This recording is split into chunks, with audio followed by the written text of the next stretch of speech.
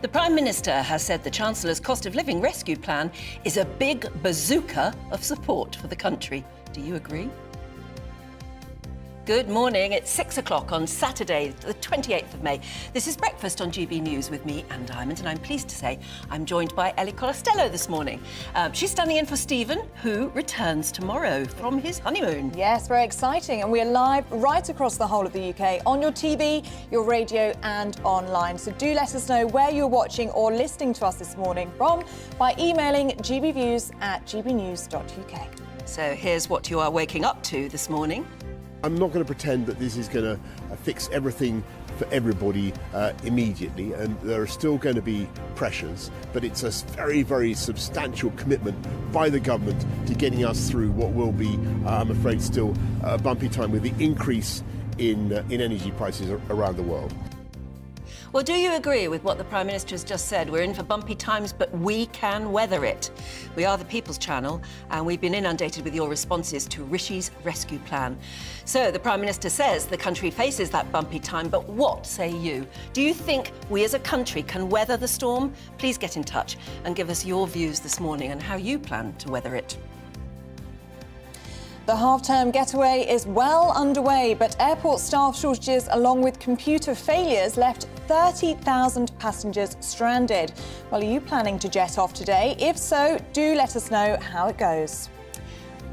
And Northern Ireland celebrates its centenary this weekend with thousands taking part in a parade in the heart of Belfast. The event, which was delayed due to the pandemic, marks the creation of Northern Ireland in 1921. And as we've mentioned, you can join in any of our discussions, of course, by emailing gbviews@gbnews.uk. We really want to hear your views on whether pulling together, being a family nation again, which is apparently what the Queen wants to be the theme of next week's Platinum Jubilee celebrations, whether we should take a leaf out of her book, pull together and weather the storm as a family. GB View.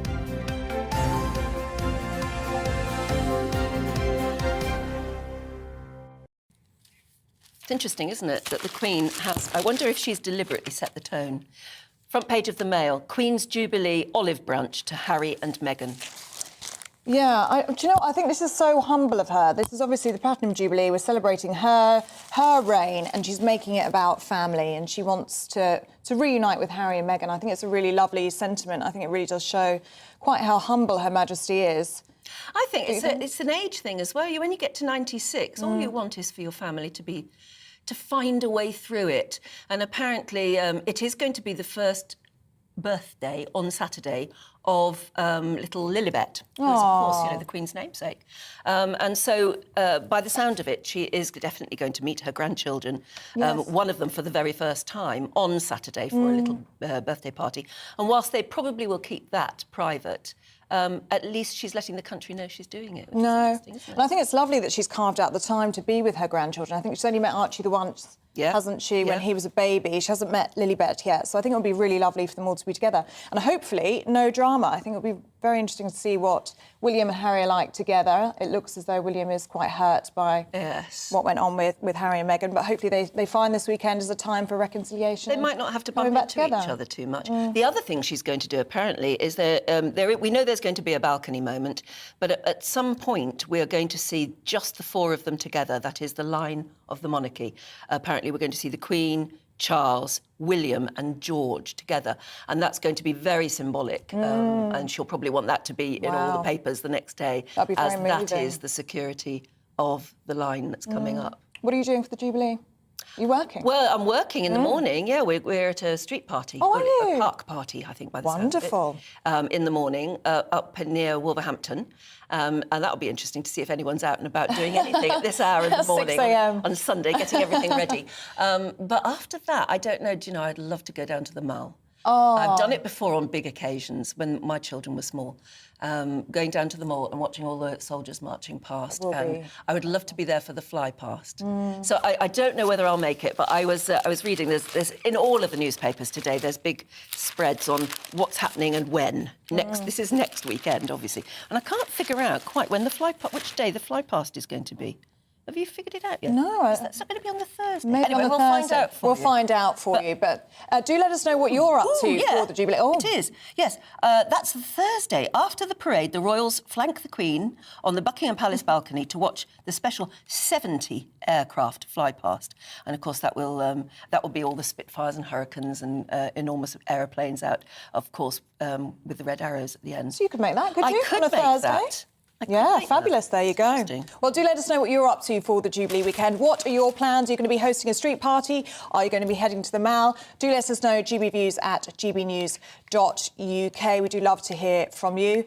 Now, if you're not a fan of Harry and Meghan, should we take a leaf out of the Queen's book and reach out to family members that we may not get on with? Do let us know what you think about that front page of the Daily Mail. Any family rifts yourself that you think, right, now is the time to probably pick up the phone, get in touch, send a text or something and just reunite, because that's what the Queen wants. Should we be more like the Queen? We should do is what we're asking this morning. Keep calm and carry on. Yeah. Now, the Prime Minister, Boris Johnson, says Rishi Sunak's £21 billion cost of living rescue plan is, in his words, a big bazooka of support, but acknowledges that England still faces a bumpy time ahead, well, the whole of Britain. Let's listen to what he said when visiting Stockton-on-Tees. It's a big bazooka. It's £1,200 for 8 million homes across the country, £300 extra for pensioners who are entitled to cold weather payments, another £150 for people who are on disability benefit, and of course putting more money into local government to help families who are finding things particularly tough. Look, I'm not going to pretend that this is going to fix everything for everybody immediately, and there are still going to be pressures, but it's a very, very substantial commitment by the government to getting us through what will be, I'm afraid, still a bumpy time with the increase in energy prices around the world. People's outgoings are going to go up and have been going up already as a result of the increased costs of energy and food. Well, the Prime Minister implied measures of up to £1,000 for 8 million homes across the UK. But will it be enough? And what will Rishi's plan be enough to come to the rescue? Yeah, meanwhile, millions across England have fallen into financial hardship over the past 2 years, and anti-poverty campaigners say the amount of people needing to visit food banks is on the rise. Yes, well, our East of England reporter Ed Crawford visited a food bank in Downham Market in Norfolk and spoke to staff and those worst hit by accelerating living costs. Downham Market in the heart of Norfolk is similar to many towns across the country. This once flourishing market town is now seeing the effects of the cost of living crisis. On the outskirts of town, a busy food bank managed by Alex Coates is helping some of Downham Market's most in need. For Lyndon Trundle, a difficult turn of events left him struggling to stretch out his monthly budget. I did actually have a meal last night, and that was the only meal that I had of the day. You know, the rest of it was kind of like trying to fill myself up with tea and what have you, so that my stomach hadn't shrunk to the size of a golf ball. With dwindling resources, Lyndon has been forced to have less meals. I'll tell you all this much, yeah, if you're hungry enough, you'll eat it. You will eat it, you know. There it is. The food bank has seen a dramatic rise in usage, and as Lyndon Leake, one of the volunteers, fears there may be worse yet to come. You know, we're just tipping the iceberg, I think, at the moment, and it can only get worse. Because unless the government actually really step forward, I don't see how we can resolve this quickly. It's a long-term project, sadly. Alex Coates, who manages the food bank, also worries about the future for those in Downham Market. It seems that the gap between the rich and the poor is getting wider and wider. In Downham Market we have quite a substantial amount of poor people, and people are just trying to work out whether they can afford to feed themselves or heat their homes. They are not being able to afford to do both. If people now can't afford to do what they need to do to survive and can't make ends meet on the money that they're getting, if the fuel problems and everything else keeps going up the way it is, I don't know where we're going to be in a few months' time. With the cost of living crisis continuing with no end in sight, it seems that, going forwards, more people will be forced into using the food bank. One story that's resounding throughout the country, and especially here in Downham Market, is that people are having to pick between heating their house or heating their food. From Downham Market, this is Ed Crawford for GB News. Well, to react to that and whether we're going to see another huge increase in bills come the autumn, we're joined by Malcolm Grimston, who's the Senior Research Fellow at the Centre for Energy Policy. Hello there, very good morning. Thanks for coming in. Is it a big enough bazooka of rescue? I think it's badly targeted. I think that people like me should get £400 off my bills when I can afford them, when there are so many people who are facing already, before the autumn's likely increase, are already facing great problems, is a mistake. It's clearly good that the government is finding a very significant amount of money to respond to this. But I do just feel that, frankly, for people like me, higher energy bills mean I take energy efficiency more seriously. And I think about how I'm using energy. It's interesting that in Japan, power prices are very high, but the actual household power bills are not, because those high prices mean that people think very carefully about the air conditioning, the heating, and insulating their houses properly. So I think the problem here, if there is a problem, and I think the Chancellor has done well to provide the money, but that money should be better targeted, in my view. You could pay it back if you don't want to take it, couldn't you? That's what he's said he's going to do himself. Yes, but frankly, I don't want to give £400 to charity. I want that £400 directly targeted towards the people who need it the most. If the government will provide a clear route whereby people like me can give the £400 and know that it will specifically go to those in fuel poverty, then that might be a different thing. But it must be more efficient rather than to rely on a whole variety of individual decisions to make sure that the money from the start is going to where it's most needed. And Malcolm, this will keep households going for the next few months, but the reality is in October we are going to see those bills hike up again.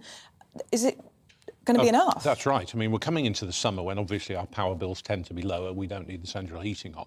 The real crunch is going to come. It looks like the average price cap will be up to about £2,800, which is another £900 on where we are now, just at the time when we're starting to put the central heating back on again, if we can afford to do it. So yes, and to be honest, I think the government recognises that this Well, that's right. Rishi Sunak is not ruling it out. Yeah. That means it's going to happen, doesn't it? Yeah, indeed, I think so. I mean, we don't know. If the war in Ukraine were to be resolved, if there was a bit less pressure on gas prices globally, then we might see gas prices edging back, not to normal, but at least to below the high price we are now. On the other hand, if things continue to go wrong in Ukraine, we could see gas prices higher than we now expect them to be.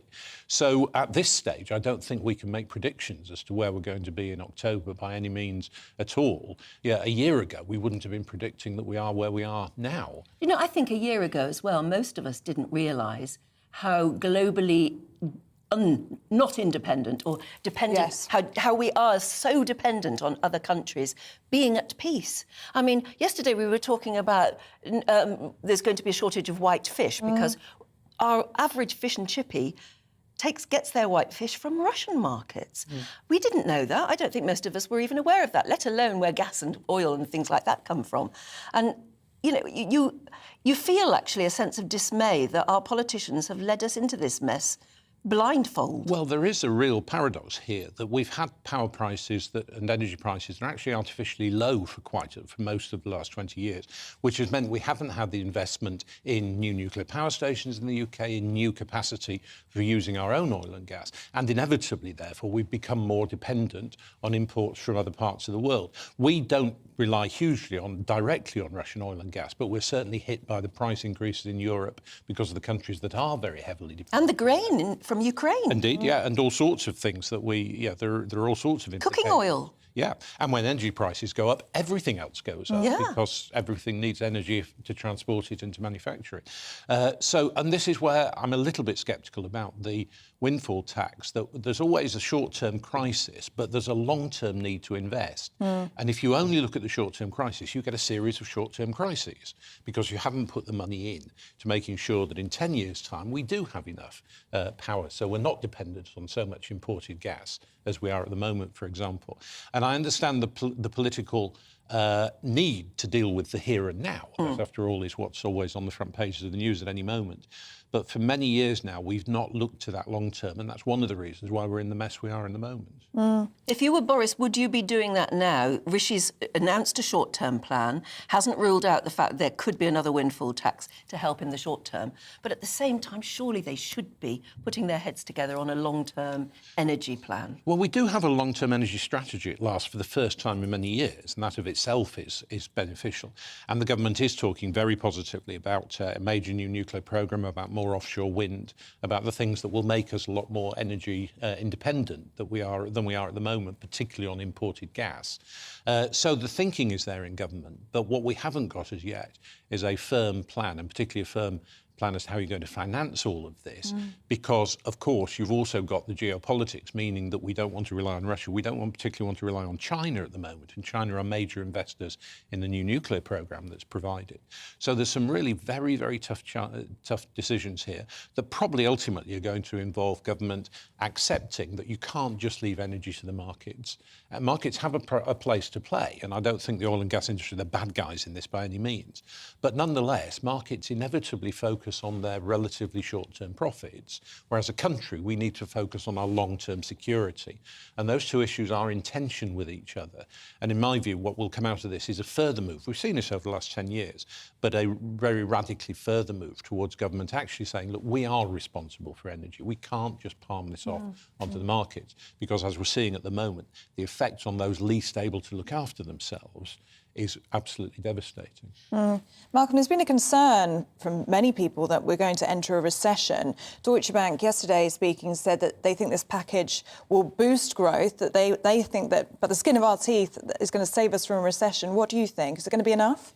Well, people will spend this money. I mean, one of the issues clearly is that if money goes purely into the pockets of the well-off, they tend not to spend it. They don't need to. They're already spending as much as they can, or pretty much so.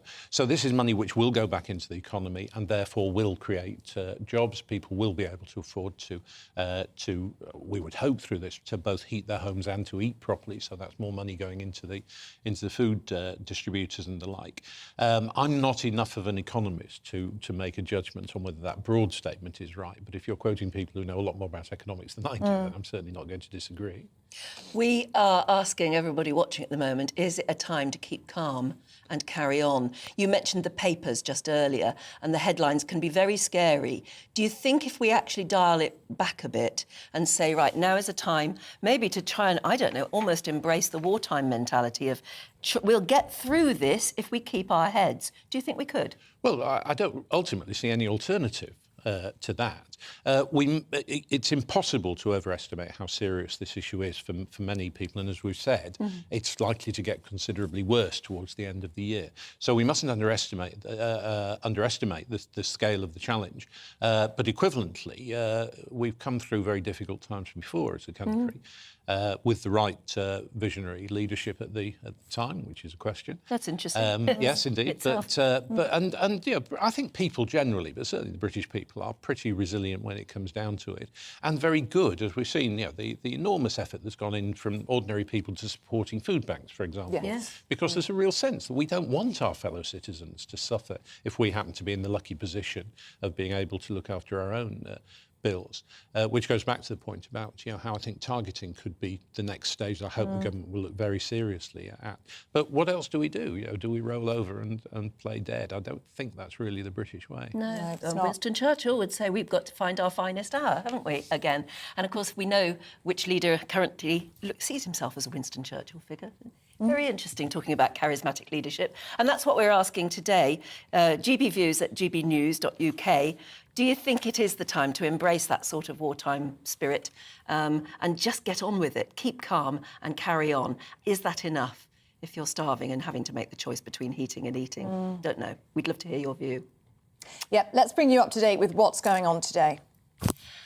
Hundreds of protesters have gathered outside the National Rifle Association convention in Texas.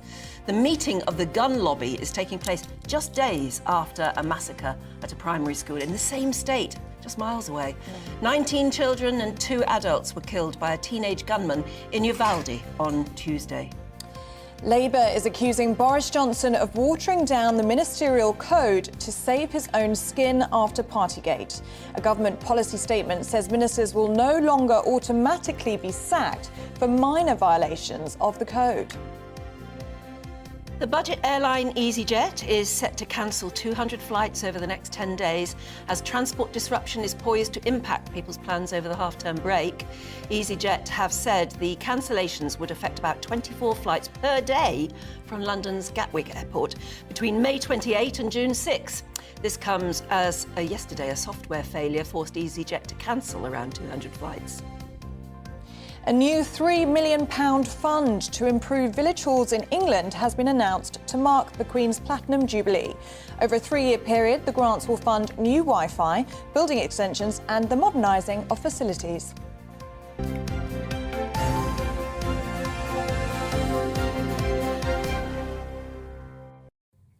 And that, I think, is a really good idea, modernising community halls and village Yes, centres. and so many of them need it as well, they don't they? really Mine do. is very, very worn down. They're dilapidated, but if they have Wi-Fi and sort of facilities like that, they will attract a younger clientele and actually provide a focus that most communities really need. You see, that's a bit of wartime spirit coming back. I was just about to say, people gathering in the village hall and the dances and eating together and all that kind of thing. It would be nice to see that back, wouldn't it? It would. Very, Maybe very it's time nice. for going a bit old-fashioned again. Maybe. I don't know. Or do you think that's a bit, neat? Yeah. Do we need to come together? That's what we're asking today. GBViews at gbnews.uk. OK, stay with us because we've got plenty more to come, including how Northern Ireland is celebrating its centenary this weekend. Hello, a very good morning to you. I'm Aidan McGiven from the Met Office. A cracking day in store for many of us. It might be feeling fresh out there at the moment, but plenty of sunshine and soon enough temperatures will rise. A warm afternoon to come up and down the country. One exception, the far northeast of Scotland, where we'll keep a bit of a breeze, some cloud and 1 or 2 showers. But otherwise, high pressure is in charge, and that high pressure will lead to widely sunny skies right the way through the day and into the afternoon. Now, the far north of Scotland, as well as the east coast of England, will get a bit of a breeze. That will make it feel on the cool side. But with sunny spells elsewhere, fairly widely, it's going to feel very pleasant in that sunshine with temperatures, I think, Glasgow, Belfast, mid to high teens. Further south, 20 for Cardiff, 21 for London, and with light winds, a pleasant day to come. Like I say, it's going to feel cooler in the north of Scotland with a breeze coming from the north, and that northerly breeze becomes more widespread going into the early hours of Sunday. That will allow some showers to affect the east coast of England and more widely across northern Scotland, but lengthy clear skies elsewhere will again allow temperatures to fall away. So another cool start to the day on Sunday, but a bright start for many. There will be some sunshine around during the morning. I think the best of the weather on Sunday will be in the morning because through the day the cloud will build and by the afternoon it is fairly cloudy for many, certainly compared to today. Showers will also form, especially in the east, but 1 or 2 heavy showers could affect parts of South Wales and the southwest. And that breeze that's coming from the north will also make it feel disappointingly cool in the north and the east, just 12 Celsius in places, whereas 17 Celsius will be achieved in the southwest. Monday and Tuesday will also be cool with sunny spells and showers.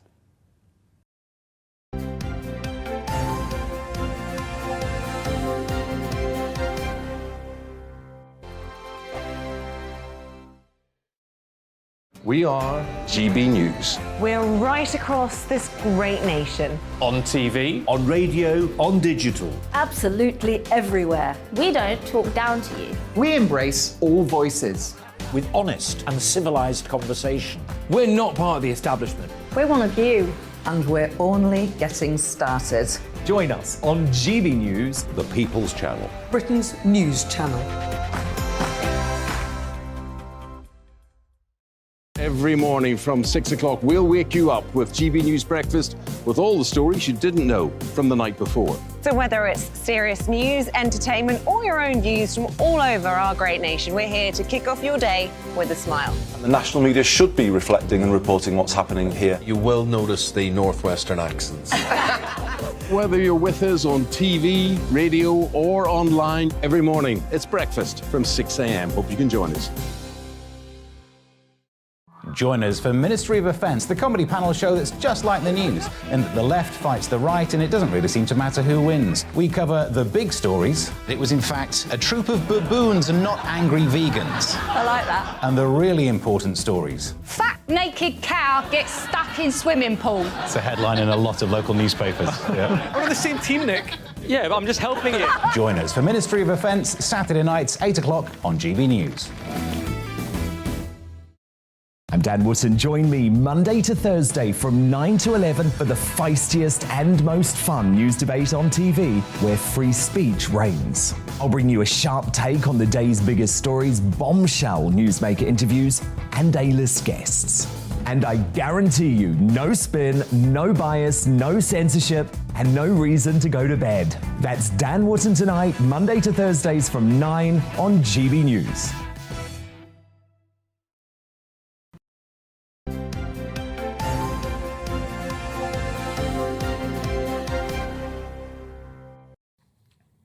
Welcome back. You are watching and listening to Breakfast with Anne and Ellie. I'm sitting in for Stephen today, and we are live across the UK on both your TV and your radio. Yeah, and don't forget to tell us where you're watching us from as well, Yes. or listening, because I love to know where you are. We've got so many people who watch from Australia and New Zealand and all over the States as well.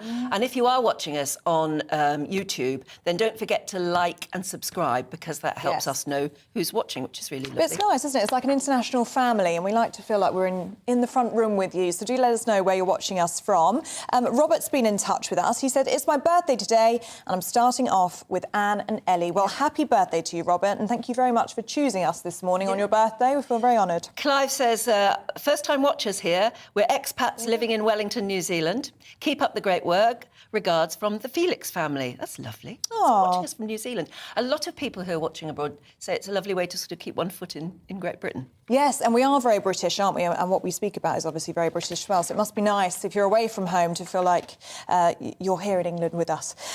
Phil says, morning, ladies. This is about Meghan and Harry. We've been talking about the Daily Mail front page this morning. They are obviously back in the UK this week for the Queen's Platinum Jubilee. She's extending an olive branch to Harry and Meghan. We're asking, should we be doing the same? Phil says, morning, ladies. Well, I wouldn't trust Meghan and Harry as far as I could throw them.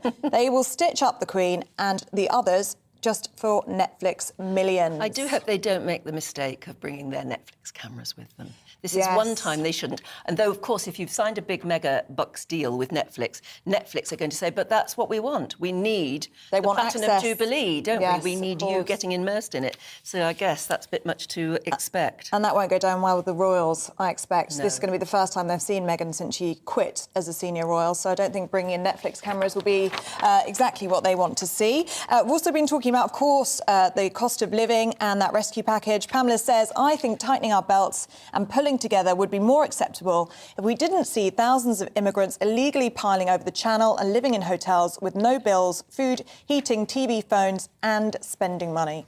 Yeah, whatever you think of immigration, that's not the reason we're going through a cost of living crisis, though, is it? And maybe, again, if we're talking about the British spirit, we should be at least... well, not coming down quite so hard on people trying to get here for a better standard of life. That's one view anyway. Mike from South Wales says, good day.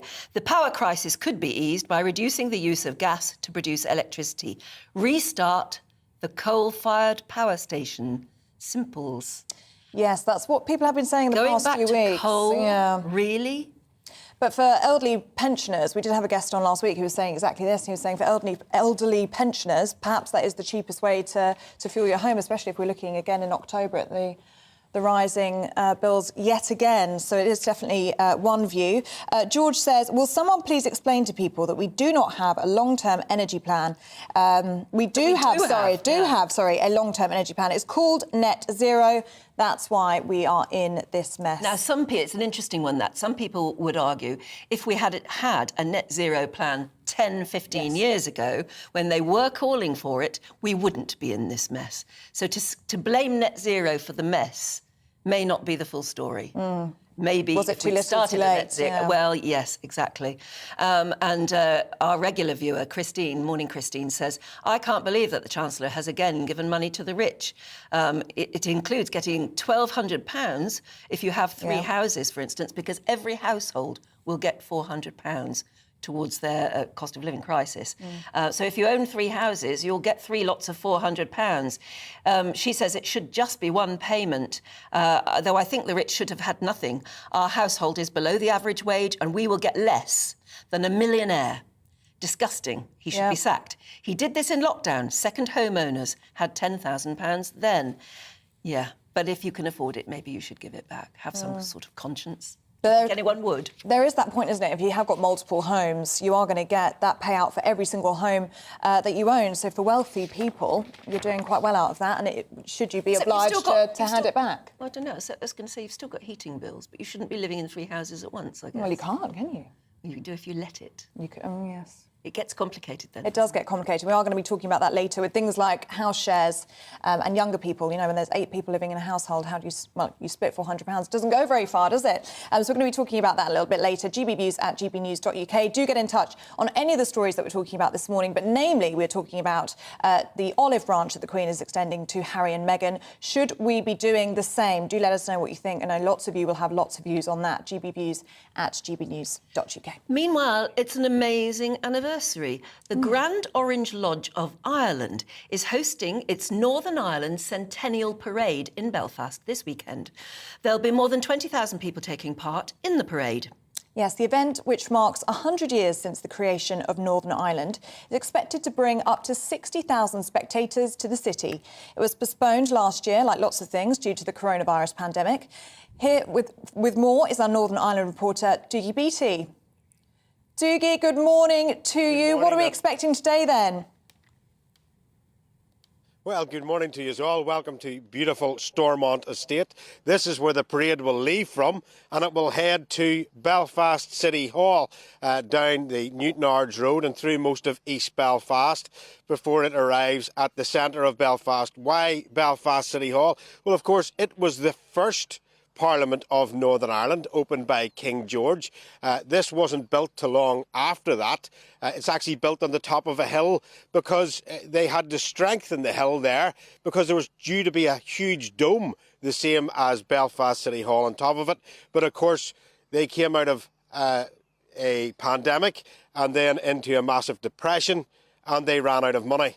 All sounds a bit familiar because then a war in Europe started and everything else kicked off. And this behind me then became the headquarters for the RAF, spotting planes. In fact, it's believed that they spotted the Bismarck ship here. They actually painted this building behind us with a mixture of many liquids, including cow dung, to make sure that the German bombers wouldn't hit it. And all around this estate where I am now, you can still see these huge concrete slabs, and that was for the barrage balloons that used to stay above it.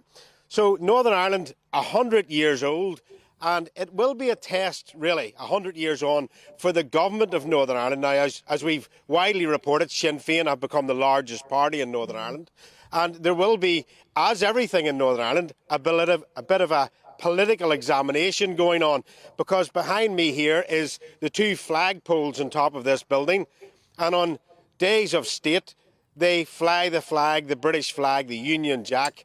Now, Michelle O'Neill has said that she's going to be a First Minister for all, but last year they weren't allowed to put a stone commemorating a historical fact of Northern Ireland. So this parade is here today. It will be leaving at lunchtime, travelling down the Royal Mile, which is right in front of me, and it is beautiful. The grounds of Stormont are absolutely fantastic. It's travelling down there, then turning right down the Newtonards Road and heading for Belfast City Centre. Anybody in that vicinity today, I would say avoid this part of Belfast. I think it will be a traffic logjam. But it is great to see, and it's great to see the celebration of the centenary. Yesterday I was in Dublin reporting on what would happen if a trade deal happened down there, and of course it was built by the British. It was a huge city. It's full of Victorian and Georgian buildings. You'd swear you were in London in parts of it, and it has moved on since that time. Of course, with the partition of Ireland, we've seen over 50,000 injuries here, 3,500 deaths, and it is good to see 100 years on Northern Ireland celebrating its birthday. It's absolutely fascinating for those of us who aren't really up to date with the full history of Northern Ireland to think that in 1921 this was the first day of Northern Ireland being a state on its own, as it were. What was the history that led up to that? Because obviously we'd just gone through World War I and there was the partition. And who's that on the statue behind you? Well, it's me, because I've done that many lives from here, I feel, since I started in GBNews. No, that's actually Edward Carson. He was the first Prime Minister of Northern Ireland, a real role model for many Unionists and probably a very divisive figure for those in the nationalist community. This was, I suppose, his baby. He was an accountant from Dublin originally, but the state of Northern Ireland being set up to partition Ireland. Of course, an uprising happened during the First World War. If any of us was watching Downton Abbey would have seen a lot of this going on. I know it's only a dramatisation, but it gives you good background into what goes on. And it's split. Ireland split into two states, and the Unionists vastly came to the north, fiercely loyal to the Crown, and of course the south then stayed by itself.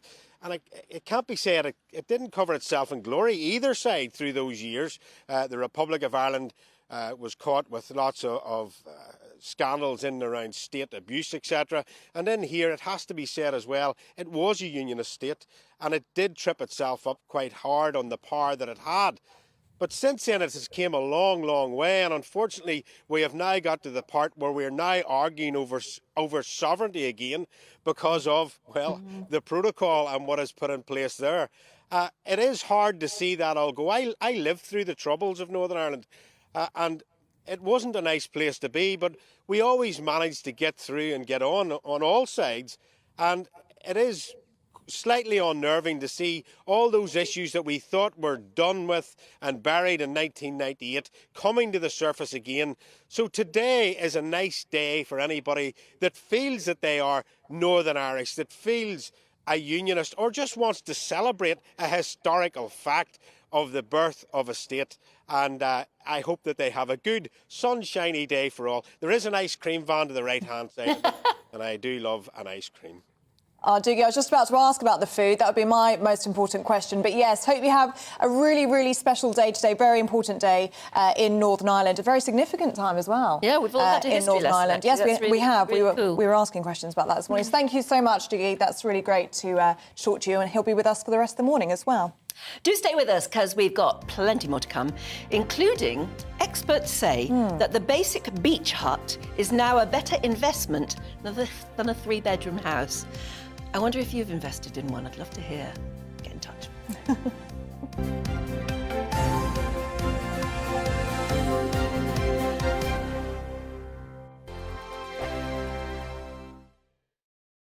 We are GB News. We're right across this great nation. On TV, on radio, on digital. Absolutely everywhere. We don't talk down to you. We embrace all voices.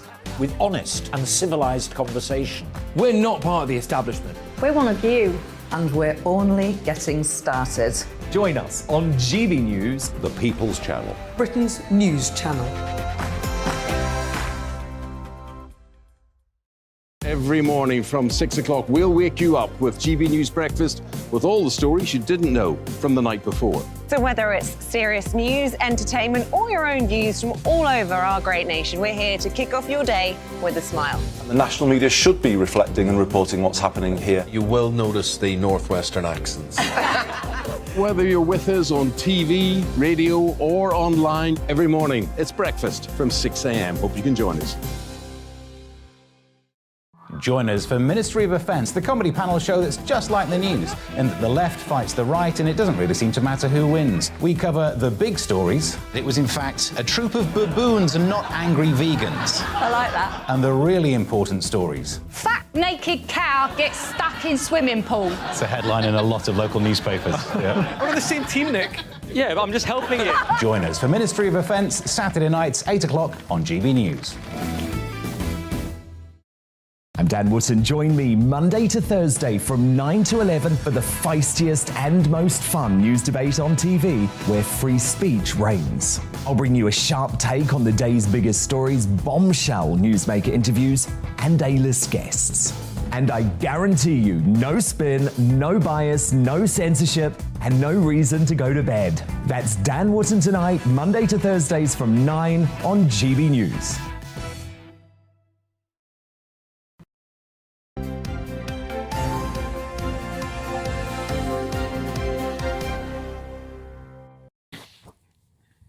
Welcome back. We're going to start by taking a look at today's front pages. The Express leads on the ongoing chaos in British airports as officials warn the delays will get worse in the summer. The Guardian covers the changing of the ministerial code, accusing the Prime Minister of trying to save his own skin. The Times leads on the Attorney General's call for a firm line on transgender ideology in schools. And the Daily Mail, as we've been reporting all morning, covers the Queen's plans to meet her great-granddaughter, Lilibet, on a special Windsor visit. The Telegraph covers the ongoing crisis in Ukraine, reporting on a British MP's son fighting on the front lines.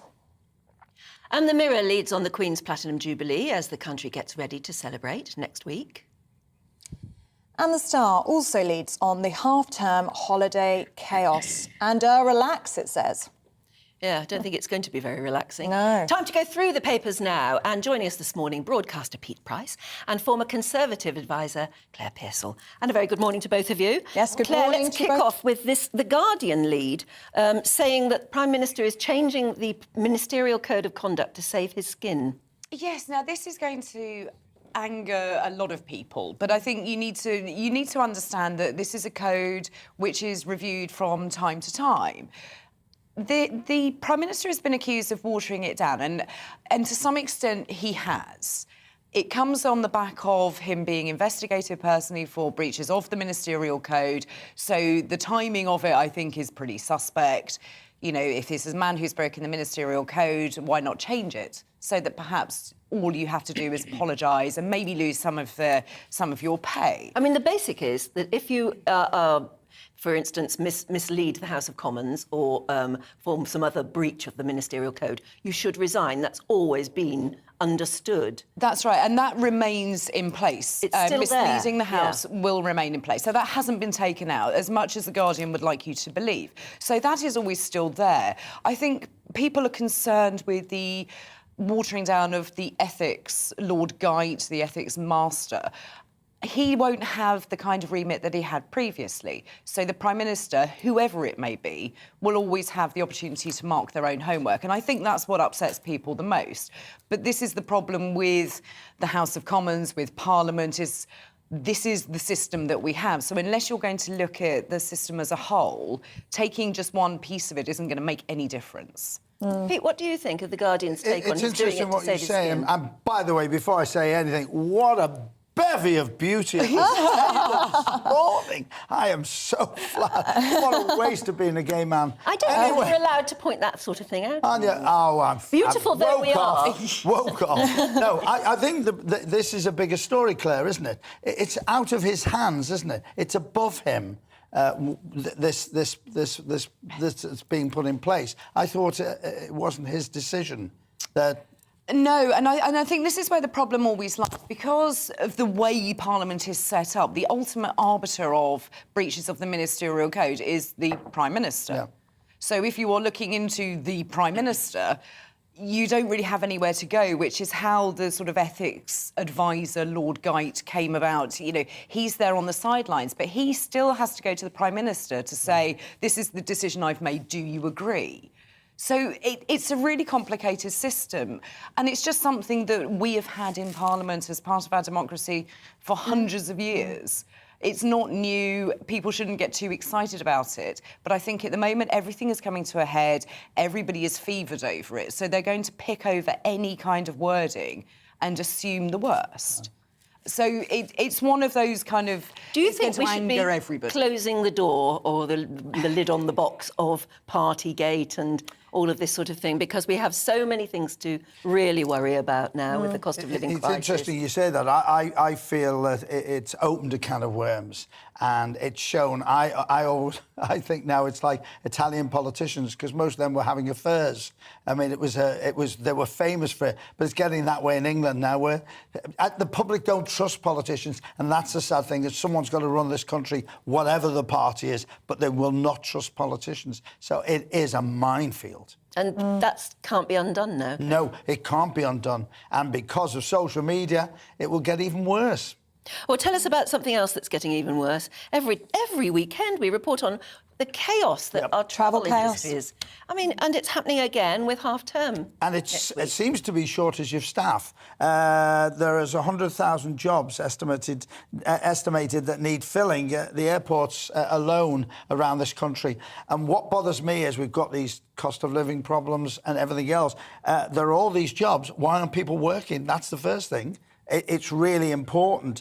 And I've been going through Liverpool Airport. They're brilliant. It's a smaller airport. They're really brilliant. They've got a great set of staff. Manchester has been a problem. Heathrow's been a problem. But, you see, if you listen to GBNews, the other week we were talking about, we said on this programme, get your holiday booked now. Yep. Get it sorted. We told you if you don't listen, it doesn't happen, you see. But you've got to keep on top of it now. You can't just assume You've got that your travel is going to go. And you can't get deals and wait for the last minute. No. But I don't understand all these staff in everywhere, in restaurants and everywhere. Why aren't people working? That's going to help with the cost of living. And this is the issue as well. So many of our airports are working at capacity. So if there's one bit missing from the chain, there's absolute chaos. I flew to Austria with my mum a few months ago, and there weren't enough baggage handlers. So they couldn't physically get our suitcases, and we waited hours on the tarmac. Yeah, my son was waiting hours on the tarmac just the other day because there was no ground staff to bring the staircase to the plane. And the pilot, apparently, the captain said, we are trying to contact ground staff. We actually can't get them to answer their phones at the moment. Oh, wow. And my son said, and he took a picture. The staircase was right there. It was about 4 foot away from the plane. And he said you could almost reach out and pull it up. But you want to do it yourself, about 3/4 of an hour for that staircase to get to the plane. It is. It's absolute chaos. 10,000 staff are missing from Heathrow alone. Wow. It's time to put people back to work. Pandemic has caused a major problem with people having time off. A major problem. We need people back in those jobs, and also it's the IT systems that are letting us down as well. It's those e-gates at the airports that are often going down. And of course, Brexit. We haven't got those staff now. We've lost all those people, especially in the catering industry. My sister's got one of those passports that just won't be read by those. But wherever we've been on so many journeys just recently, and she is always the one who gets left behind. We're trying to put the passport in. There must be some glitch on your little barcode. Interesting you say that. A friend of mine had a slight tear on one page. They were refused entry. Entry. A slight tear. I see normally they're quite reasonable about things like that. I mean, I'm always that person that sets off every security scanner that you go through. So I'm the person who's always taken off to one side and, given a frisk down because they look. I think I'm probably looking a little suspicious. No, they gave a frisk down because you're a twat. and they get one of those little swabs and they swab you. What on earth do you think I've done? And you always get really paranoid, don't you? Thinking, oh God. I would love. I'm glad you mentioned that. I want to know why they make me take my watch off. Yeah, not on my lovely jewellery, watch, Pete. but my watch. I've got one of the quieter ones on. But no, they've left it. What? And I say these don't come off. And they go, through. Take it off. So I do that one with my hands up. Yeah, looking very camp. Well, as a woman, it's always a little bit embarrassing, isn't it? You have to take off all your jewellery, your watches, your bags, your mirrors. It's a lot. Claire, I wanted to touch on a story in the Times, gender wars story. Teachers should not pander to trans pupils. Tell us a bit more about this one. Now, this is the Attorney General, Suella Braverman, who has come out with a really robust line, and probably more robust than I've seen anybody, over trans individuals in schools. And she is now suggesting that we don't need to pander to somebody who wishes to change their pronouns, change their names. If they are male and they want to identify as female, they are children and should be treated as the gender from birth. It is really refreshing to have somebody come out, because this is always an incredibly emotive argument to have. But to be this robust, I salute her, I really, really do. She looks at it as a safeguarding issue. These are individuals who are under 18. Yeah, she says, so you can't be trans if you're under 18. Absolutely, you should be treated as the gender you were born. And she will anger a lot of the lobby, and I think this is half of the problem, is that you lose that ability to debate it because neither side will move on their opinion on this debate. And you will get a lot of abuse if you go against some part of it. So I think she's actually been superbly brave. She has stood up for J.K. Rowling and has said that she is an absolute hero to her. So I think this is incredibly important. And keeping those protected spaces, for example, ladies-only changing rooms and girls' toilets, things like that. She's saying, absolutely, this is not against the law. You should have those spaces. Let's all come together and just accept that this is what schools will be doing. And I think this is really crucial. She has been very brave, because she'll get a lot of hate mail over that, won't she? She will absolutely. Very briefly, Pete, just before we move on, Harry and Meghan, because we're talking about this a lot during the programme today. The Queen's Jubilee olive branch to Harry and Meghan. Well, very briefly and quickly, if you're listening, Meghan, take the olive branch, keep your mouth shut, enjoy it. Let's have Harry back, please. On that note, we'll see you in the next hour. Pete, thank you very much. Do let us know what you think about that. GBNews at gbnews.uk. I'm sure lots of you will have opinions on Harry and Meghan coming back this weekend to celebrate the Queen's Platinum Jubilee. Right, let's bring you up to date with what else is happening.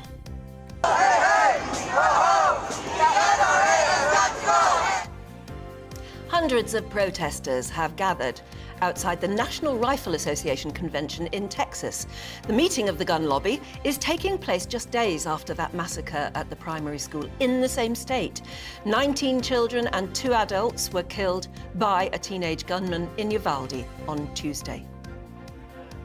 Here, the Prime Minister says the government's emergency support package is a big bazooka to help families struggling with their energy bills. The Chancellor's committed a further £21 billion support for households, but Boris Johnson says the country still faces a bumpy time ahead. A new £3 million fund to improve village halls in England has been announced to mark the Queen's Platinum Jubilee. Over a 3-year period, the grants will fund new Wi-Fi, building extensions and the modernising of facilities.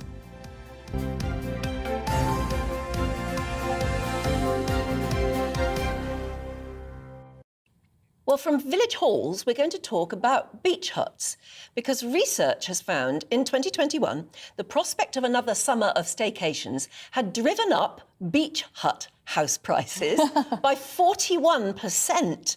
Although foreign travel has brought prices back down, values are rising even faster than those in the traditional housing market. For example, in Dorset's Mudderford, have I said that right? Mudderford, yes. Yeah. Rental costs have climbed to a huge £3,792. That's around £126 per day. That is more expensive than the average rent in London's most expensive borough, Kensington and Chelsea. It's pretty remarkable, isn't it? It makes beach hut ownership, if you can get your hands on one, a better investment than a 3-bedroomed house. Unbelievable. Joanna Lowley joins us now, owner of Cool Coastal Huts. And she joins us from her beach hut. Yeah. Are you in a beach? Oh, you're not in a beach hut, are you? I am in a beach hut, yes. Oh, brilliant. And which beach is it on? We're on Mersey Island here in Essex. That's my neck of the woods. Do you love your beach hut? I love beach huts, yes. I've got 3 beach huts, so that's how much I love beach huts. Now, Ellie here doesn't understand the love of beach huts and why they're so popular and why they really add to your beach experience. So can you sell her a beach hut, please? Okay, so, well, once you come to one, then you'll really get it. Basically, it's a bit of luxury for the day. So everybody likes a trip to the beach anyway. And then you've got your base for the day. You're not as dependent on the weather. So, great if it's a sunny day. but also memorable are the rainy days when you can sit in and, you know, watch the world go by. Sometimes on those days you get the beach hut to yourself, and you know, children aren't bothered by the weather. They love it if it's come rain or shine. But yeah, basically you've got a base. You can make yourself a cup of tea. You sit there, relax, spend time with friends and family.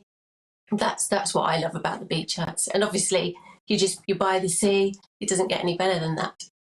No, it does look very nice where you're sitting. I think I could be persuaded, but I think what I'm quite confused by are there are quite strict rules about what you can do in your beach hut. And I think they're a lot of money and you can't plumb them, is that right? And you can't stay overnight. What are the rules for a beach hut?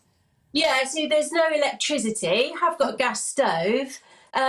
But I see that, I flip that and say, you know, that's the nice thing about them. It's back to basics. It's life in the slow lane. It's, you know, you've got to speak with your family and friends, play games.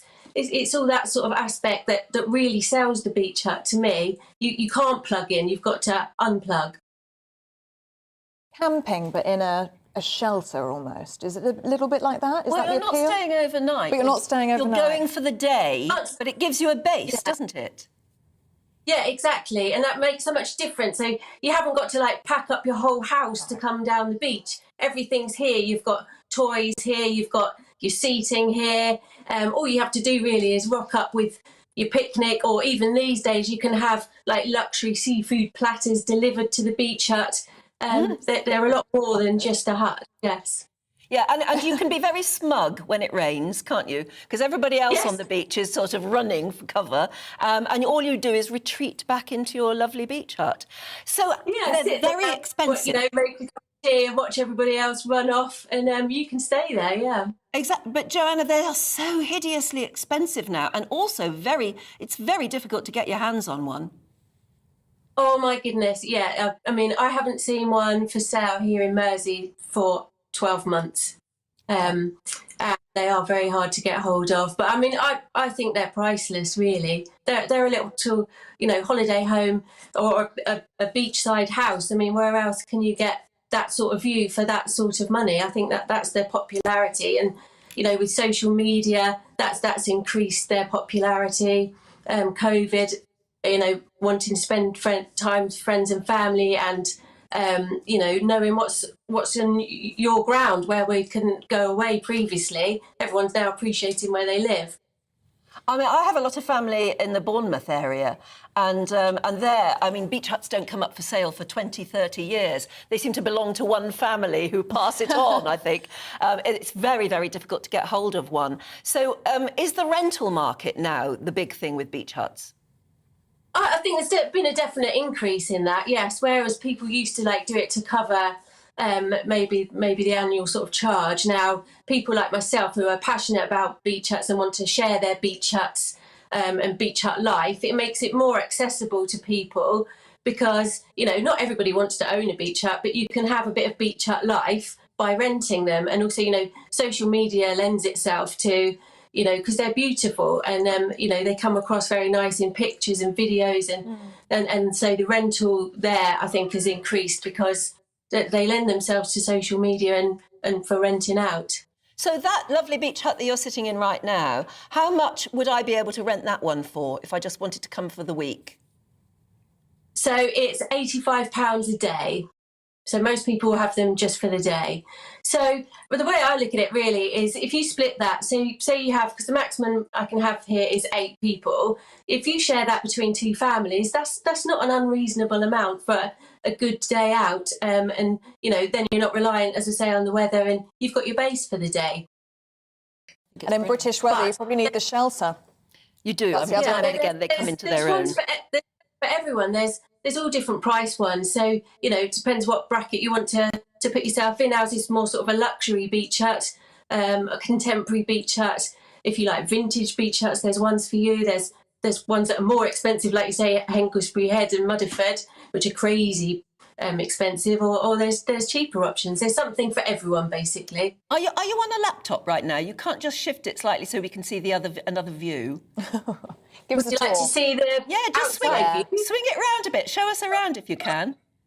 There you go. It's nicely done out, that one. Oh, look at that. There you go. That's what you want to see on a Saturday. It's worth the money. We're looking for the benefit of... I don't know if you can walk outside and show us what it looks like from the outside. We'd love to do that, Joanna. Can you pick it up? Yeah, pick it up and walk out onto the sand. But for anyone listening on the radio at the moment, we've just had the most glorious shot of a beautiful, beautiful beach and a bright blue sea. And it looks like a blue... Well, yes, a blue sky. There we go. Right, we've got Joanna and the beach behind us now. But turn it round the other way so we can see the line of... Oh, you see? Oh, it's just... yeah, I could be persuaded. Gorgeous. It's beautiful. It's a lovely day there in Essex, Joanna. And you're right on the sand there, Joanna, aren't you? Yeah, basically right on the beach. Can't get any more closer than that, yeah. See, that's well, you've sold it to us. Yeah, I think I could be persuaded, Joanna. I think I could be persuaded. Have I won you round? Yeah, we'll have to pop in. We'll have to pop in for a cup of tea. And you can continue selling it to us. You can't have any electric, so there's no Wi-Fi, but you can have a Primus stove. Yeah. And then you can brew up a nice cup of tea. Joanna, thank you so much for showing us round. We've sold it to Ellie now, I think. She understands what a beach hut is, what it really is. I'll come down for a cup of tea, Joanna.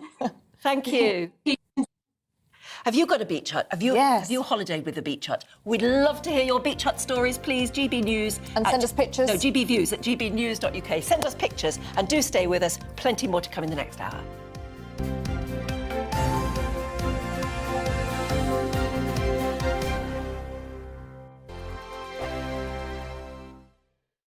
We are GB News. We're right across this great nation. On TV, on radio, on digital. Absolutely everywhere. We don't talk down to you. We embrace all voices.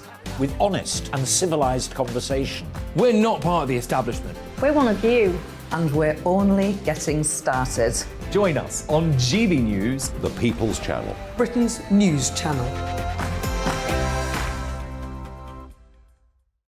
Every morning from 6 o'clock, we'll wake you up with GB News Breakfast with all the stories you didn't know from the night before. So whether it's serious news, entertainment, or your own views from all over our great nation, we're here to kick off your day with a smile. And the national media should be reflecting and reporting what's happening here. You will notice the northwestern accents. Whether you're with us on TV, radio, or online, every morning, it's breakfast from 6 a.m. Hope you can join us. Join us for Ministry of Offence, the comedy panel show that's just like the news, in that the left fights the right and it doesn't really seem to matter who wins. We cover the big stories. It was in fact a troop of baboons and not angry vegans. I like that. And the really important stories. Fat naked cow gets stuck in swimming pool. It's a headline in a lot of local newspapers. Yeah. We're on the same team, Nick. Yeah, but I'm just helping you. Join us for Ministry of Offence, Saturday nights, 8 o'clock on GB News. I'm Dan Wootton. Join me Monday to Thursday from 9 to 11 for the feistiest and most fun news debate on TV, where free speech reigns. I'll bring you a sharp take on the day's biggest stories, bombshell newsmaker interviews, and A-list guests. And I guarantee you, no spin, no bias, no censorship, and no reason to go to bed. That's Dan Wootton tonight, Monday to Thursdays from 9 on GB News.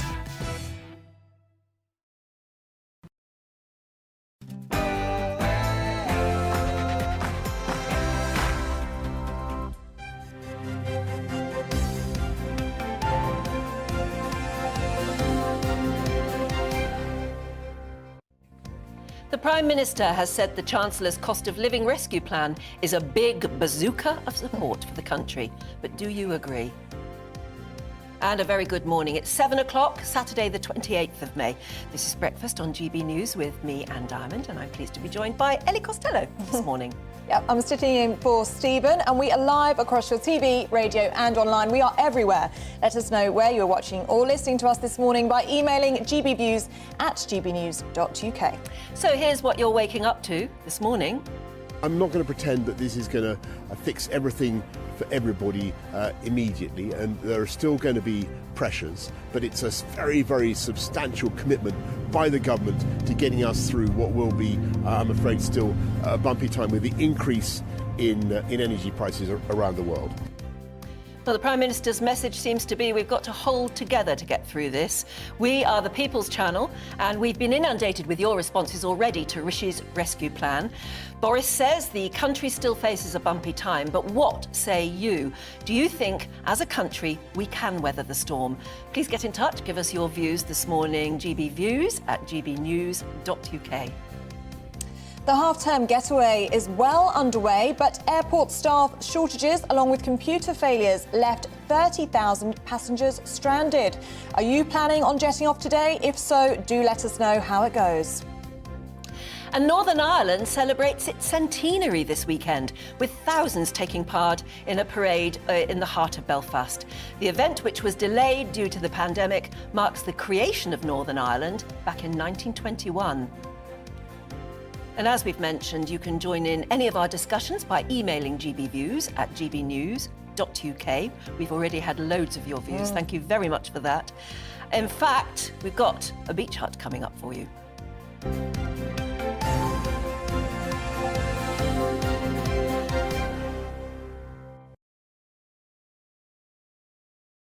Our lovely, newly refurbished beach huts in Folkestone. Don't they look lovely?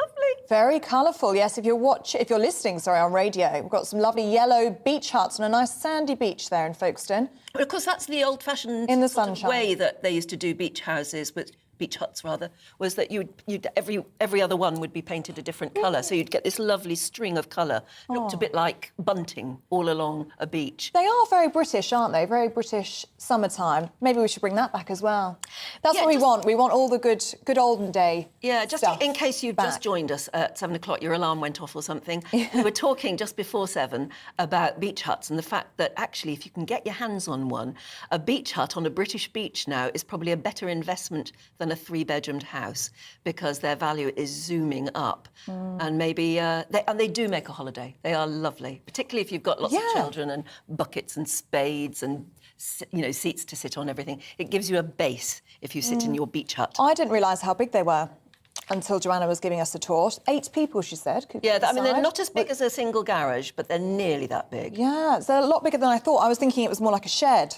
So I have been convinced this morning. But if you do own a beach hut, do send us your pictures. We'd love to see them. We'd like to see the interiors as well. I like to see the interior design. Yes, I must say, I've never seen one quite as posh as that one was that posh, Joanna was in. She did say it was luxury, didn't she? But I mean, years ago when I used to holiday on British beaches and take the kids and buckets and spades and everything, the beach hut was a bit more... I mean, some of them just have sand floor as well. Oh, really? Yeah, but they give you the shelter and a place to put the primer stove and, you can cook up lunch and everything. And you do feel smug. Because you've got a beach hut and lots the rest of us sat in the showers Yeah. on the beach, and you're nice and cosy in your beach hut. But yes, do get in touch with your pictures of your beach hut. Lots of you have been in touch this morning. We always like to know where you're watching or listening to us from. This is a great one. Paul says, good morning from Thailand. Great channel, he says. Paul, thank you so much for joining us in Thailand. I wish we were in Thailand, Anne. That would be nice, wouldn't it?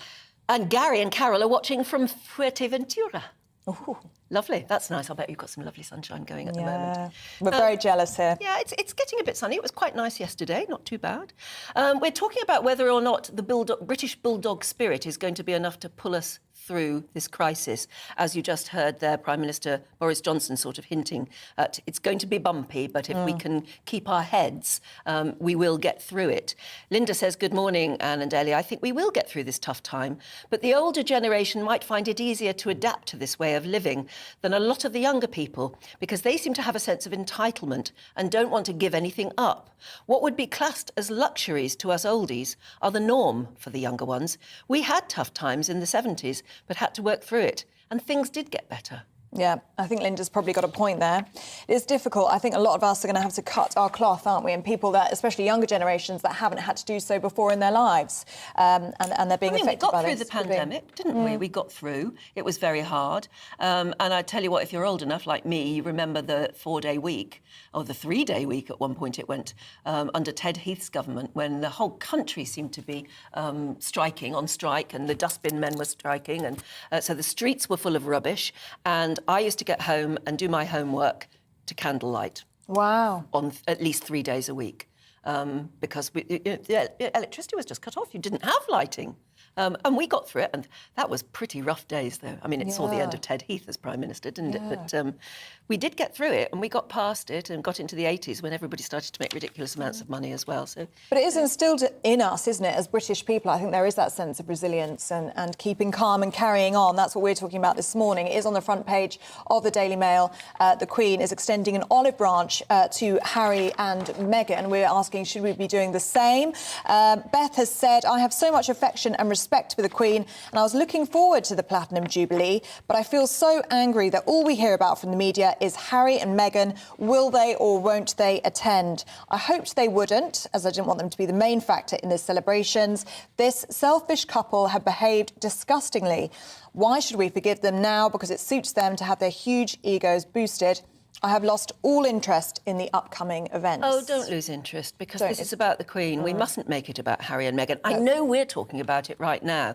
And to a certain extent, you know, maybe we should all shut up about them, I think. But it's what the Queen said. Yes. To be fair, this is what she said, that she's extending the olive branch. She's actually going to be carving out some time in the Jubilee celebrations, which I think is a testimony to what a humble family woman that she is. Well, she's 96. Yeah, to meet her grandchildren. Imagine how much she wants to meet her grandchildren. And her it namesake. will be, it will be Lilibet's first birthday next Saturday. And it is widely thought that that's when the Queen will meet Harry and Meghan, and she'll see her great-granddaughter for the first time and her great-grandson for only about the second time, I think. So, and she's 96 and she wants to embrace the whole family. Of course she does. And it's very difficult for somebody of that age to sort of have to weather the terrible storms that she's had to go through. I know. And I hope they just make it really easy for her. I hope they keep the focus on her. I'm sure they will. I hope they will. I hope they will. I'll bet because it is her tabloids weekend. won't. I bet you the money will be out from the paparazzi as well to get a good shot of Harry and Meghan being snubbed, or Harry and Meghan being followed by Netflix cameras. Yeah, and are they going to be bringing the Netflix cameras? That's what I want to know. Well, if I were Netflix and doing a multi-million-pound deal with them, I would demand that they did. But, you know, what's going to happen, I wonder. Do let us know your views. Anyway, and whether being British and embracing the British bulldog spirit is actually what we need to do now. Prime Minister Boris Johnson says Rishi Sunak's £21 billion cost of living rescue plan is a big bazooka. His words. It's a big bazooka of support, but he does acknowledge that the country is still facing a very bumpy time ahead. Let's listen to what he said when visiting Stockton-on-Tees. It's a big bazooka. It's £1,200 for 8 million homes across the country, £300 extra for pensioners who are entitled to cold weather payments, another £150 for people who are on disability benefit, and of course, putting more money into local government to help families who are finding things particularly tough. Look, I'm not going to pretend that this is going to fix everything for everybody immediately, and there are still going to be pressures, but it's a very, very substantial commitment by the government to getting us through what will be, I'm afraid, still a bumpy time with the increase in energy prices around the world. People's outgoings are going to go up and have been going up already as a result of the increased costs of energy and food. Well, the Prime Minister implied measures of up to £1,000 for 8 million homes across the UK, and he says it will be enough. So will Rishi's plan be enough to come to the rescue? And meanwhile, millions across England have fallen into financial hardship over the past 2 years, and anti-poverty campaigners say the amount of people needing to visit food banks is rising. Well, our East of England reporter Ed Crawford visited a food bank in Downham Market in Norfolk, and he spoke to staff and those worst hit by the accelerating living costs. Downham Market in the heart of Norfolk is similar to many towns across the country. This once flourishing market town is now seeing the effects of the cost of living crisis.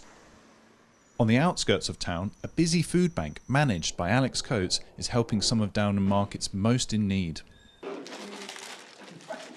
For Lyndon Trundle, a difficult turn of events left him struggling to stretch out his monthly budget. I did actually have a meal last night, and that was the only meal that I had of the day. You know, the rest of it was kind of like trying to fill myself up with tea and what have you, so that my stomach hadn't shrunk to the size of a golf ball.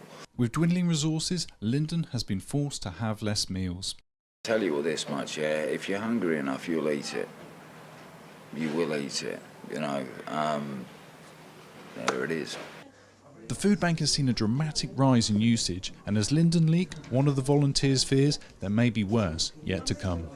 You know, we're just tipping the iceberg, I think, at the moment, and it can only get worse. Because unless the government actually really step forward, I don't see how we can resolve this quickly. It's a long-term project, sadly. Alex Coates, who manages the food bank, also worries about the future for those in Downham Market. It seems that the gap between the rich and the poor is getting wider and wider.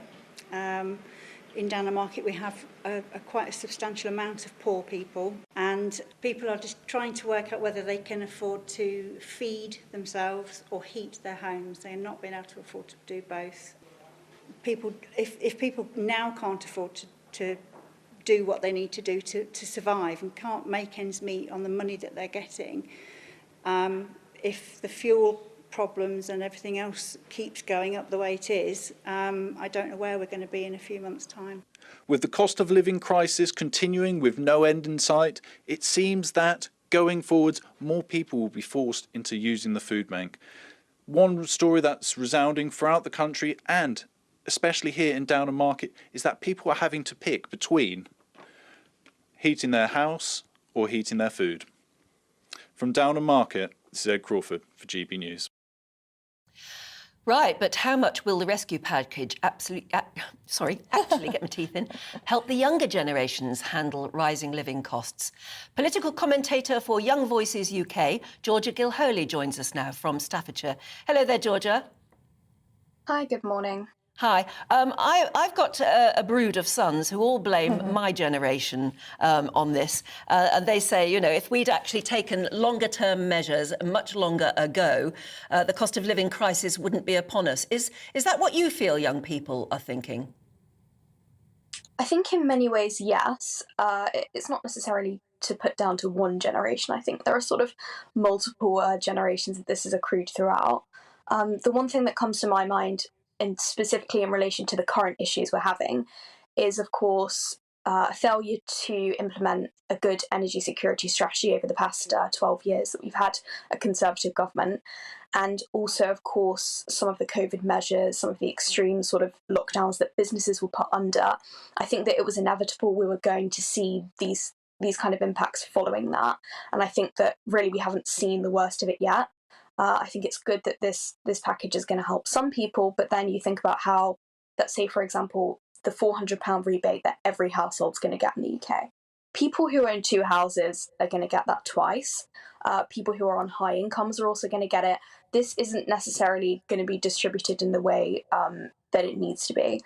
And I think that, let's say, a few months on, a few years on, it's also adding inflation to the economy.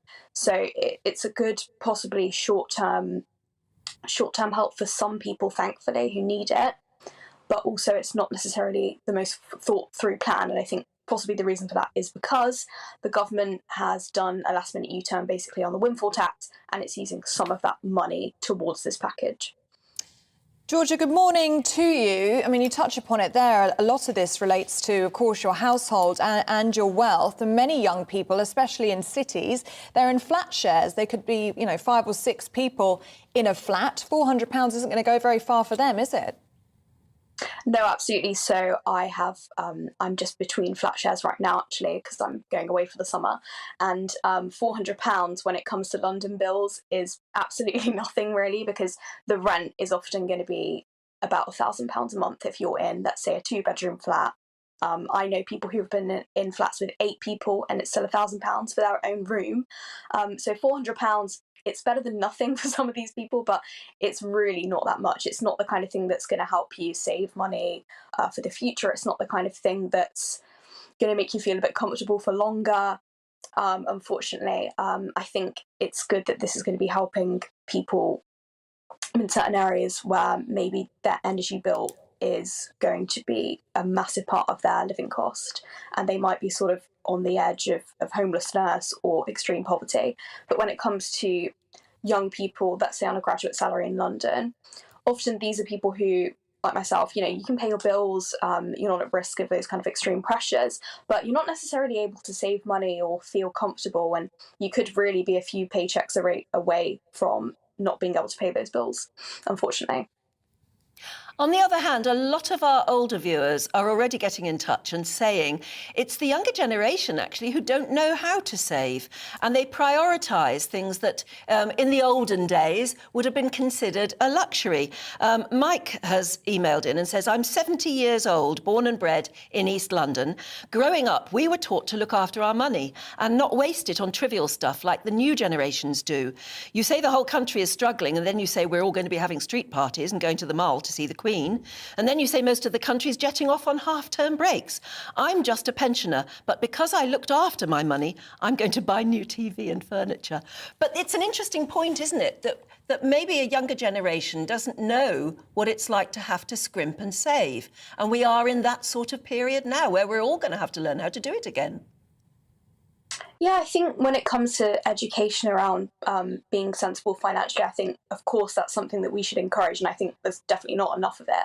But I think when it comes to sort of disparaging, you know, massive groups of young people and saying, well, they just don't know how to save, blah, blah, blah, it's like, well, if you're in London earning, you know, the average graduate salary, paying huge amounts of rent, huge amounts of bills, you really, realistically, you don't have much money to save. And if you do save it, it's not going to be enough for a housing deposit for the next 10 years. So why wouldn't you spend your money on a holiday or avocados? That's something people like to bring up, or coffee. I think none of us would be harmed from saving a bit more money. But when it comes to, you know, big expenses like housing, for example, trying to buy a house, this is really not something that you could just sort of say, oh, I'm going to set, let's say, £100 a month, and in a few years I'm going to be able to have a housing deposit for a house in London. That is not what the housing market is looking like right now, unfortunately. Out to London, maybe that's one thing to do. Georgia, thanks very much indeed. Yeah.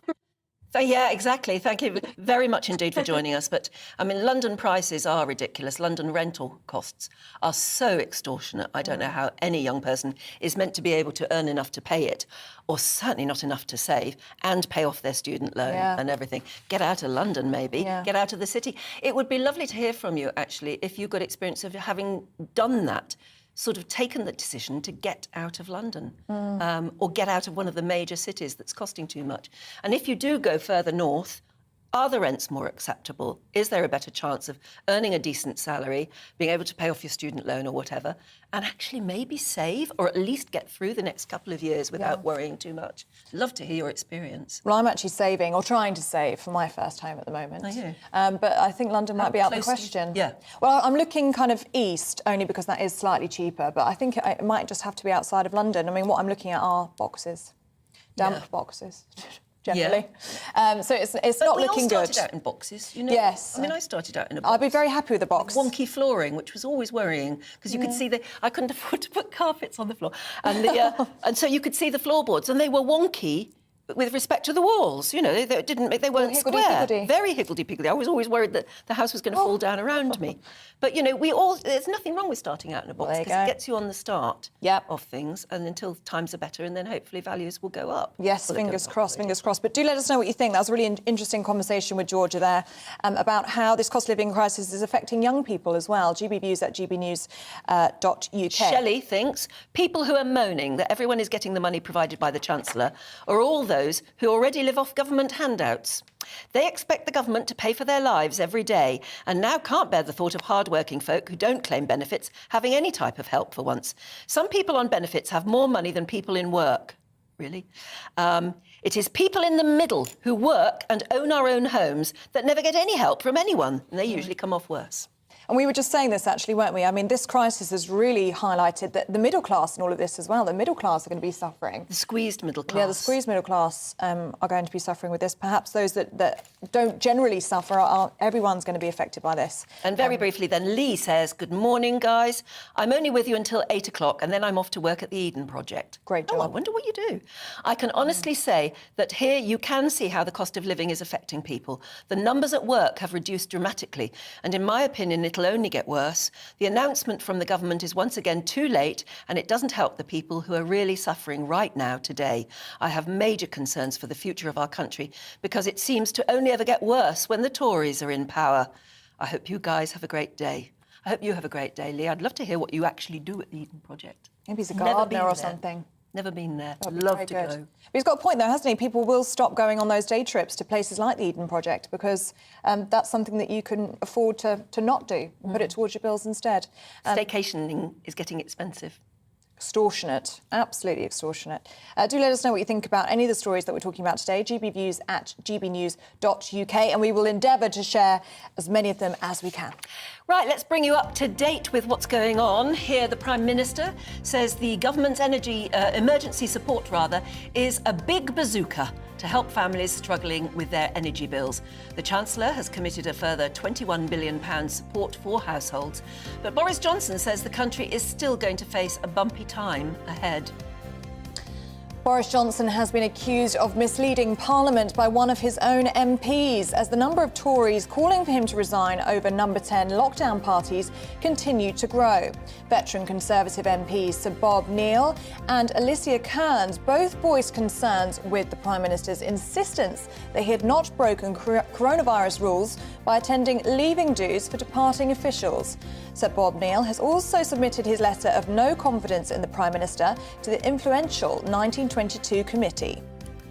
And this is amazing. A Tory MP's son fighting in Ukraine has spoken of how he helped a fellow British volunteer fighter escape Russian fire after his leg was blown up in a mine or by a mine. Ben Grant, who's a former Royal Marine, is the son of Conservative MP Helen Grant. He's 30 and he's been in Ukraine since March, and he told the Daily Telegraph that his foreign volunteer unit had been gearing up for an assault on a Russian-held target when they were spotted by drones and ambushed. Makes a very good read. Thousands of people are set to gather in Belfast today to celebrate the centenary of Northern Ireland. Large crowds are expected in Stormont this morning and to move throughout the city as the day goes on. Today marks the first time that people have been able to celebrate the occasion since 2019 due to the COVID-19 pandemic. And thousands of Liverpool fans have begun descending on Paris for tonight's Champions League final clash with Real Madrid. The Reds will take on 13-time winners Real Madrid at the Stade de France. However, French police have warned the travelling supporters to be on their best behaviour. I wonder if that'll work. Hope so.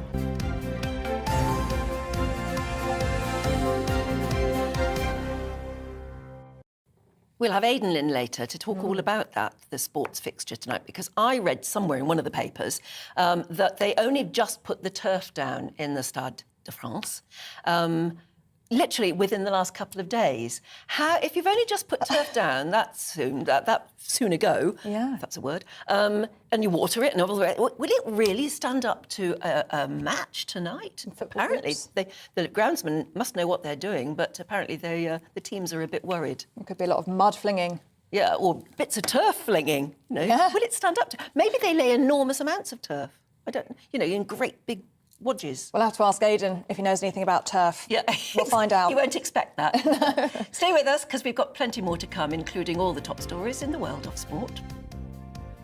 Hello, a very good morning to you. I'm Aidan McGivern from the Met Office. A cracking day in store for many of us. It might be feeling fresh out there at the moment, but plenty of sunshine, and soon enough temperatures will rise. A warm afternoon to come up and down the country. One exception, the far northeast of Scotland, where we'll keep a bit of a breeze, some cloud and 1 or 2 showers. But otherwise, high pressure is in charge, and that high pressure will lead to widely sunny skies right the way through the day and into the afternoon. Now, the far north of Scotland, as well as the east coast of England, will get a bit of a breeze. That will make it feel on the cool side. But with sunny spells elsewhere, fairly widely, it's going to feel very pleasant in that sunshine with temperatures, I think, Glasgow, Belfast, mid to high teens. Further south, 20 for Cardiff, 21 for London, and with light winds, a pleasant day to come. Like I say, it's going to feel cooler in the north of Scotland with a breeze coming from the north, and that northerly breeze becomes more widespread going into the early hours of Sunday. That will allow some showers to affect the east coast of England and more widely across northern Scotland, but lengthy clear skies elsewhere will again allow temperatures to fall away. So another cool start to the day on Sunday, but a bright start for many. There will be some sunshine around during the morning. I think the best of the weather on Sunday will be in the morning because through the day the cloud will build, and by the afternoon it is fairly cloudy for many, certainly compared to today. Showers will also form, especially in the east, but 1 or 2 heavy showers could affect parts of South Wales and the southwest. And that breeze that's coming from the north will also make it feel disappointingly cool in the north and the east, just 12 Celsius in places, whereas 17 Celsius will be achieved in the southwest. Monday and Tuesday will also be cool with sunny spells and showers.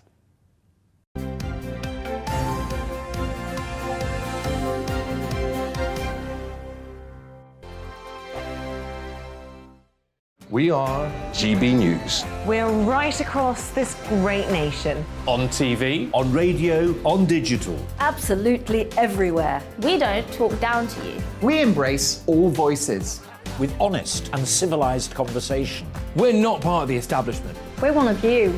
And we're only getting started. Join us on GB News, The People's Channel. Britain's news channel. Every morning from 6 o'clock, we'll wake you up with GB News Breakfast with all the stories you didn't know from the night before. So whether it's serious news, entertainment, or your own views from all over our great nation, we're here to kick off your day with a smile. And the national media should be reflecting and reporting what's happening here. You will notice the northwestern accents. Whether you're with us on TV, radio, or online, every morning, it's breakfast from 6 a.m. Hope you can join us.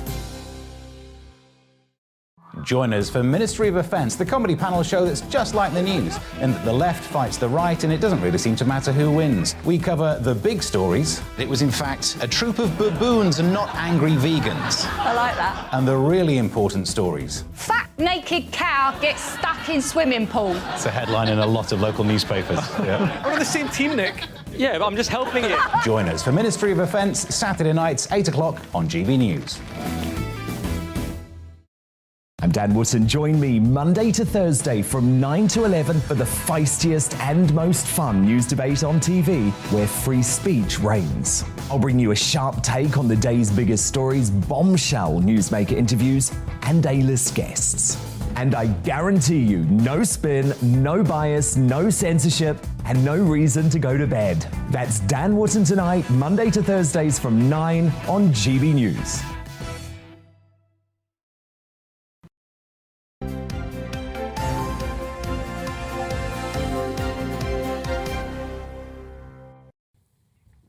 .31, welcome back. You're watching and listening to Breakfast with Anne and Ellie. And we're live across the UK on both your TV and your radio, as you well know.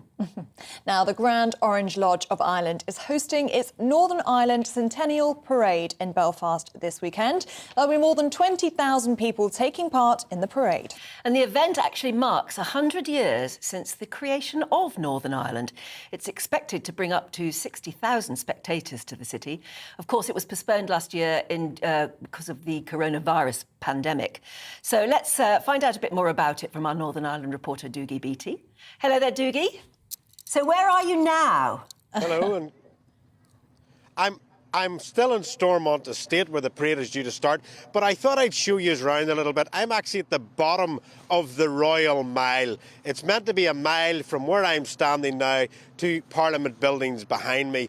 But a little bit of trivia for you, it's actually a mile to the back doors of Stormont, not the front end of it. And it is a beautiful estate. It was built to house the government of Northern Ireland.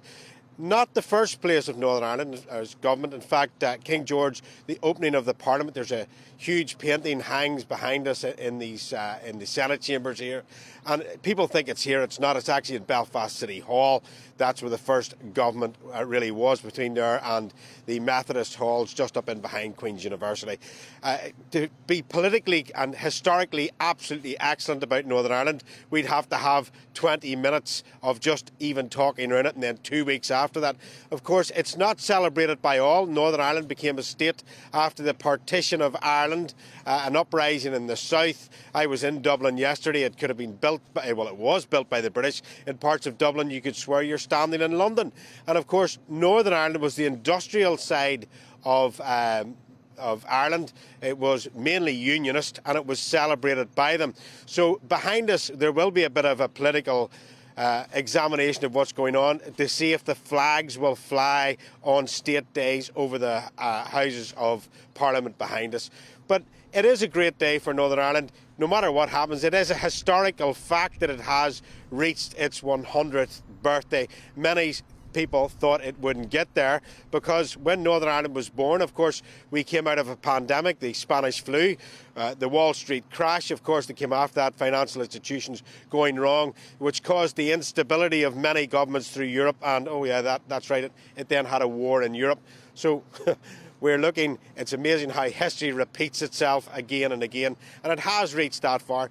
There is expected to be about 25,000 people taking part in this parade that leaves here in and around lunchtime and makes its way to the city centre, to Belfast City Hall, and it's expected that that route will be lined with in and around 60,000 people. So if you're out and about in Northern Ireland today and you don't want to take part in the parade, stay clear of East Belfast. I think it will be extremely busy.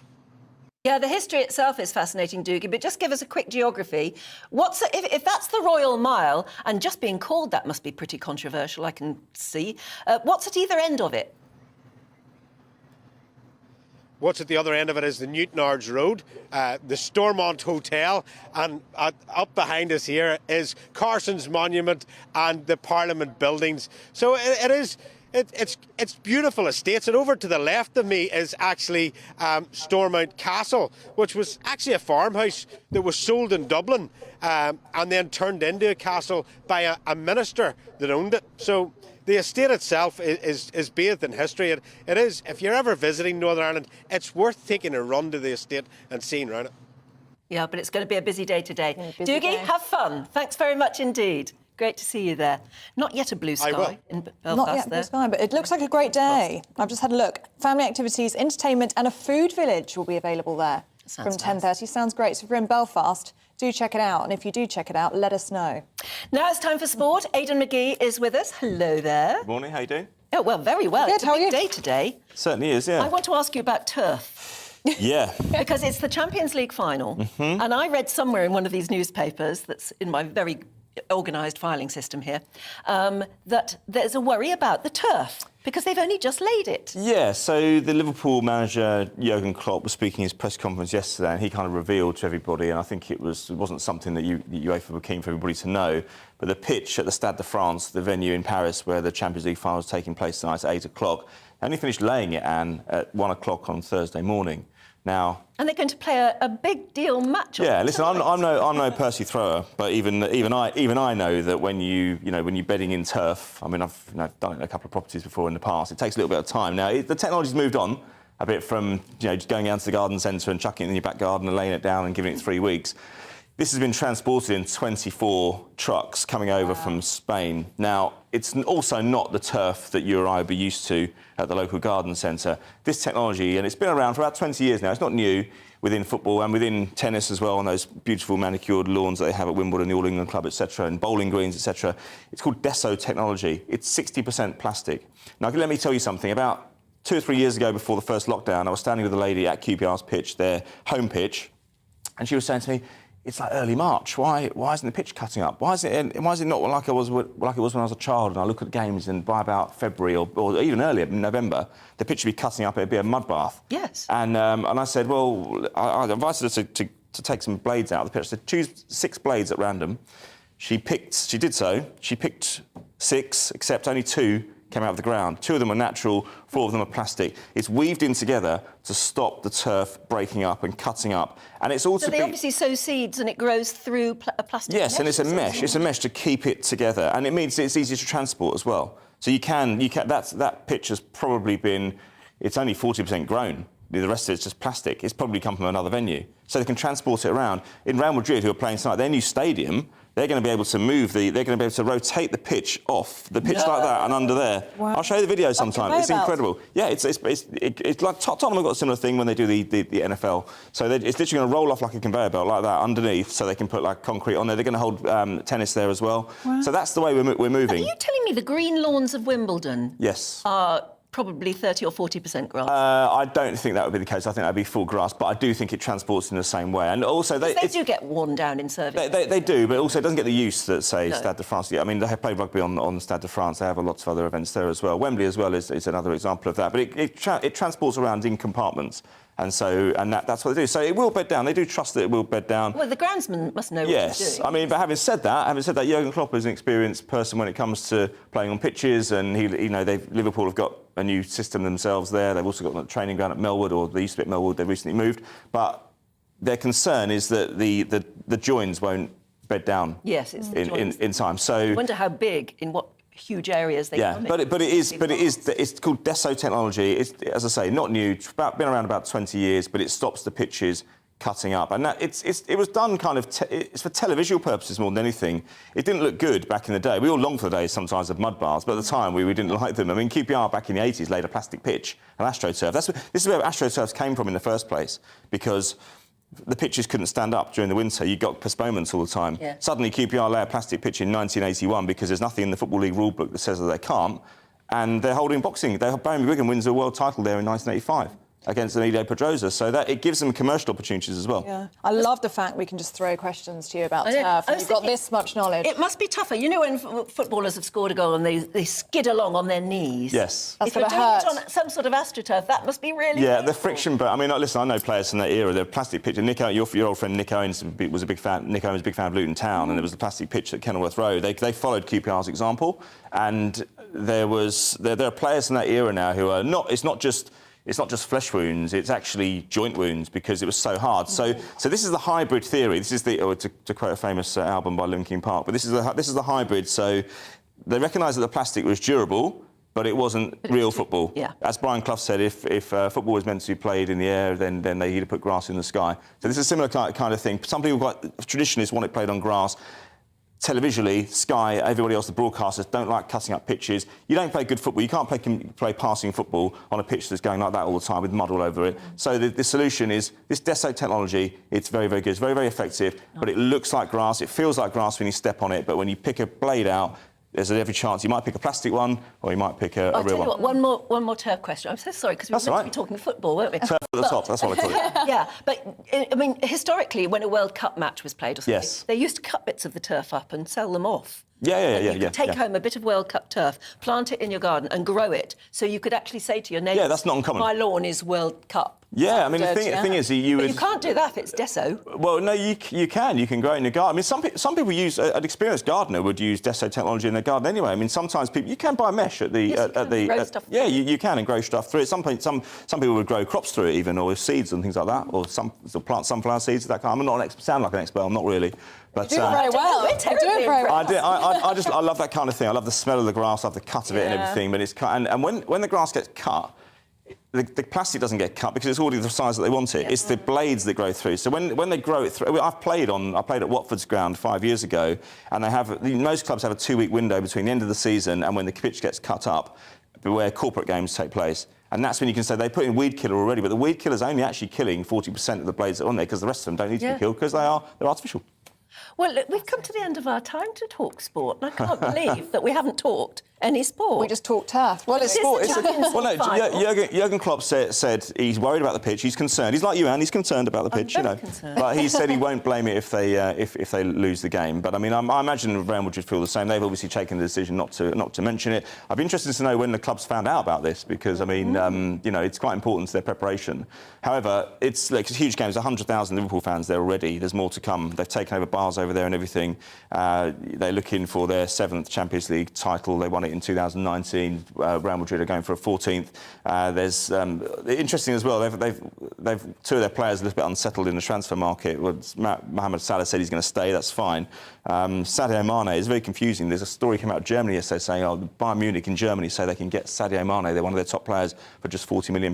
Now they're confused. They think have Real Madrid planted this story in Germany to unsettle the player before the game? Very intriguing. OK, well, look, we will talk sport of course. More. We promise. Roughly an hour's time. Plants next time? If you want to know what's going on in the sports world, do stick with us. Plenty more to come. We're going to have a quick look through the papers in just a couple of moments.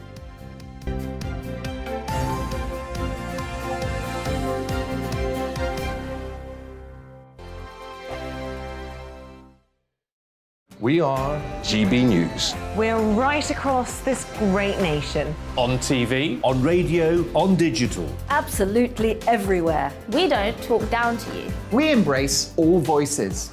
with honest and civilised conversation. We're not part of the establishment. We're one of you. And we're only getting started. Join us on GBNews, The People's Channel. Britain's news channel. Every morning from 6 o'clock, we'll wake you up with GB News Breakfast with all the stories you didn't know from the night before. So whether it's serious news, entertainment, or your own views from all over our great nation, we're here to kick off your day with a smile. And the national media should be reflecting and reporting what's happening here. You will notice the northwestern accents. Whether you're with us on TV, radio, or online, every morning, it's breakfast from 6 a.m. Hope you can join us.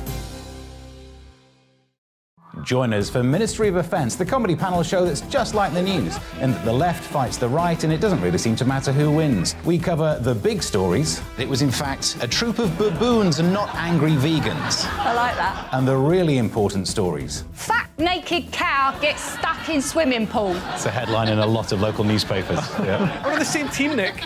Yeah, but I'm just helping it. Join us for Ministry of Offence, Saturday nights, 8 o'clock on GB News.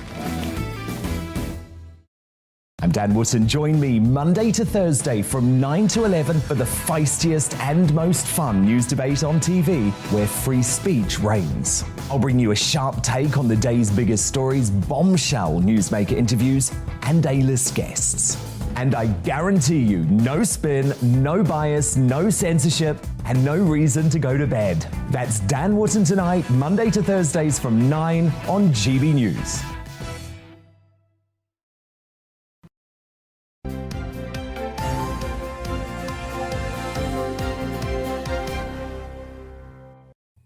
And it's exactly 7:45. You're listening and watching GB Breakfast with Anne and Ellie.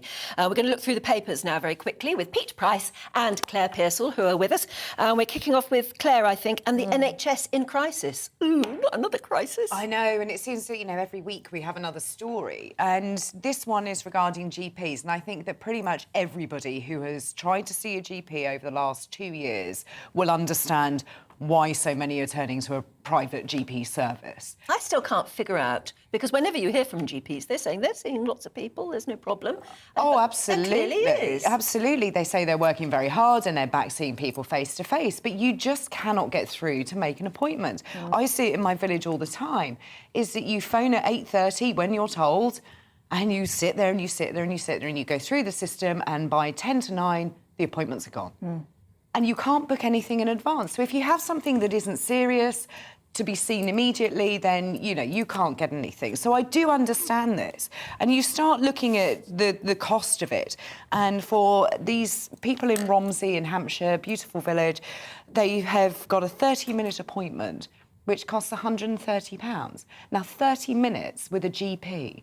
It's unheard of. Unheard of. Long time, isn't it? The NHS, you're looking at 6 or 7 minutes if you're incredibly lucky, and it's one problem per appointment, as you're always told. So 30 minutes to have your case heard, to have a look, to order any tests. You can see that people will look at paying £130. And I appreciate we are in a cost of living crisis, but if it is something that you've been putting off for 2 years... And for your health...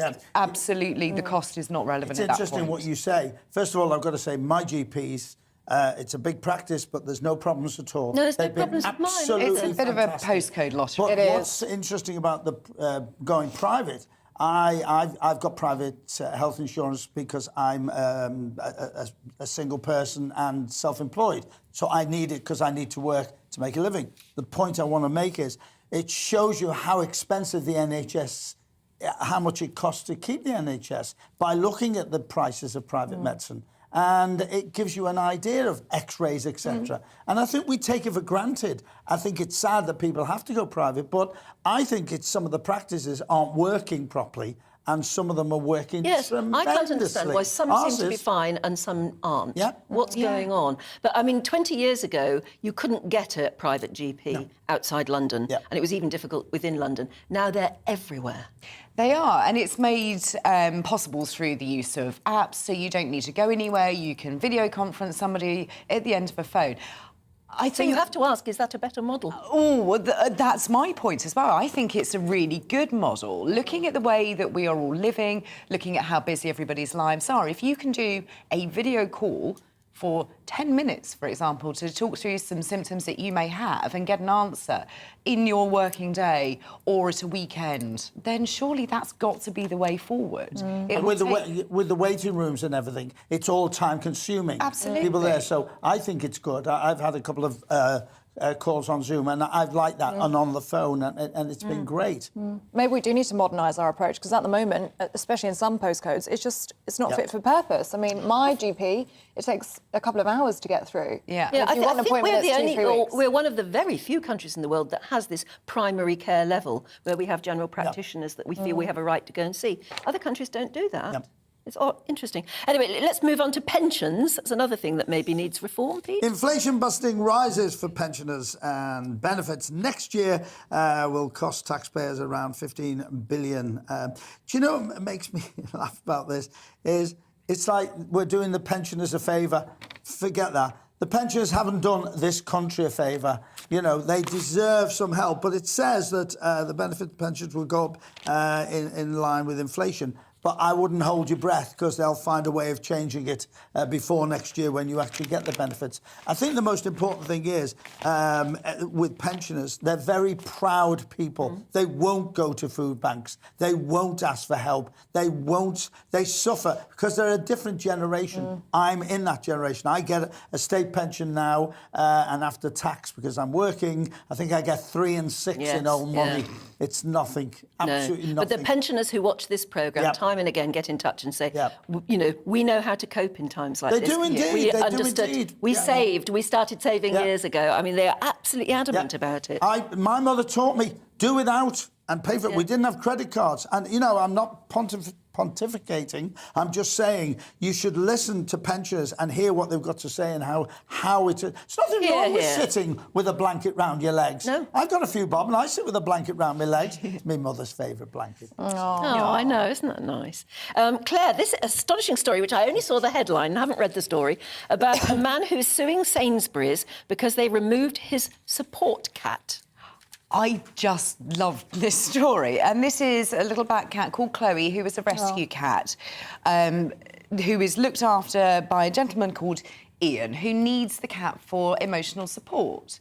He gets sensory overload in shops and he needs something to calm him down. And the cat sits up on his shoulder and goes in the supermarkets. There are some supermarkets that have accepted this and said, do you know what, it's on your shoulder, go ahead. Does it have an official badge saying I am a support cat? because apparently you have to do that to be officially recognised by an airline. You do. Like that. I think she wears a fluorescent collar and a lead, which suggests that she is an assistance animal. But there is no real sort of law surrounding it.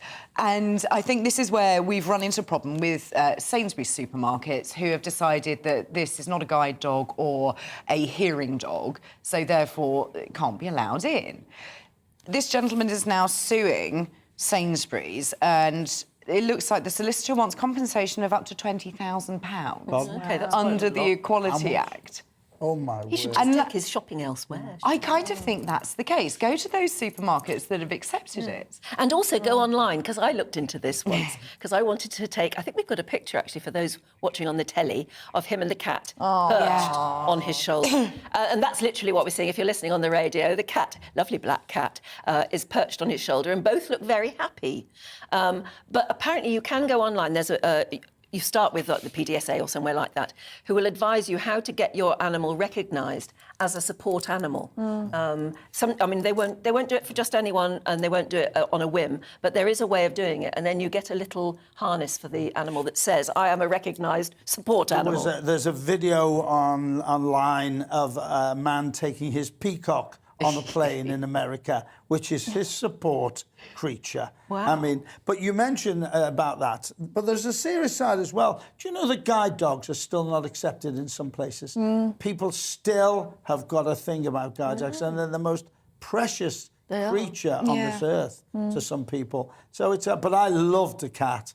You got the story before me. I do, and I've got 2 cats, and I have to admit that neither of mine would be in any way supportive of that. No, most cats I know are completely dismissive. Oh, absolutely, yeah, they wouldn't have anything to do with it. So I think that this cat is beautiful, and we should needs all recognition by some official body. Absolutely should, definitely. definitely. I bought my mother a Persian cat when she was alive, and it hated me. I said, "Do you know how much you cost me?" Yeah. Hated. Some cats are very disdainful. Very. What about Paris turning red for the match? Yes, it's everywhere. I've kept quiet. I should be in Paris. You should. But I couldn't. I couldn't get a ticket, and I couldn't turn down GBNews because I love coming here. But there's hundreds. There's no one left in Liverpool. They're all over there. It's chaos. I think about 400,000 are there, and I think about 12 have got tickets. They go for the atmosphere. But they'll put it up on a big screen somewhere. They've gone on the screen, but it's not the same. But they've gone over. It's chaos. Through the tunnels, it's chaos on the ferries, it's chaos on flights. We've got the parade on Sunday coming back, which is exciting because they've had a great season. The lads are going to behave themselves, I hope, and be safe. Do you think they'll win? It's going to be a hard game, I've got to be honest. It's going to be a hard game, but I think 2-1. Oh, right, OK. Yes. Oh, all right, we'll keep you to that. But I'm so excited about that. But honestly, Liverpool, there's no one left. There's 2 pensioners shopping. Be very, very quiet in Liverpool today.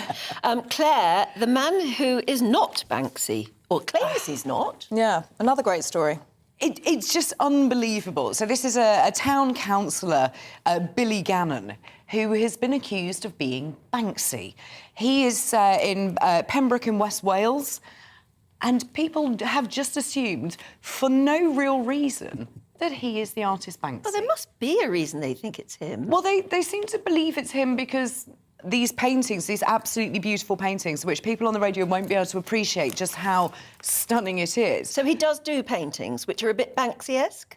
No, he seems to be around when these paintings It's like a whodunit, isn't it? It is like a whodunit. And he has now had to stand down from his position as a councillor. Which I think, realistically, he should have taken this and run used it on leaflets and actually gone all out with this. I would have done. I'm a little bit shameless when it comes to promotion like that. He said it was undermining his ability to do his work as a town councillor. But I think this is actually a benefit to him. And he's wearing a little badge. He says, "I'm not Banksy," which I think will only cause people to say, absolutely. "Well, of course you are, only Banksy would say that." I think it's time. It's GBNews. Ladies and gentlemen, let us know. I'm Banksy. You are not the only one. There are many, many candidates for Banksy, and it's never ending, isn't it? It's this mystery that just rolls on. And we love it, and the artwork is just absolutely stunning. Magical. It is. I just love that, and I think if you see that on a wall, you should be very proud of it. OK, well, look, we've come to an end, but you're coming back in the next hour. We've got lots more to talk about, including that terrible Texas shooting and the fallout following it. And we've got lots more to be talking about on the programme, so stick with us right through. We're here till 10, and then there's lots more as well. Meanwhile, we'll have a look at the weather. Hello, a very good morning to you. I'm Ada McGivern from the Met Office. A cracking day in store for many of us. It might be feeling fresh out there at the moment, but plenty of sunshine, and soon enough temperatures will rise. A warm afternoon to come up and down the country. One exception, the far northeast of Scotland, where we'll keep a bit of a breeze, some cloud and 1 or 2 showers. But otherwise, high pressure is in charge, and that high pressure will lead to widely sunny skies right the way through the day and into the afternoon. Now, the far north of Scotland, as well as the east coast of England, will get a bit of a breeze. That will make it feel on the cool side. But with sunny spells elsewhere, fairly widely, it's going to feel very pleasant in that sunshine with temperatures, I think, Glasgow, Belfast, mid to high teens. Further south, 20 for Cardiff, 21 for London, and with light winds, a pleasant day to come. Like I say, it's going to feel cooler in the north of Scotland with a breeze coming from the north, and that northerly breeze becomes more widespread going into the early hours of Sunday. That will allow some showers to affect the east coast of England and more widely across northern Scotland, but lengthy clear skies elsewhere will again allow temperatures to fall away. So another cool start to the day on Sunday, but a bright start for many. There will be some sunshine around during the morning. I think the best of the weather on Sunday will be in the morning, because through the day the cloud will build, and by the afternoon it is fairly cloudy for many, certainly compared to today. Showers will also form, especially in the east, but 1 or 2 heavy showers could affect parts of South Wales and the southwest. And that breeze that's coming from the north will also make it feel disappointingly cool in the north and the east, just 12 Celsius in places, whereas 17 Celsius will be achieved in the southwest. Monday and Tuesday will also be cool with sunny spells and showers.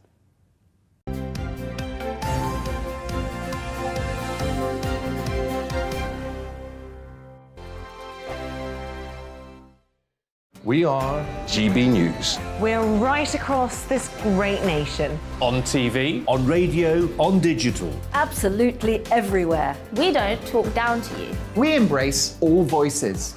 With honest and civilised conversation. We're not part of the establishment. We're one of you. And we're only getting started. Join us on GB News, The People's Channel. Britain's news channel.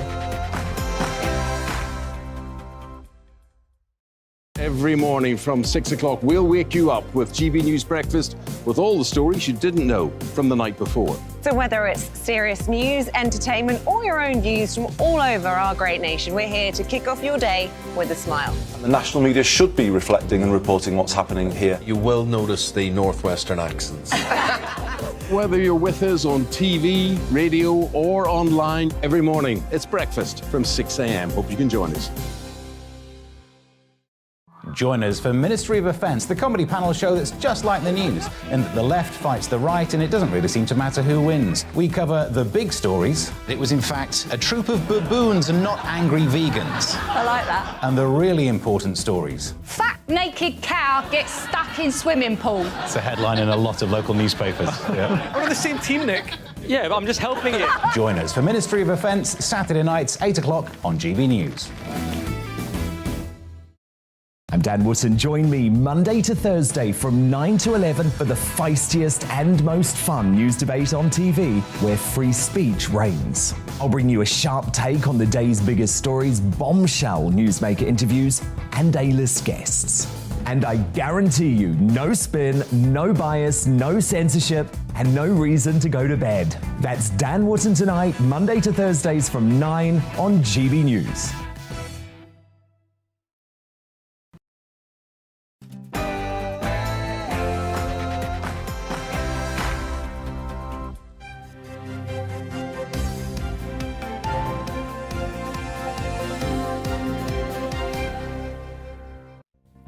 The Prime Minister has said the Chancellor's cost of living rescue plan is, in his words, a big bazooka of support for the country.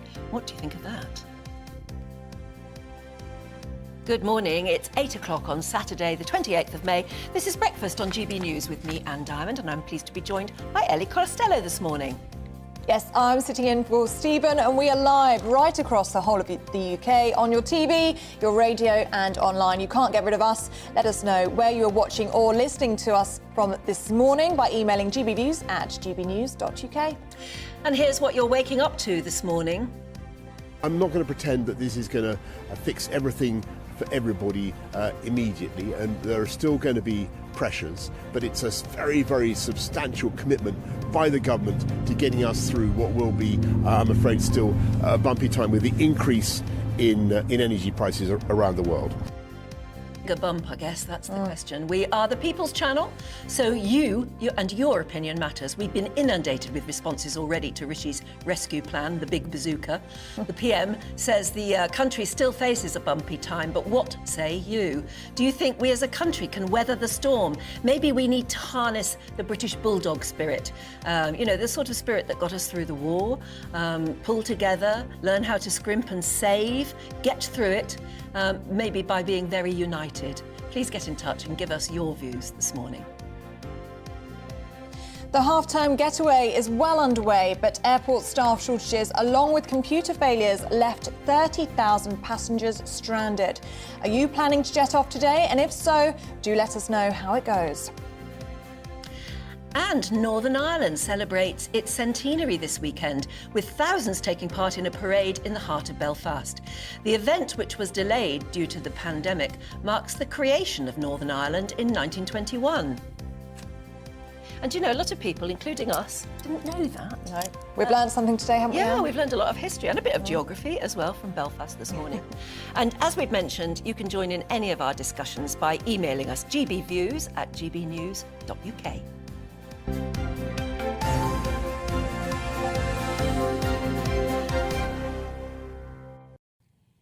Tracy says, good morning, Anne and Ellie. I love the show and I'm watching from Shropshire with a lovely cuppa. Great start to my day. It's a great start to the day, Tracy. Thank you so much for being in touch. Linda has told us, good morning, I'm from Hull and my plan for the morning is to photograph a park run. Wow, people who get up and do a park run, it really is inspiring. Well done. You wouldn't catch me doing that. Hope everyone has a great Saturday. Well, thank you very much, Linda. Good morning from Dee and Derek. Hi there. They're watching us from the Costa del Sol. And Angus says, good morning from Zimbabwe. Oh, that would be nice, wouldn't it? Waking up in Zimbabwe. In the sunshine. On a Saturday, lovely. Andy and Bridget have also been in touch. They said, good morning, we are watching you in the sunshine, wow, on the patio from Cyprus. Good show, keep it up and don't change. Love Cyprus. And Sherry says, I'm in bed in Spain and watching you. The sun is hot already, so a quick swim when I've had my cuppa. Everyone's in the sun having a cup of tea. I know. Apart from us. I know. It seems. And it's still freezing cold in here, by the way. The air conditioning is like going mad. It's very, very cold in here. Do let us know where you're watching and listening to us from this morning. gbviews@gbnews.uk. We do love to hear from you. We like to feel like we're in the living room with you, don't we? Feel like a GB News family. Yeah, I tell you what, have a look at this, and I'll try and describe it for anyone listening on the radio. A weapons manufacturer has sparked widespread condemnation after it released an advert of a child holding a gun. Now, the advert was put out a week before the tragic Texas shooting, and it features the same model of the gun used by the killer. They have used a picture of a child, looks about like a 3 or 4-year-old little boy with this enormous gun in his hand. And what's the caption? If you can't read that caption on the screen there, it says, train up a child in the way he should go, and when he is old, he will not depart from it, which I've just read down here is actually a biblical proverb. So it's quite harrowing, really. It's the same gun that was used in that Texas massacre being held by a 3 or 4-year-old child, and then it got biblical reference at the top there. I think it really does show that kind of power that the gun association holds in Yes, the in NRA in America. Yeah. And the difference in the way people think about guns in America. We can't quite get our heads around it. And we won't, will in we? this country, but that it is like a religion shocking. to them, isn't it? They're using a child to sell a weapon of mass destruction, if you like, and it certainly has proved to be a weapon of mass destruction. And yet, time and again, you hear, particularly the Republicans and the gun lobby in America saying, it's not guns that kill people, it's people that kill people. Yes, very interesting that you say that, because yesterday, actually, was the National Rifle Association annual meeting. Yeah. Talk about that for timing. And they opened by saying that this wasn't about people with guns. They just needed to make schools safer. We needed more security. That was the answer, rather than gun reform. So, truly shocking. But there was an armed guard on duty at that school. And all the gun lobby says is, well, in that case, you need to arm teachers. I mean, what's the next thing? Arm children. Yes. I don't know. I mean, we can't get our head around it, can we? No, we can't. But I'm sure many of you have lots of views on that advert, shocking advert of a child holding a rifle that came out about a week before the Texas massacre. gbviews@gbnews.uk. And what is the answer? You know, do you arm teachers? Do you put more security in front of these schools? Is it time for gun reform in the US? Do let us know what you think. I don't think there's any easy answer, is there? We can't get our heads around the way that they feel. There will not be gun reform in the States. They simply won't have it. But I don't know what happens next at all. However, we're going to be up today because it's a lovely Saturday. We're looking forward to the Royal Jubilee, and there are lots of lovely up things to talk about. Yes. We were thinking earlier, should we embrace the British bulldog spirit in order to get through the bumpy year that the Prime Minister has predicted? I mean, are there things we should be doing ourselves? And, you know, it's like having a poster in the back of your living room saying, keep calm and carry on. Is that what we should be doing? Taking a leaf out of the Queen's book, Yes. saying that family is what is important, forgive and forget some, and apparently that's what she's going to do with Meghan and Harry and welcome them into Buckingham Palace at least, I suppose, to see her grandchildren. Yes. Great grandchildren, sorry. And Caroline's been in touch on that point. I think you might have been about to read that. You take it away. You take it away. Yes. OK. Well, she says the Queen has a great capacity to lead by example. She certainly humbles me in her attitude towards Meghan and Harry. Their behaviour has not been exemplary by any stretch of the imagination, and yet the Queen has shown a great resilience and indeed love towards them. I wish Meghan would show the same towards her father. Yes. I think, Caroline, a lot of people watching will agree with you. And the Queen has always been so clear, hasn't she, that they remain loved members of the family. Yes. And even we're reading now in the Daily Mail on that front page this morning, she is carving out time in her Jubilee weekend, obviously celebrating her reign, to meet her grandchildren. Great-grandchildren. Yeah. Lilibet. Harry's the grandchild, isn't he? Harry's the grandchild. Yeah, her great-grandchildren, which just it's, shows, I think, how humble she is, really, and the fact that she values family just so very much. Out of respect for her, maybe that's what we should be doing. We should be flying the flag for Britain and for the royal family and, embracing that British bulldog spirit, as I said, and getting through tough times. We're going to need that, aren't we? Yeah, she's going through tough times. And we were also talking about beach huts. Yeah. And the fact that actually if you can find a beach hut to buy anywhere in the British coastline at the moment, it's a better investment than a 3-bedroomed house. It's a good idea, isn't it? If you can, I know that's what I should be doing. Saving up for instead of a flat, a box. Go for a couple of beach huts. I should get a bit savvy in it, but it will go up in value. But I could rent them out per day, as we established. Exactly. It's the way to do it, isn't it? Keith says, Anne and Ellie, beach huts look fantastic, but we have lived on a narrowboat for 12 years now. A step up from beach huts, because we can move our home around the country and even chase the good weather. I like the sound of that. Yeah, that sounds good, doesn't it? And you can make a cup of tea and have plumbing. You can have the plumbing and the electricity. More to be said than a beach hut. Yes, that's right. Fred says, back in the 90s, my late wife and I used to rent a beach hut in Fleetwood in Lancashire. They had electricity and a small cooker, as well as running cold water and a proper sink.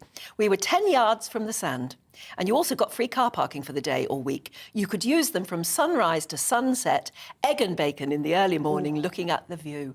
Heaven. Heaven, that sounds great, Fred. And Colin agrees with me, I think. He said, I wasn't convinced about beach huts until Joanna Lowley, who, if you weren't awake for the last hour, she was showing us her very luxury beach hut in Kent, I think, somewhere. It looked wonderful. Colin said he wasn't convinced until Joanna showed us the view out of the door, and wow, he says, it was idyllic. It's the idea of actually being there on the sand. Dawn from Leicester says, our family have such great memories of the beach huts in Mablethorpe in Lincolnshire. We've had family birthdays there and meetings there over the years. We just sit and watch the children play and the world go by. It's the best therapy in the world. And they had electricity and a sink too. Oh, that's like what you were saying, though. It does create lovely memories on the beach with your family. So, yeah, I might be convinced, Linda says, who's giving permission for beach hut owners to buy or build on a beach? No one should own any property on a beach. It belongs to everybody. Yeah, they're not. The beach huts have been there for a long, long time, which is why you don't get new ones anymore. And that's, I presume, why they've always been there. I mean, it's interesting as to, who, first of all, gave planning permission. But they are on the very edge of the beach. They're not usually actually bang on the beach, presumably where they are allowed to build beach huts. But you don't hear of any new ones anymore. And that's why they're in demand. Yeah. Because you're not building anymore. Well, it's not making sense. Every day's a school day. There you go. Do get in touch if you own a beach hut. GBNews at gbnews.uk. Right, shall we move on to the business of the day? And Prime Minister Boris Johnson says Rishi Sunak's £21 billion cost of living rescue plan is, in his words, a big bazooka of support, but acknowledges that the country is still facing a very bumpy time ahead. Let's listen to what he said when he was visiting Stockton-on-Tees. It's a big bazooka. It's £1,200 for 8 million homes across the country. £300 extra for pensioners who are entitled to cold weather payments. Another £150 for people who are on disability benefit. And, of course, putting more money into local government to help families who are finding things particularly tough. Look, I'm not going to pretend that this is going to fix everything for everybody immediately, and there are still going to be pressures, but it's a very, very substantial commitment by the government to getting us through what will be, I'm afraid, still a bumpy time with the increase in energy prices around the world. People's outgoings are going to go up and have been going up already as a result of the increased costs of energy and food. While the Prime Minister implied measures of up to £1,000 for 8 million homes across the UK will be enough. So will Rishi's plan be enough to come to the rescue? And meanwhile, millions across the country have fallen into financial hardship over the past 2 years. And anti-poverty campaigners say the amount of people needing to visit food banks is rising. Yes, our East of England reporter Ed Crawford visited a food bank in Downham Market in Norfolk and spoke to staff and those worst hit by the accelerating living costs.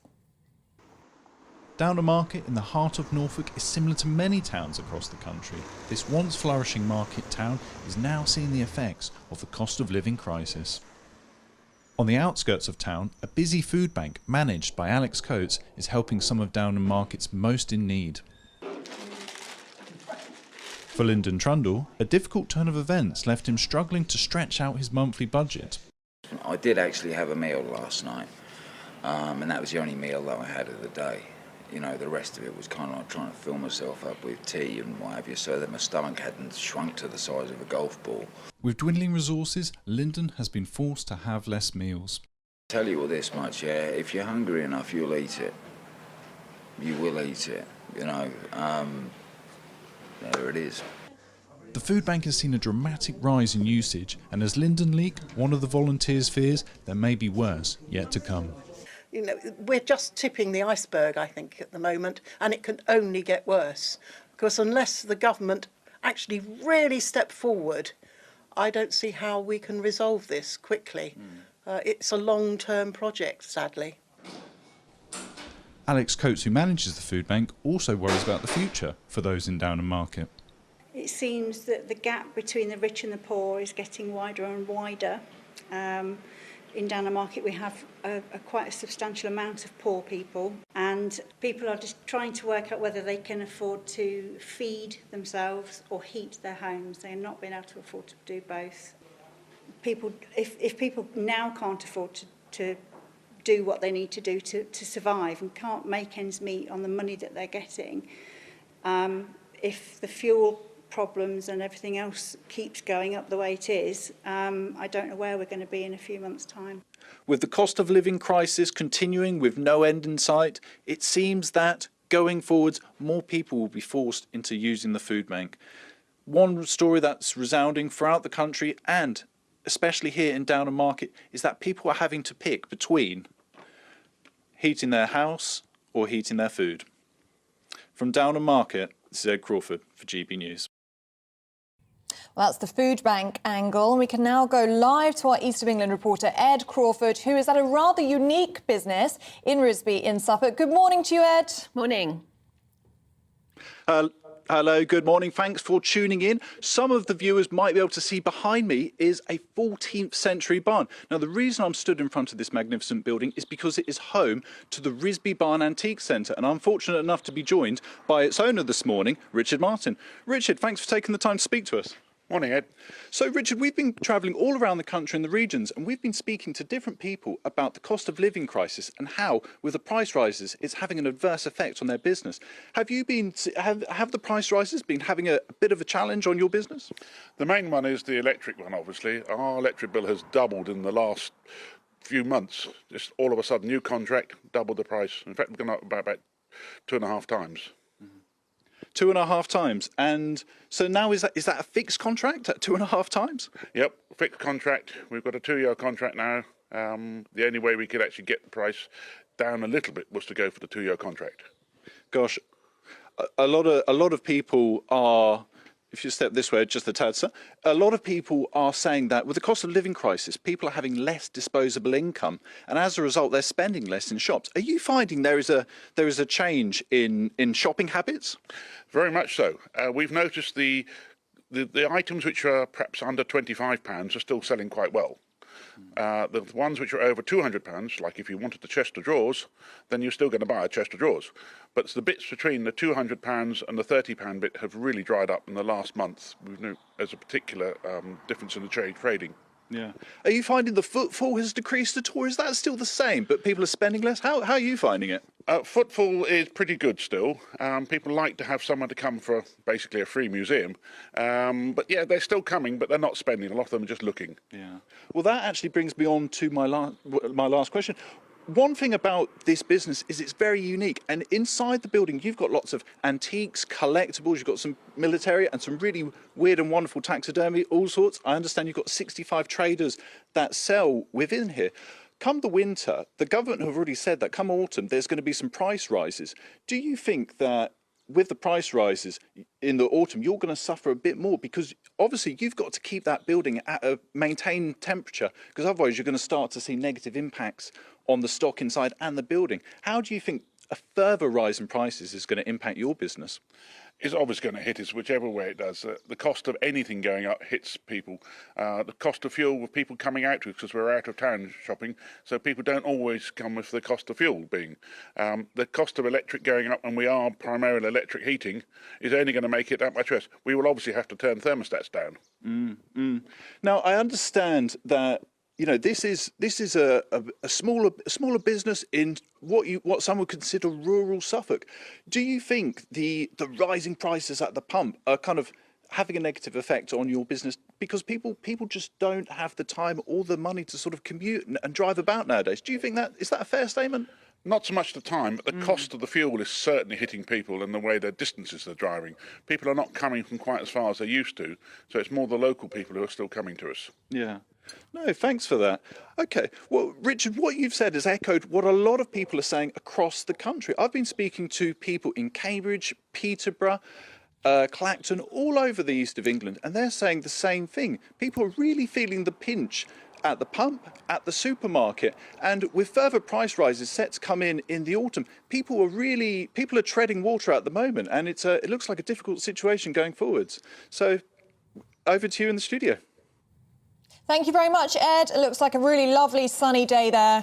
Hope you continue to enjoy that weather outside. It's freezing in here. Yeah, well, we've spent all morning dodging around the country and popping over to Northern Ireland and hoping the sunshine is going to come out in Northern Ireland too, in Belfast. So let's cross over now, because this weekend the Grand Order in Ireland is arranging this big, the Grand Orange Order is arranging this big parade in Belfast. Doogie Beattie is on top of it. Let's cross to him. Hi there, Doogie. Not a blue sky behind you yet. We were hopeful. We're always hopeful, and it's usually when I bring a camera out in Northern Ireland, the sun does shine, but today, so far, not so good. I'm actually now moved down into Belfast City Hall. This is where the parade will be finishing. Well, it takes a salute on the way past round Donegal Square. This is a very historical part of Northern Ireland. The first government sat here in Northern Ireland, and I have to apologise to you earlier on. The Twitter sphere goes mad when you get something wrong, and it shows you how controversial Northern Ireland is. You asked me about the man on the monument behind me. I said it was Edward Carson. That was correct. He wasn't the first Prime Minister of Northern Ireland. He famously refused that role, but he was the leader of unionism. James Craig was the first Prime Minister, so for that I am very bad. But there you go. When you've so much information to get out there, it is hard to remember it all. But we're now at Belfast City Hall. The parade's due to come here in and around lunchtime. 25,000 people. Now, on the route down through, I've driven down, the police cones are lining the route the whole way down through East Belfast, right down to us here in the city centre. It's expected that this parade may take up to 45 minutes passing each location. 25,000 people in this parade.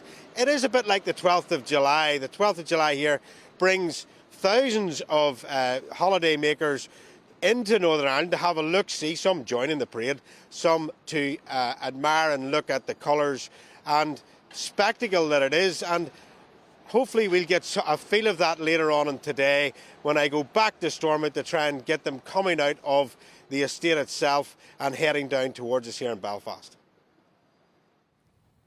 OK, Doogie, thanks very much indeed. We look forward to seeing what the parade is like a bit later on in the day. Thank you. So there you are. We've been all over the country already, but we'd love to hear from you, because you're not only all over the country, but all over the world. So do get in touch with your views, gbviews@gbnews.uk. And stay with us because we've got plenty more to come, including more rail chaos ahead. We'll bring you the latest.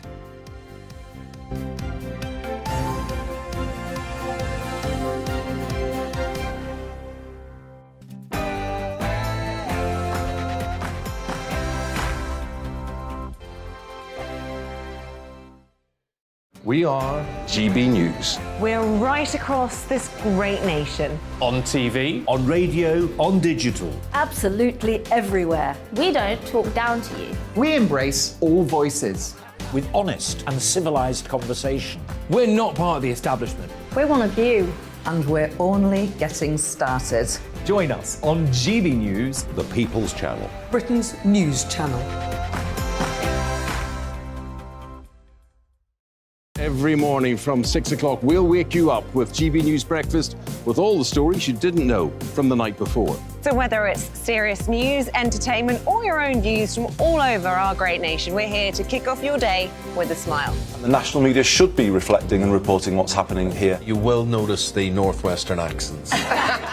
Whether you're with us on TV, radio, or online, every morning, it's breakfast from 6 a.m. Hope you can join us.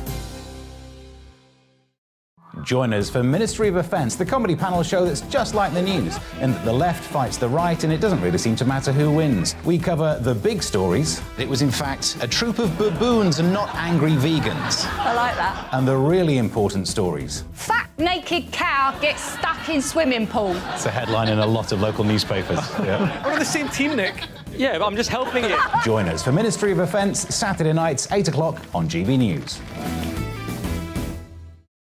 I'm Dan Wootton. Join me Monday to Thursday from 9 to 11 for the feistiest and most fun news debate on TV, where free speech reigns. I'll bring you a sharp take on the day's biggest stories, bombshell newsmaker interviews, and A-list guests. And I guarantee you, no spin, no bias, no censorship, and no reason to go to bed. That's Dan Wootton tonight, Monday to Thursdays from 9 on GB News.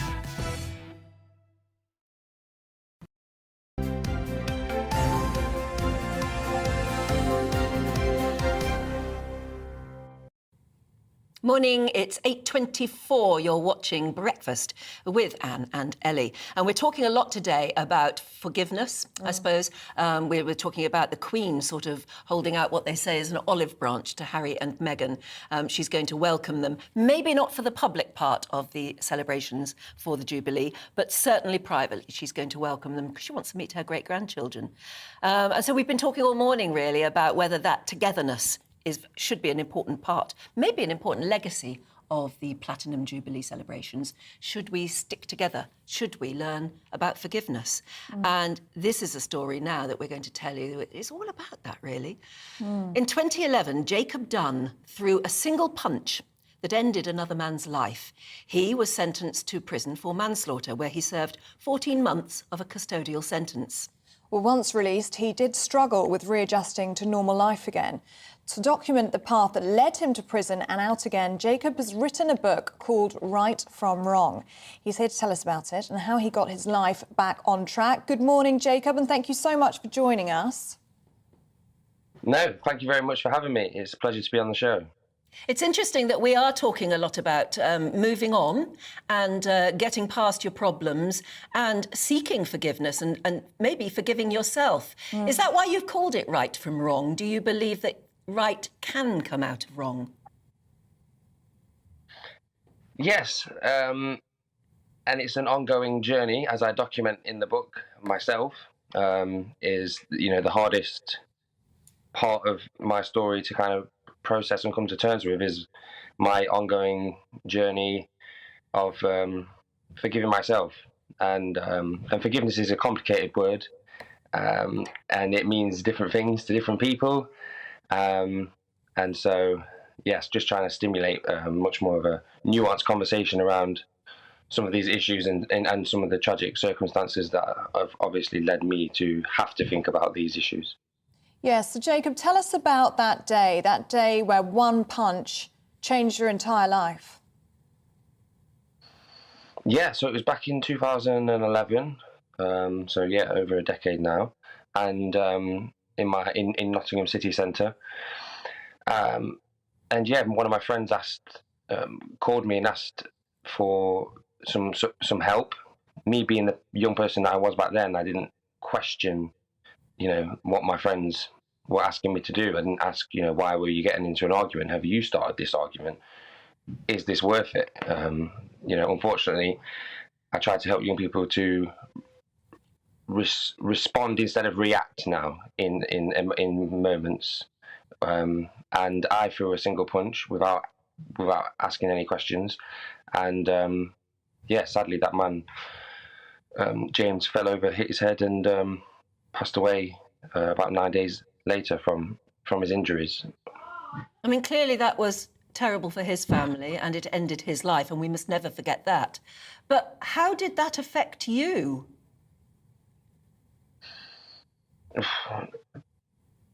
Well, I was a young man with not many prospects and little hope, no qualifications, very poor mental health, and so I guess just going to prison was just a trajectory that I knew I was already on, sadly, the same as many of my friends from my neighbourhood at that time. And then it wasn't until I came out of prison and heard that the parents of the man I hit wanted to hold me account for the things that I did and wanted to tell me the truth about what the real impact was, which I could never have been able to fathom on my own. And so that was the moment when I really started to think about accountability and repairing the harm. I know we've heard in the news very recently about, particular people being accountable. And yeah, hopefully my story can kind of put a bit more context on some of those words that have been being bandished around. I think everybody watching will and listening to you will be very moved by the fact that it wasn't prison that made you feel accountable, it was when you'd come out. Yes, definitely. And in the book, I kind of hopefully justify why prison for me only hardened me, only made me more toxic, and yeah, basically eroded my mental health and made me even worse. You must have been very scared. Yes, I was definitely very scared, very anxious, but my coping mechanism back then was to take that out on other people or make it other people's problems, and that's why another thing in the book that I encourage people to do is how to deal with your shame as a man. Often we are more than the worst thing we've ever done, but unfortunately a lot of those get labelled for the worst thing we've ever done, and we have to continue trying to live with that and overcome that. Have you spoken to James's family since you've come out of prison? Yes, definitely. Since I came out of prison, that's when we first started speaking, and we've been speaking for the past about 8 years, campaigning together now, raising awareness that one punch can kill, trying to make sure that more people have access to restorative justice. Within our criminal justice system, there are so many people who are harmed by crime who don't get a voice and who never get the opportunity to express themselves or to hold the people that harm them to account, especially because our criminal justice system kind of just says, okay, we'll determine what the punishment is, and you should be happy with that, and everybody should just be able to move on now, and you shouldn't have any psychological trauma from whatever happened to you, or and so, yeah, we're just campaigning for all of those issues and men's mental health more broadly now. Yeah, and what was their reaction? What was their reaction to you meeting you for the first time? By the time we met face to face, we'd been speaking for about 2.5 years through mediators, and so I already kind of felt like I knew them by the time we sat down and met face to face. But as you say, it was the hardest conversations I've ever had to have or listen to, but they were the ones that I needed to have for me to actually fully understand the consequences of my choices, and then give me the motivation to want to change my life. You know, well, and you have been able to do that. I mean, it's an incredibly important message that you have been able to pull right from wrong. I mean, you've done a degree in criminology, yeah? And you've become a husband and a father. Now, that's interesting in itself, because how will you bring up your youngster to not fall into the same trap, and to understand that no matter how bad things get, you know, you've got your life ahead of you and there must be a way to pull yourself right? Yeah, definitely. I think it's just modelling the messages that I promote on a daily basis, and when they get to an old enough age to understand or even read the book themselves, you know, hopefully I would have done a good job at doing that, modelling that behaviour, and they can go, oh, I can see why, you know, Dad took these approaches to parenting, and you know why he was so big on, you know, communication and emotional literacy. And being able to, you know, be vulnerable as a man, and to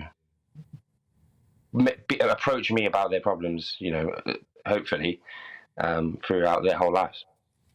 Jay, what's your message to young people who are watching this interview now, who go on nights out, and it is very common to perhaps get into a fight or an altercation at the end of the night? I mean, this really is the reality, isn't it? That one punch can kill. Yeah, definitely. One punch can kill. And I would say we've got to become a lot more accountable for the choices that we're making. You know, just in terms of men challenging each other when they see misogyny within their group, when they see racism within their group, or when they see violence within their group. And that's kind of the message that I'd like to put out there, is that we all need to support each other, and that hurt people. And if you are hurting people and you are having too much to drink and it's all spilling out, you've got to be accountable to talk about those problems that are spilling out. And we as a community have got to enable people to feel safe to open up and start talking about their problems more, so they're not getting drunk or making poor decisions and ruining their lives. And don't you think it's really important? I think the message of your book is also that even no matter at the darkest times, no matter how awful how badly you think you've wasted your life, or you've committed something terrible that you're never going to be able to get past, that you can pull yourself through the shame, and that you can rebuild your life. Yeah, definitely. I was in the darkest of darkest holes, and never thought that I would be redeemable in any way. And you know, if that is a message that people can take, you know, if he was able to turn his life around in those absolute horrific circumstances, then, you know, surely I can take some of those steps to healing myself and making better decisions. And with time, things always can get better. Okay, your book is called Right from Wrong. Where do people get it? It's available online, wherever you get your books from. I recorded the audio version as well, so for those that find it more difficult reading, that feel free to download the audio. Yeah, just all good bookstores really, and online, you know, the usual. Or Google it. Amazon. It's called Right from Wrong. Jacob, thank you so much. Really important message. Thank you very much for telling us your story. Thanks a lot. Thank you. Very moving. I think a lot of young men will take a lot from that interview. Jacob Dunn there, and that book, Right from Wrong, is available, as he said, online and in bookshops as well. OK? Yep, do stay with us. We've got plenty more to come. We'll be looking through the papers soon, and looking at staycation versus holiday abroad. Which is the most expensive? Can you ever get away? We'll find out.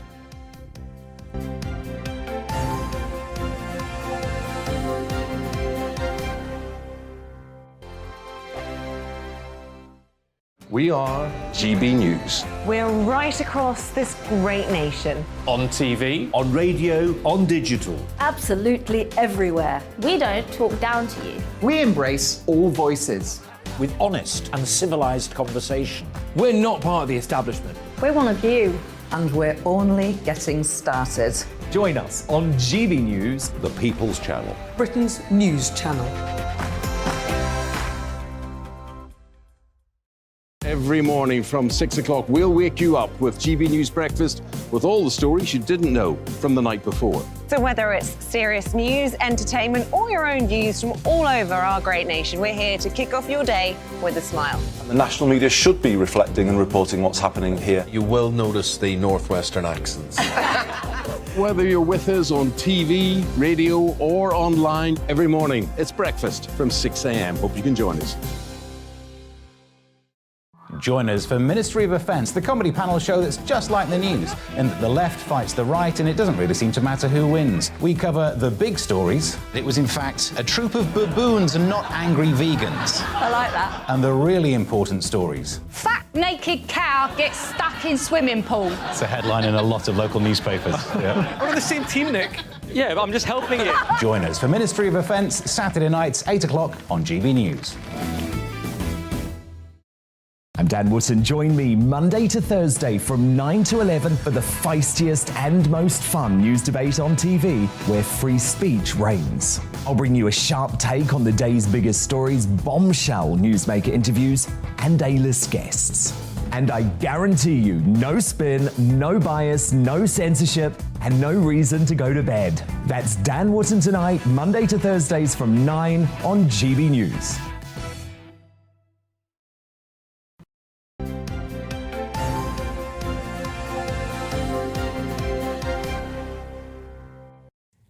Good morning, it's 8:38. Welcome back. You are watching and listening to Breakfast with Anne and Ellie. I'm sitting in for Stephen. He's still on his honeymoon, and we are live across the UK on both your TV and your radio, and we're online. You can't get rid of us, and do keep in touch. We love hearing from you. GB Views at gbnews.uk. But first, we're going to take a look at today's front pages.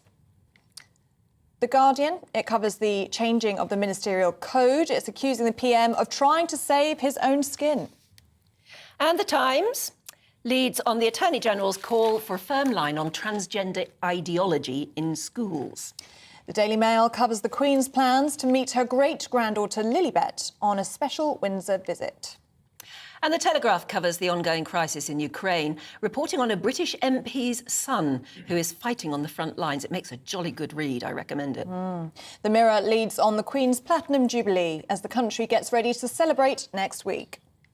Do we normally have music when we do that? Yeah, I feel like we do. Yeah, something was missing, I think, there. Anyway. Just our dulcet tones. Time to go through the papers now, and joining us this morning, broadcaster Pete Price and former Conservative advisor Claire Pearsall. Before we actually get going on the papers, I want to ask you both. Yes. Have you ever been to a beach hut, enjoyed a beach hut, or owned one? None of those items. However, I have seen them. My friend and I take our children off to Broadstairs quite frequently, and you see them, and they do look pretty amazing. Yeah, I have they to are admit, fab. I would love to have a beach hut. If you could get your hands on one, Pete, is a better investment than a three-bedroomed house. Nearest I've got to a beach hut was staying in Butlins. Oh, yes. Well, they were a bit like beach huts in the very early days. We've had, beach huts are going mad here on GB News. People are loving it. Elliot's been in touch on Twitter. He has sent a lovely picture. I'll see if I can get that up for you in the next few minutes. At Lime Rouge, just in Dorset. Lovely pastel colours. Dorset, very big on beach huts. Pink, blue and green beach huts. Looks lovely. They seem to be bigger down south and up north. Well, I don't know, because... I don't know. Marion in Ross-on-Wye, beautiful part of the world, Ross-on-Wye in itself. Morning both spent many holidays in my aunt's chalet, we called it, on Mersey, as we called them then. Broke the rules and stayed overnight too. Remember one August bank holiday many, many years ago when my whole family, and there were lots of them, came for the weekend. The women and girls slept in the beach hut and the men and boys in my aunt's caravan. Happy days. See, that's what holidaying was all about. So they were breaking the rules. They were having an overnight stay. Deborah says, and this is interesting, because we were saying we think they might have gone up in price because they're in demand because they don't build anymore. Yeah. But Deborah says, hi, Anne, they're actually building more beach huts where I live, in Goulston, in Great Yarmouth, Norfolk, and they are really popular. Well, there you go. There That's you go. the place to go if they're building more beach huts. I wonder how much they're going to sell them for. Lindy tells us, in the summer of 2021, I was in Dorset, Hengistbury Head. I know it well, lovely. The beach there at Mudderford Spit. I know Mudderford Spit well too. That has beach huts facing the sea and also the harbour. The prices started at 300 grand and went up to 400 grand plus. Wow. The council there were actually building more for sale, a moneymaker for them. They also charged £4,000 a year for ground rent and toilet and shower facilities. That is ridiculous. I mean, really? 300 and 400 grand? It's more than the price of a house. If any of my family are watching, could you please check that out? Because they live on the south coast, and beach huts are just such a big deal there. Rob from Folkestone says you can sit in one at Folkestone and look out for the small boats bringing in the migrants. All right. OK, don't politicise. Beach huts, please. Shall we move on to the papers? Yes, let's have a look. What are we doing? What are we doing? Let's start with the Texas shooting story, Pete, because it really has been absolutely horrific, and we're getting more detail out every day. There's two stories that have incensed me beyond words. One is the advert. That's the advert, which you talked about before. Yes. How can anybody... That's the company that actually manufactures the guns, use a child, the image of a little boy holding a gun in their advertising. And I believe that's the rifle that actually killed... that was used to kill the children. It's the make of rifle that was actually used. I cannot understand America. I'll never understand America over guns. And then, in the Mirror, they've got the mother... and I think this is just total exploitation. The mother of Texas school shooters there, forgive him. He's killed 19 children. He said, I have no words. I don't know what he was thinking. He wanted to be near children. Please forgive me and forgive my son. I mean... how can anybody interview a mother, you know, who has just had a son who has done that? She has got to somehow live also in America. But frankly, the police should be protecting her as well. Well, absolutely. I mean, what's she supposed to say when reporters are, you know, I mean, what's she supposed to say? She's got to try and process what's happened. I think it's incensed by that story. I think it's just... And it gets worse and worse because we had the news yesterday of the husband of one of the teachers who was killed, had a heart attack and died. It has left 4 children without either parents. And the only sort of bright part of the horizon for them is that the fundraiser last night had hit £1.6 million for those 4 children, which is, you know, testament to the public over there. But you cannot imagine. To lose both children, to lose both parents, absolutely, no amount of money is really going to help. But the police do have an awful lot to answer for, because there was that delay when they were standing outside the classrooms where those children were being killed. Yes, which is this detail that's coming out now, isn't it? Absolutely is, and why they weren't just running in there. And it was actually sort of border guards rather than the armed police who had all the, you know, bulletproof vests and everything. It was them that and there were parents there pleading with them to go in. Asking why they And at weren't. one point, one of the fathers, I think it was, got so upset about it, the police pinned him to the ground. Yeah, I mean, there are so many things that have gone wrong here. So many more lives could have been saved had they had just gone in straight away. So I think there's some real difficult questions going to be coming out. And then you saw Trump reading out the list of children who'd been slaughtered by guns at the gun convention. It beggars belief the way the Americans are over guns. Not all Americans, I have to say. No, but enough to make a difference, and that's the trouble. And they won't, because there's too much money. They're making fortunes out of it. I gather, because I've been watching the telly and reading about this so much, because you try and understand, don't you? And apparently the National Rifle Association is such a strong and incredibly wealthy organisation that they now influence the selection of candidates for Congress and for the Senate and whatever. So the very candidates, the only way they can get enough support to actually get into Congress or get into the Senate or make a difference, they have to be financed by the NRA. So what hope is there for a change? No hope at all. No hope at all. Absolutely none. And I think that American politics needs to take a real hard look at itself with the funding that they get for things like this. I understand. You know, it is wrong. Yeah, I understand maybe a gun at home in America. I don't understand machine guns. I don't understand... No. I It beggars belief. I know, we can't get our head around it. It beggars belief. It's a different mindset. It really is, yeah. And the access as well. I mean, this Texas shooter, I think, bought the gun on his 18th birthday. There's so many different elements to this that are just truly shocking. Claire, let's change the tone slightly now, shall we? We're talking about summer getaway. We've been talking about the beach huts, of course. But if you're going abroad, Spain now tops the pile of the cheapest place to go on holiday. It does, and I think it's no surprise. It is a popular destination and its prices are reasonable for families. And I think what the Post Office travel guy Nick Bowden has said in this is to watch out for what you spend when you're there. There are other places, so it may be cheap to get to, the accommodation may be cheap, but when you're there, you'll spend a lot of money. Whereas if you go somewhere like Turkey, which is where I'm off to in a week's time, so I'm quite happy to see this. You get more value for your money because the Turkish lira is a lot weaker, so your pound will get you more. But I do think it's interesting that we talk about these cheap holidays. Everybody has this love for beach huts, as we've just discussed this morning, but 300,000. I know, I can't get my head around that. Ludicrous. When you can sort of go on a package holiday for sort of a couple of thousand with your family, you and get the sunshine. But this is it, you know, and as beautiful as Dorset and Great Yarmouth are, you're not guaranteed the sunshine. It's interesting about Spain. Spain mainland is cheaper than Mallorca and the islands and Ibiza. They're a lot more expensive. I worked all over when I was working as a comic for one of the big holiday companies, and I couldn't believe the difference in prices. So there are still phenomenally cheap places to find if you look around. And at this time of year, you would need a short hop as well, don't you? You want to go to places that can guarantee you sunshine and actually not be too awfully long on the plane. Absolutely. No. Well, this is it, and it will not surprise anybody that Dubai was sort of way down the list as value for money, and I think we could all understand that when you look at the sort of palaces that they have over there. So let's stick to... there are nearer places to give your support to. The secret of Dubai is if you go and stay in a hotel, go get upgraded so you can have that free drink between 6 and 8, get that sorted, and then just pay for one token drink later. Well, Lynn and Stuart say good morning to you all from a very sunny Malta. Oh. Malta, I was there 3 or 4 days ago. Oh, wow. I love it. Explains the tan. They say, Lynn and Stuart say the Queen is very popular here with the Maltese people. Of course, it got the George Cross Malta, for the whole island did, for its bravery during the war. So it was a wonderful place to be watching from. Anthony's watching from Stoke-on-Trent. I'm sure that's beautiful too. Really love your channel. Fresh news approach. Love all the shows. Good luck to you all. Oh, and also, sorry, this was meant to be a newspaper review, but Andrew and Paula are saying, good morning, watching the programme whilst having our evening meal in Howick in Auckland, New Zealand.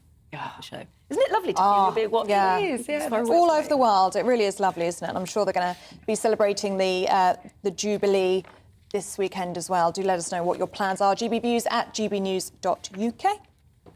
OK. Yes, we'll move on. So thank you very much. Is that it? Well, can I just say, best of luck, Liverpool, 2-1. Get in there, get in there. No, you can't. All right.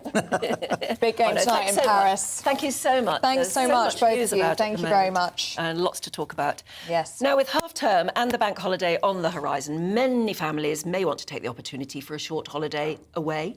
But recent research reveals that it may be cheaper for families to go abroad rather than having a staycation in the UK. Yes, popular destinations such as Cornwall and the Lake District are proving to be more expensive than holidaying abroad in places like Mallorca, as inflated accommodation prices are having an impact. So just how unaffordable has the staycation become? Well, Malcolm Bell joins us now. He's the Chief Executive of Visit Cornwall. Now, Malcolm, I'm very excited to talk to you because I'm going to Cornwall for the first time this week. Can you believe it? But it's cost me a small fortune. Why is that? Why is Cornwall so expensive? I think part of the thing is it depends what you're buying in Cornwall. We have right across the range an awful lot of affordable holidays. We've got great holiday parks, we've got great holiday resorts, but we've also got some brilliant hotels with lots of facilities, and they do cost. And over the last, literally the last few months, the good news is last year with things is staff now get paid a lot more. Probably 20% rise in staff bills, 300% rise in energy. So it's a very expensive thing to operate if you run a full, wonderful hotel with all the facilities, the spas, the swimming pools, and all of that does cost money. It's such a shame because I think your average Brit, if there's such a thing, would love to be able to do a staycation and support Britain. Is there any way that we could subsidise those holidays in places like Cornwall? Or is there any way your people should be, I don't know, just better supported so that you could bring your prices down? The prices are driven by the market, but I think you brought a very good point across. What we've been arguing for years is staggering of school holidays. If we spread the school holidays like they do in other countries by region, that would spread it. It would bring customers over a wider period, and that would bring the price down. But again, if you go on some of the holiday resorts, some of the holiday parks, there's some great bargains out there. It depends. If you are looking at 4 or 5-star hotel with all the facilities, yes, they are costly because it's an expensive operation to run in this country. Malcolm, over the last 2 years, obviously staycations have been so popular. People haven't been able to travel. They have been, of course, choosing to stay in the United Kingdom. Lots of people exploring parts of the country they've never seen before. It really has been very popular over the last 2 years. How do you now plan to maintain those people, to keep people in the United Kingdom when that option of travelling abroad is now open and often much cheaper? We've had a quieter May than we would normally expect. So I think we are in an adjustment period. In Cornwall, roughly 40% of people come every year, 40% come every 2 to 4 years, and 20% are new or lapsed. I think a lot of those people who aren't, love Cornwall but only come every 2 to 3 years are probably going abroad this year on a change. So we will have an adjustment in the market. I think things will settle down over the next 24 months back into a normal pattern. So it's actually a good time to look at Cornwall because we were, as was quoted, constantly rammed, but it was the fact of the #1 destination when you couldn't go abroad. We were so busy last year, but it's down back to almost a normal year, maybe even slightly quieter. You think it'd be, what is the projection for this coming summer?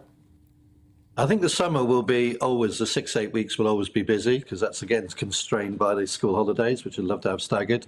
The rest of the time we will be at our normal levels, maybe slightly down. Depends on that sunshine, although looking at the window, it's wall-to-wall blue sky at the moment. But unfortunately, I can't guarantee that will be for the whole week. No, there's nothing finer than a British resort, is there, when the sun is out? We've been talking about beach huts all morning. Do you have beach huts in Cornwall? You must have. We do have them in the wonderful town of Bude, but and down at St Ives. But because of our wonderful Atlantic waves, we tend not to have too many because sometimes they don't last that long. Yeah, I was just trying to think of cheaper sorts of. I mean, in my childhood, we always went to Cornwall on a caravan holiday, and the road from the Midlands to the southwest was always completely chock-a-block with caravans. Do you still do a big caravanning business? It's a huge part of our market, but lots of people actually have the caravans delivered to Cornwall now, or actually keep them down here and move around. So you don't actually quite see so many on the roads as you used to. But yes, no, it's a big part of our market. Motorhomes are a big part of our market, and then on a cheap holiday, a good car and a caravan is 50,000. A motorhome can be 50,000. These are holidays of choice, and they're wonderful people. The other reason why I get a lot of people to Cornwall, particularly this time of year, is because they love their dogs and they don't want to go on a holiday anywhere else. And we're incredibly dog friendly, from restaurants to accommodation, and our beaches are open for dogs. Yeah, and we just saw the Eden project there, of course. Yeah. I mean, there are some wonderful places to go and things to see in Cornwall. I don't know why we're doing such a big sales deal on Cornwall at the moment, but I think it's basically, it's about British tourist spots anyway, isn't it? We've got to think very hard about whether we want to go there and find an affordable way to do it if we want to support you guys. I know, but that's the beauty of the internet. And often, with a UK break, you can actually look for those late deals that can come in because you haven't got to worry so much about getting the plane flight or the ferry. So I would say to a lot of people this year, if with things being tighter, if you're thinking about, do I have a holiday or not, maybe hold back, think of a UK one and see what's available late. You'll probably find you will be able to pick up some really good bargains. Yeah, and support local as well. And it is easy. You could just jump in a car, couldn't you, and make the trip down. So thank you so much, Malcolm. You made me very excited for my first Cornwall trip this week. Malcolm Bell, that's the Chief Executive of Visit Cornwall. Well, one thing you really, yeah, absolutely. One thing you really want to know if you're considering a staycation is the weather. Here it is. Yes. Hello, a very good morning to you. I'm Aidan McGiven from the Met Office. A cracking day in store for many of us. It might be feeling fresh out there at the moment, but plenty of sunshine, and soon enough temperatures will rise. A warm afternoon to come up and down the country. One exception, the far northeast of Scotland, where we'll keep a bit of a breeze, some cloud and 1 or 2 showers, but otherwise high pressure is in charge. and that high pressure will lead to widely sunny skies right the way through the day and into the afternoon. Now, the far north of Scotland, as well as the east coast of England, will get a bit of a breeze. That will make it feel on the cool side. But with sunny spells elsewhere, fairly widely, it's going to feel very pleasant in that sunshine with temperatures, I think, Glasgow, Belfast, mid to high teens. Further south, 20 for Cardiff, 21 for London, and with light winds, a pleasant day to come. Like I say, it's going to feel cooler in the north of Scotland with a breeze coming from the north, and that northerly breeze becomes more widespread going into the early hours of Sunday. That will allow some showers to affect the east coast of England and more widely across northern Scotland, but lengthy clear skies elsewhere will again allow temperatures to fall away. So another cool start to the day on Sunday, but a bright start for many. There will be some sunshine around during the morning. I think the best of the weather on Sunday will be in the morning, because through the day the cloud will build, and by the afternoon it is fairly cloudy for many, certainly compared to today. Showers will also form, especially in the east, but one or two heavy showers could affect parts of South Wales and the southwest. And that breeze that's coming from the north will also make it feel disappointingly cool in the north and the east, just 12 Celsius in places, whereas 17 Celsius will be achieved in the southwest. Monday and Tuesday will also be cool with sunny spells and showers.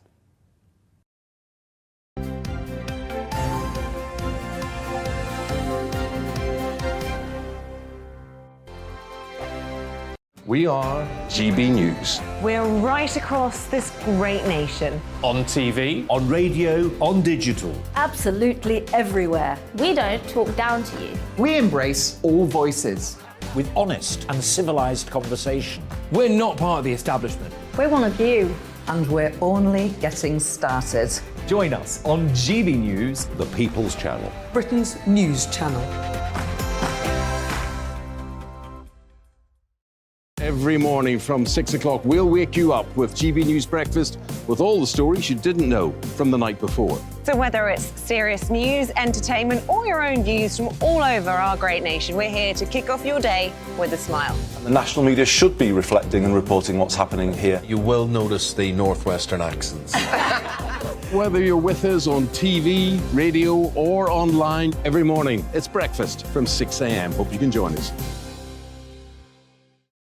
Join us for Ministry of Offence, the comedy panel show that's just like the news, in that the left fights the right and it doesn't really seem to matter who wins. We cover the big stories. It was in fact a troop of baboons and not angry vegans. I like that. And the really important stories. Fat naked cow gets stuck in swimming pool. It's a headline in a lot of local newspapers. Yeah. We're on the same team, Nick. Yeah, but I'm just helping you. Join us for Ministry of Offence, Saturday nights, 8 o'clock on GB News. I'm Dan Wootton. Join me Monday to Thursday from 9 to 11 for the feistiest and most fun news debate on TV, where free speech reigns. I'll bring you a sharp take on the day's biggest stories, bombshell newsmaker interviews, and A-list guests. And I guarantee you, no spin, no bias, no censorship, and no reason to go to bed. That's Dan Wootton Tonight, Monday to Thursdays from 9 on GB News.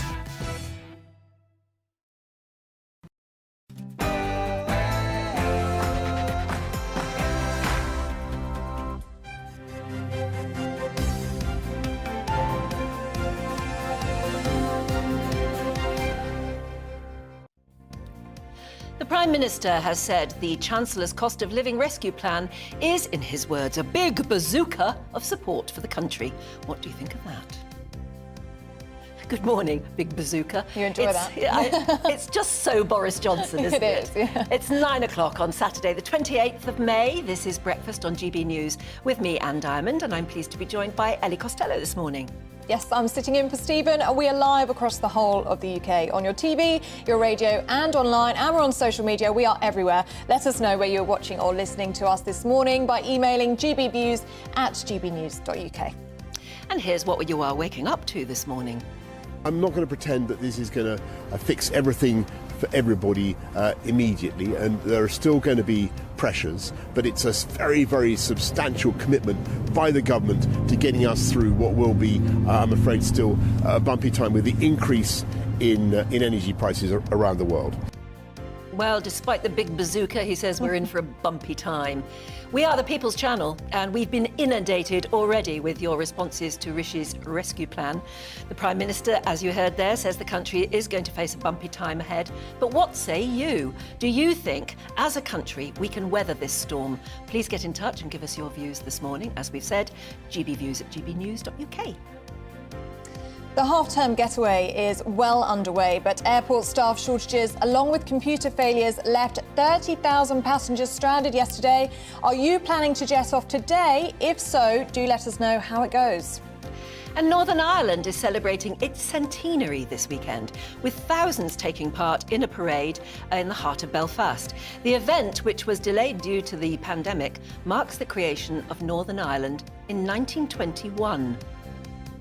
And as we've mentioned, do join in any of our discussions. You already have been all morning. Yes. By emailing gbviews@gbnews.uk. We've got some quite polarised opinions on various things. Interestingly, even on the gun debate. Yes. Because I've been saying all morning, I don't think we Brits can get our heads around the way Americans think of their gun culture. And yet, a lot of people watching agree with some of the Republican people, some of the NRA people in America. Steve from Dudley says, guns don't kill people, people kill people. And if you ban guns, they'll find another way to kill people. I don't think that's necessarily true, actually, Steve. It has been proven again and again in this country and in New Zealand and in other European countries that when there has been some horrific, murderous incident involving guns, countries bring in new laws to reduce guns and it doesn't happen again. It's only in America where it happens repeatedly, and it's just terrible. Martin says Republican supporters should be encouraged to withhold their donations until gun control laws are improved. Not going to happen, though, is it? Yes, a lot of messages in on the gun debate, and we'll be going through your views on the other stories that we're talking about in just a second. Yeah, and don't forget to tell us your lovely beach hut stories, because for some reason our memories of holidays in beach huts seems to be exploding, doesn't it? Yeah, people are loving it. Yeah, so do get in touch with us, gbviews@gbnews.uk.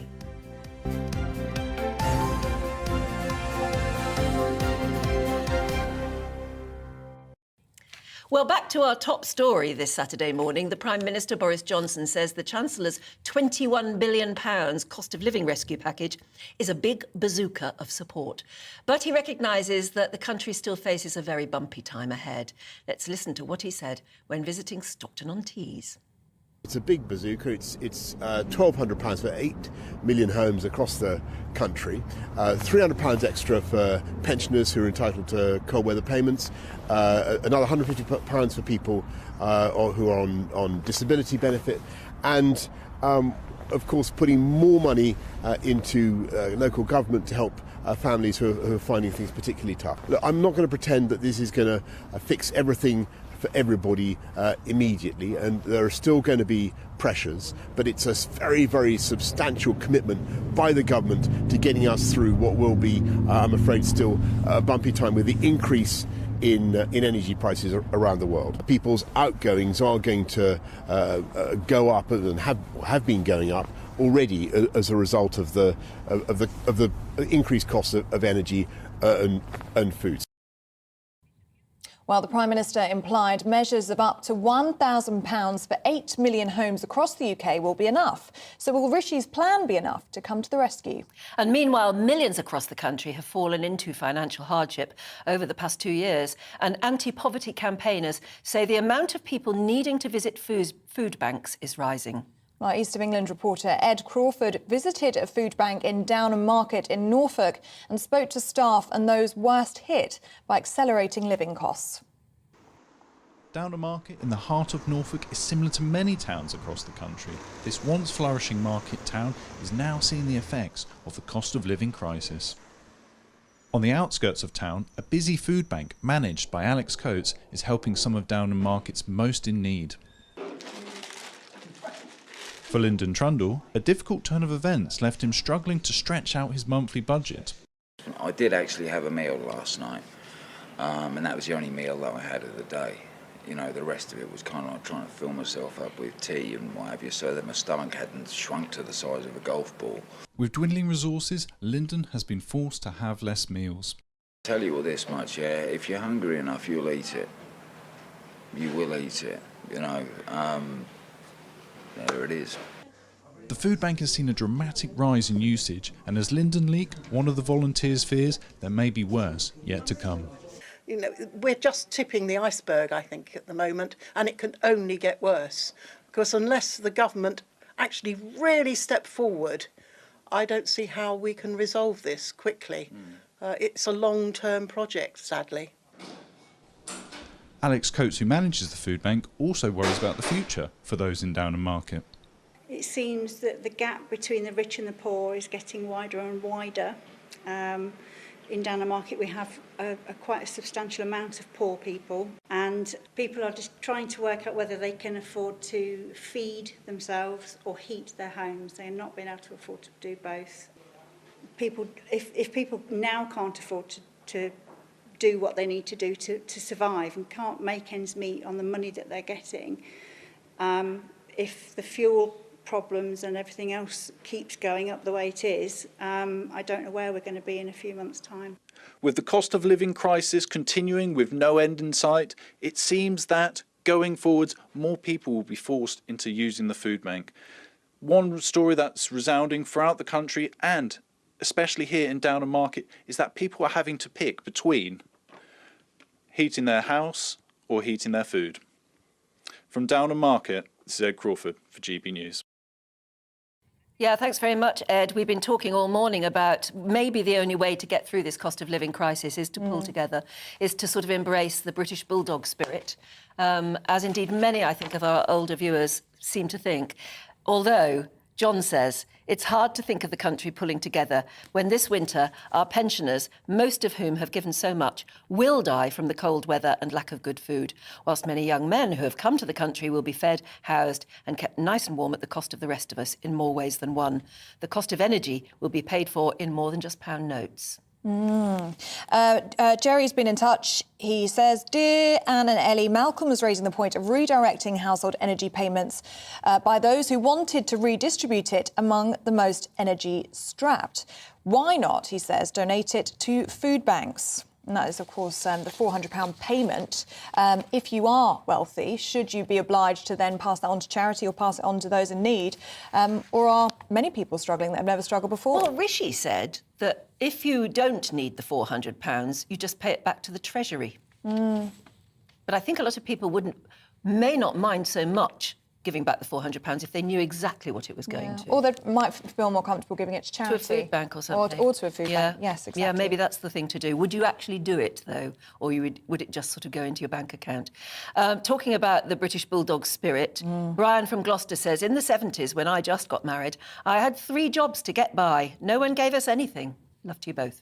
Yeah, when talking about that Churchillian style of leadership, the Boris, Stephen says, is of course quite correct. To state the obvious, Great Britain will survive the latest economic troubles. The younger generations will again learn to be thrifty and discover the benefits of not putting luxury items before the basics.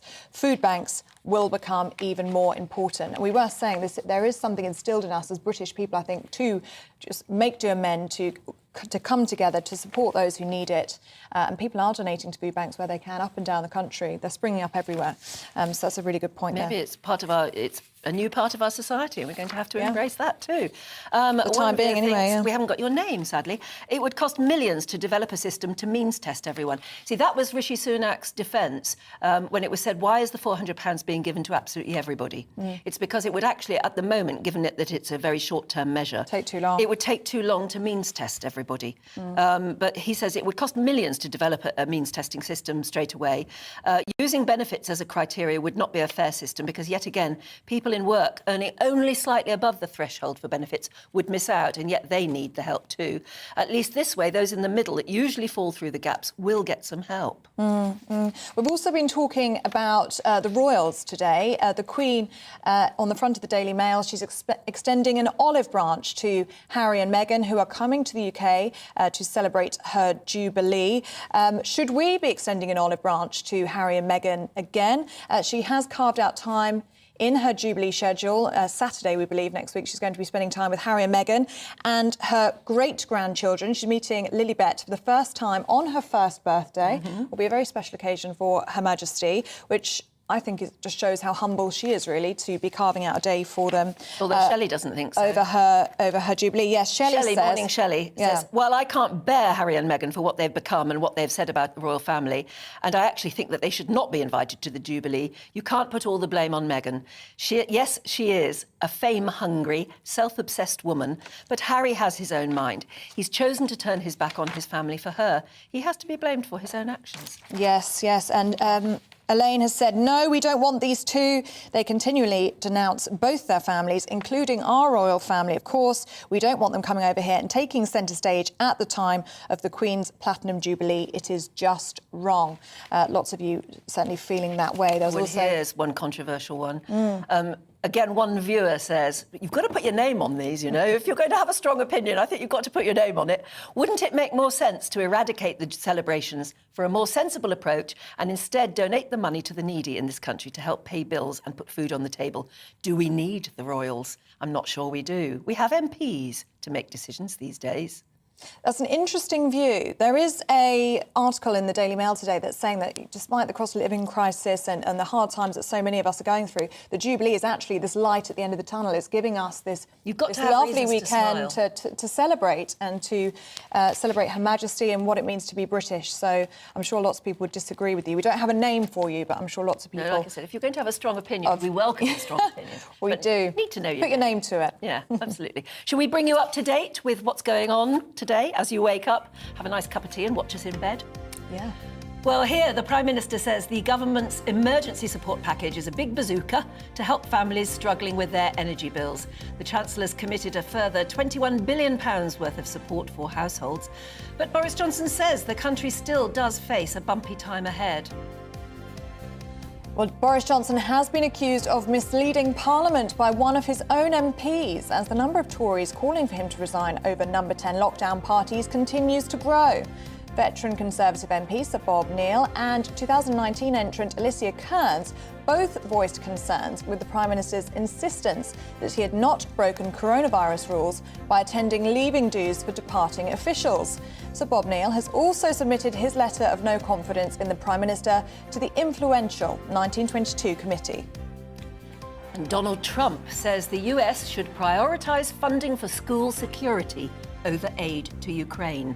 The former US president was speaking at a pro-gun rally in Texas just days after the murder of those 19 children and 2 adults in a primary school in the state. Thousands of Liverpool fans have become descending on Paris for tonight's Champions League final clash with Real Madrid. The Reds will take on 13-time winners Real Madrid at the Stade de France. However, French police have warned the travelling supporters to be on their best behaviour. And the budget airline EasyJet is going to cancel 200 flights over the next 10 days as transport disruption is poised to impact people's plans over the half-term break. EasyJet have said the cancellations are going to affect about 24 flights per day from Gatwick Airport between May 28 and June the 6th. And this comes as yesterday saw a software failure forcing EasyJet to cancel around 200 flights.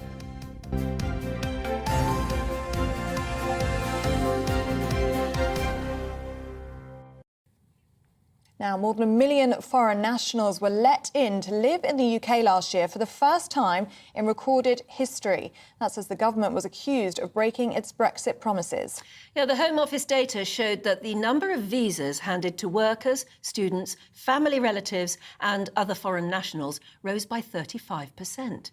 So let's talk to political commentator Suzanne Evans. Hello there, Suzanne. I think Suzanne joins us now. If we can find her. There you are. Hello, Suzanne. Very good morning to you. Hi. Good morning. I mean, are you shocked by this figure? Well, yes and no. The figure itself is absolutely shocking. Am I shocked that the government seems to have been unable to get a handle on immigration as it promised? No, unfortunately, I'm not shocked. The fact is, for decades now, we've been having immigrants to the extent of a large city, a large new city, arriving in the UK every year. And there just doesn't seem to be the political will to get a grip on it. Whereas, of course, immigration is for the general population still one of the top concerns. So we've heard a lot of rhetoric, haven't we, in the past about dealing with immigration, about stopping the boats coming across the channel, about trying to offshore illegal migrants in Rwanda. Will any of it come to pass? Well, I think that still remains to be seen. Unfortunately, my instinct is no. There isn't really any electable party in government, in Parliament, that genuinely, I think, wants to stop immigration and is prepared to actually do something about it. So for people who don't want to see mass uncontrolled immigration, I'm not quite sure whom they vote for. But we are here talking about people who have been given visas and are therefore legal migrants. Yeah. Absolutely, but that doesn't detract from my point that we are letting in effectively a population of a large city every year, with the enormous pressures that is putting on the NHS, on the benefit system. Of course, not all immigrants claim benefits, but it's just the whole infrastructure, the school system, the hospital system, the public services. The pressure is absolutely astonishing, and at the end of the day, we can't cope with it, particularly not when we've got the cost of living crisis that we have now. I mean, I think it's interesting. We've just heard in your programme a very good report about the massive increase in the number of people using food banks. I mean, how on earth does anybody think that, given the crisis that the country's facing, letting in 1 million people every year into the country to depress wages, to make that even more difficult, is going to help at all? Suzanne, good morning to you. I mean, the data also shows that 3/4 of initial asylum applications are being granted. That's the highest rate for 30 years. That is despite this being a government that says it's cracking down on illegal arrivals and it's going to take back control. Why do you think this is then? Do you think it's easier to get a visa now than it has been in the past? I don't think it's any more difficult, let's put it that way. I mean, I think most migrants coming to the country now getting a visa are family members. So if you've got that availability and ease of coming to the country because you have a family connection, then you're in, aren't you? It's that simple. It doesn't happen in other countries. You know, other countries are much more strict on immigration. You have to have there are certain, in this country too, minimum salary levels that you might have to match in certain circumstances. But I just think we need to look at the whole family visa system, really, and it's a really difficult one. I would be the last person to say that somebody in genuine need seeking asylum in this country should be denied a visa to Britain. I absolutely don't. And part of my beef with the sheer overwhelming amount of uncontrolled immigration that we do seem to have is that it means that I think in the past perhaps genuine asylum seekers have been turned away and haven't been able to find the safe haven in Britain that they perhaps should have done. When a country becomes overwhelmed, the people who perhaps can't best make their case or haven't got the expensive lawyers to best make their case are the ones who are going to fall through the net. And I think that's a great shame. If we had lower migration overall, then we would be able to help people in more desperate need. I mean, we've seen that recently, haven't we, with the arrivals from Ukraine. It's all happening very slowly. We know these people are genuine. We know they're in desperate need of asylum. And yet there have been umpteen complaints that cases haven't been processed, that their cases have been refused, and it's simply not happening as quickly as it should do. But isn't that the problem? When you talk about numbers, it's easy to polarise opinions or have a strong opinion. When you talk about it, when you look at each case and look at the human beings, as you said yourself, it would be very difficult to deny some people safe haven in Britain. And a Home Office spokesman has said the government has delivered on its promise to take back control of immigration. The skilled workers who are coming in include doctors and nurses, and we need those. I mean, the NHS would grind to a halt without those. Well, that's not actually true. It's a very easy soundbite, but the actual amount of immigrants working in the NHS is, I believe, around about 10%. So it's not as though the whole system would grind to a halt if that were the case. That's not how it feels when you go to hospital, is it? I mean, anyone who's been to hospital, you know. I think perhaps in London, Anne, but I think outside London it's a very different story. Well, wherever you live, I don't know, but I think it depends where you do live in the country, because obviously levels of immigration, the number of immigrants working in the NHS are going to be different in different areas around the country. But I think actually personally, yeah, it's very easy to say we need doctors and nurses. I personally think we should be training up our own people to be doctors and nurses in this country. There are far more applications from people already resident in Britain to become nurses, for example, than actually are admitted for training. And I've always said it's all very well us saying, well, we're a wealthy Western country. We need doctors and nurses. Let's poach them from other areas of the world. I don't think that's the answer. I don't think that's an ethical solution to the crisis because of the shortage, because we're then only depriving nations perhaps in far more need than us of qualified medical staff as well. So I don't accept that argument personally. Do you not think maybe in a modern world we have to accept global movement of people? Maybe we live in a different world than we did 50 years ago. Absolutely we do, and we do accept global movement of people, and I'm certainly not opposed to global movement of people, but it's about allowing into your country the right kind of people. We know that in checks and balances, we know that I'm not quite sure what the exact figures are, but we do deport people who've committed crimes in this country, who've arrived here illegally, have stayed here long enough to get a visa granted, and then eventually they end up being deported because they've committed crimes. I mean, I think we should take a much harder line view on that. Anyone who's got a criminal record shouldn't be allowed a permanent leave to remain in the country, and I think that would be a very good starting point, which we don't have at the moment. Why do successive Home Secretaries seem to fail at grasping immigration? Well, I think that's a very good question. I think people I've spoken to who've worked around government, I think a huge amount of pressure comes from the civil service that perhaps doesn't have the same attitude to want to clamp down on immigration. This is purely civil servants I've spoken to. I'm not saying they necessarily represent wholesale opinion, but there certainly seems to be a kind of push to being more open, to open borders, to encouraging immigration. I think, this is something that Dominic Cummings, when he was Boris Johnson's advisor, was complaining about, wasn't it? The sort of blob and the influence that the blob has on perhaps incoming ministers. I mean, I'm not saying that there are no easy answers to this, and this is the problem. It is a very, very complex issue. Because, as I said, nobody wants to deny a genuine asylum seeker the right to remain in Britain. But the fact is, we're a small island. We have limited resources. We're going through a cost of living crisis now. We can't possibly just let it continue unabated. Suzanne, it's really good to talk to you this morning. Thank you so much for joining us. That's Suzanne Evans, political commentator. And of course, those are legal numbers that we're talking about, people who are actually being accepted for visas. There's obviously a huge human trafficking operation that takes place on the south coast, and there's thousands more that we don't know about, so it's a much bigger picture than what we're talking about here this morning. But please do get in touch with your thoughts on that. I'm sure many of you will have thoughts on that conversation. GBViews at gbnews.uk. And stay with us, we've got plenty more to come.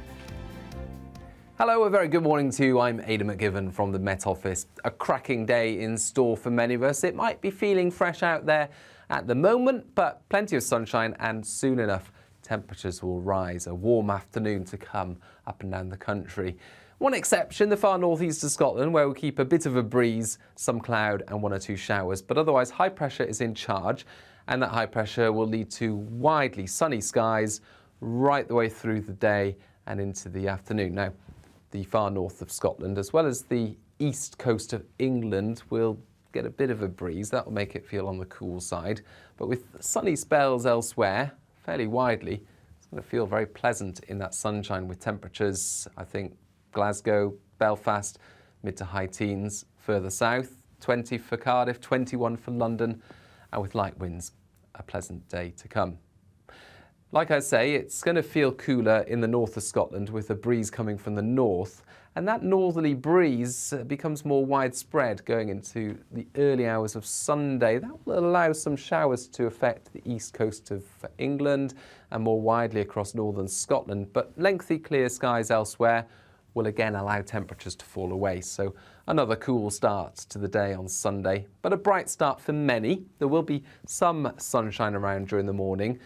I think the best of the weather on Sunday will be in the morning, because through the day the cloud will build, and by the afternoon it is fairly cloudy for many, certainly compared to today. Showers will also form, especially in the east, but 1 or 2 heavy showers could affect parts of South Wales and the southwest. And that breeze that's coming from the north will also make it feel disappointingly cool in the north and the east, just 12 Celsius in places, whereas 17 Celsius will be achieved in the southwest. Monday and Tuesday will also be cool with sunny spells and showers.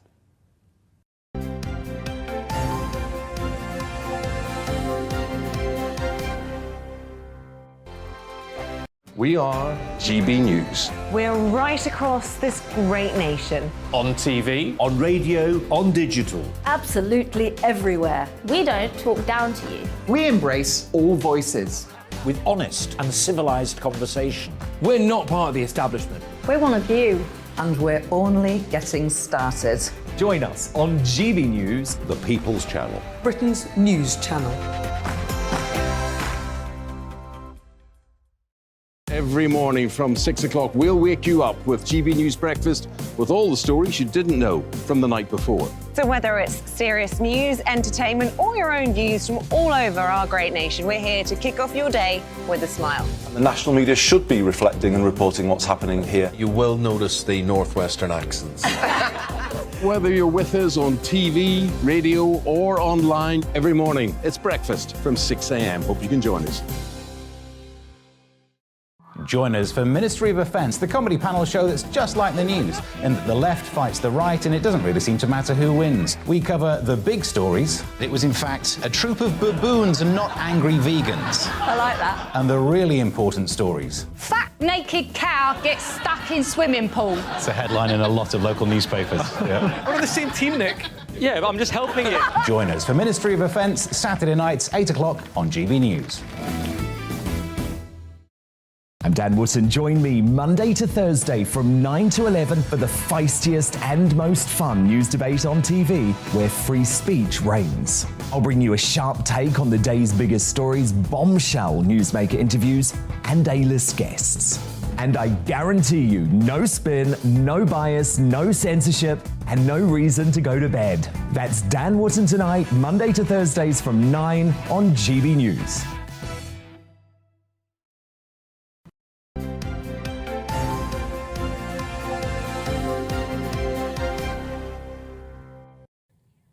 Good morning again. Now, dating is probably something Ellie knows more about than I do. About that. But this is an issue I can't fully get my head around, but you might know about this and you might be interested in it. Singletons give +1 a whole new meaning, as 1 in 5 singletons admit to taking a mate on a date with them. A recent study by Plenty of Fish, see, I'm already lost, revealed... It's a dating site, yeah. Ah, thank you. Revealed that 2,000 single adults who have dated in the last 5 years asked a friend to show up in secret at that date location. Yes, What? hopefully this is going to make a lot more sense to us in a minute. But it does get worse. Another 48% wished they could take their mates on dates, and 59% enjoy the preamble and dating debriefs with pals more than the actual date. So there's a lot to unpack here. Well, yes, all right. Well, let's get our next guest to unpack it. She's Nikki Hodgson, here to tell us why on earth somebody would want to take their mate on a date. Hello there, Nikki. Morning. Hello. Well, answer that for us, if you would. Why does anyone want to take a friend on a date with them? Well, if you think about it in an historical context, people have actually always taken friends on dates with them in the form of a chaperone. Okay. So I've written a book on the history of dating, and what I found out was that, 300 years ago, up until the First World War, women in particular, and men did to some extent, but women in particular had a chaperone. And the idea behind this was it was somebody who was meant to look out for the best intentions of the other person that was dating them, if they had them, for if they were going to be trouble for the person that they were looking after, and to make sure that they were their dignity was going to be preserved in the process. So we got rid of those in the First World War. But what's interesting is the desire to have someone help you to meet someone and to make a good judgment about someone is still there. Hence the fact that people are taking their friends on dates secretly. And I think what's really fascinating about it is we like to think that we choose somebody purely of our, of our own means, that we come up with the idea for why we decided this person is the person for us. But the truth of it is the opinions of others, our nearest and dearest, deeply matter to us, and they have a massive impact on the decision that we finally make when it comes to choosing a partner. Do you think we care too much about what people think, especially in the dating world? I don't think we do, actually, and that's going to sound quite odd. The reason being that when you are meeting somebody, you do need to think about, is this person going to fit into my life? Will they get on with my friends and family? Especially if it's a long-term partner, that is important. And the reason I say that is because, yes, of course, you know, love conquers all, and you can pick somebody that everybody else dislikes. But actually, on a very practical basis, if that person is going to become a member of your family down the line, it's going to be very, very difficult to navigate that relationship with all the others if they're not liked by your friends and family. Yeah, but you often, I mean, if somebody, or maybe it's not so much a friend if your mum or dad doesn't like them, you tend to like them more, don't you? One of the other things I thought we were going to talk about when I first heard about this was that, is it okay to date a mate? In other words, somebody that you've always thought of as a friend turns into a date. Is that a good thing, or does it always end in tears? No, I think that's a great thing, actually, because if you've spent a period of time actually getting to know someone and you've seen all their kind of foibles, you've seen them at their best and their worst, then actually you do have a really good idea of what they're like as a person and how you would get on with them. So I actually think somebody that starts out as a friend and becomes a partner is a pretty good option. Yeah, you may know them too well, I suppose, as well. Although you will, as you said, you'll have common interests because you're friends already, and you've probably got a common community of friends. Absolutely, and you'll have an element of trust there, you know, and also you'll probably have seen how they behave with other people in dating situations, and that will have given you some insight into whether you think they're a genuinely good person or not. Oh, it's a whole new world to me. It really is. It really is. Nikki Hodgson, really good to have you with us. There you go. So if you're listening at home and you want to date a mate, you've got the yes, you've got the OK from Nikki Hodgson. It evolves. Thinks it's a good idea. Yeah. We were talking beach huts earlier. Beach huts are turning to fascinate everybody. You know, one of our viewers rang in or emailed in and said, they're building more beach huts where I live in Galston, Great Yarmouth. They're really popular. I've had a look online and they're building lovely. Look, they're building lovely beach huts along Galston. Do you know how much they're going for? I don't want to know how much. In Galston. How much? 20 grand. Oh, that's a bargain compared to some of the ones we've seen today. Yeah. It was 300 they're brand we were hearing new earlier. built. They look quite small, maybe smaller than the one we saw earlier. But apparently the ones the council have already just built sold out. Wow. And if you wanted to rent one annually, it's nearly £2,000 for the rent, or at about £131 per day. Per week, maybe. But they are little seaside cabins and they are so popular. And maybe they're a money spinner. Yeah, maybe that's the way to improve the idea of staycationing. Yeah. Is nab yourself a beach hut if you can. Or we buying beach huts. So do continue to get in touch because we'd love to hear about your beach hut stories, please. And do stay with us. We've got plenty more to come, including why the Queen is extending an olive branch to Harry and Meghan.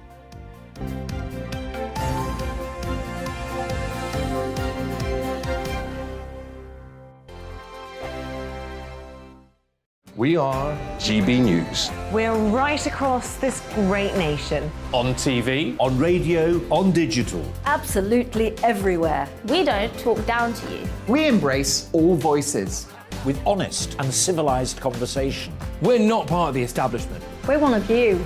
And we're only getting started. Join us on GB News, The People's Channel. Britain's news channel. Every morning from 6 o'clock, we'll wake you up with GB News Breakfast with all the stories you didn't know from the night before. So whether it's serious news, entertainment, or your own views from all over our great nation, we're here to kick off your day with a smile. The national media should be reflecting and reporting what's happening here. You will notice the northwestern accents. Whether you're with us on TV, radio, or online, every morning, it's breakfast from 6 a.m. Hope you can join us.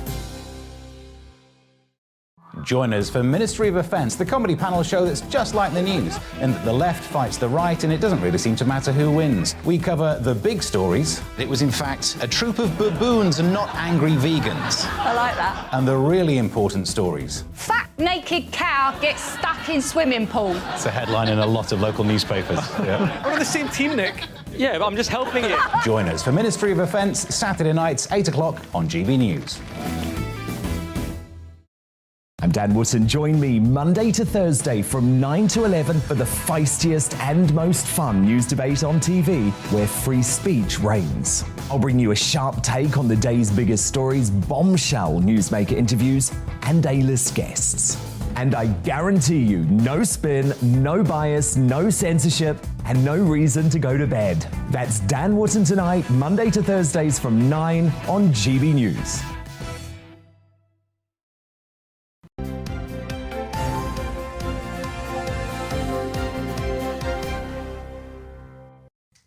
Welcome back, 9:36. You're watching and listening to Breakfast with Anne and Ellie. We're live across the UK on both your TV and your radio.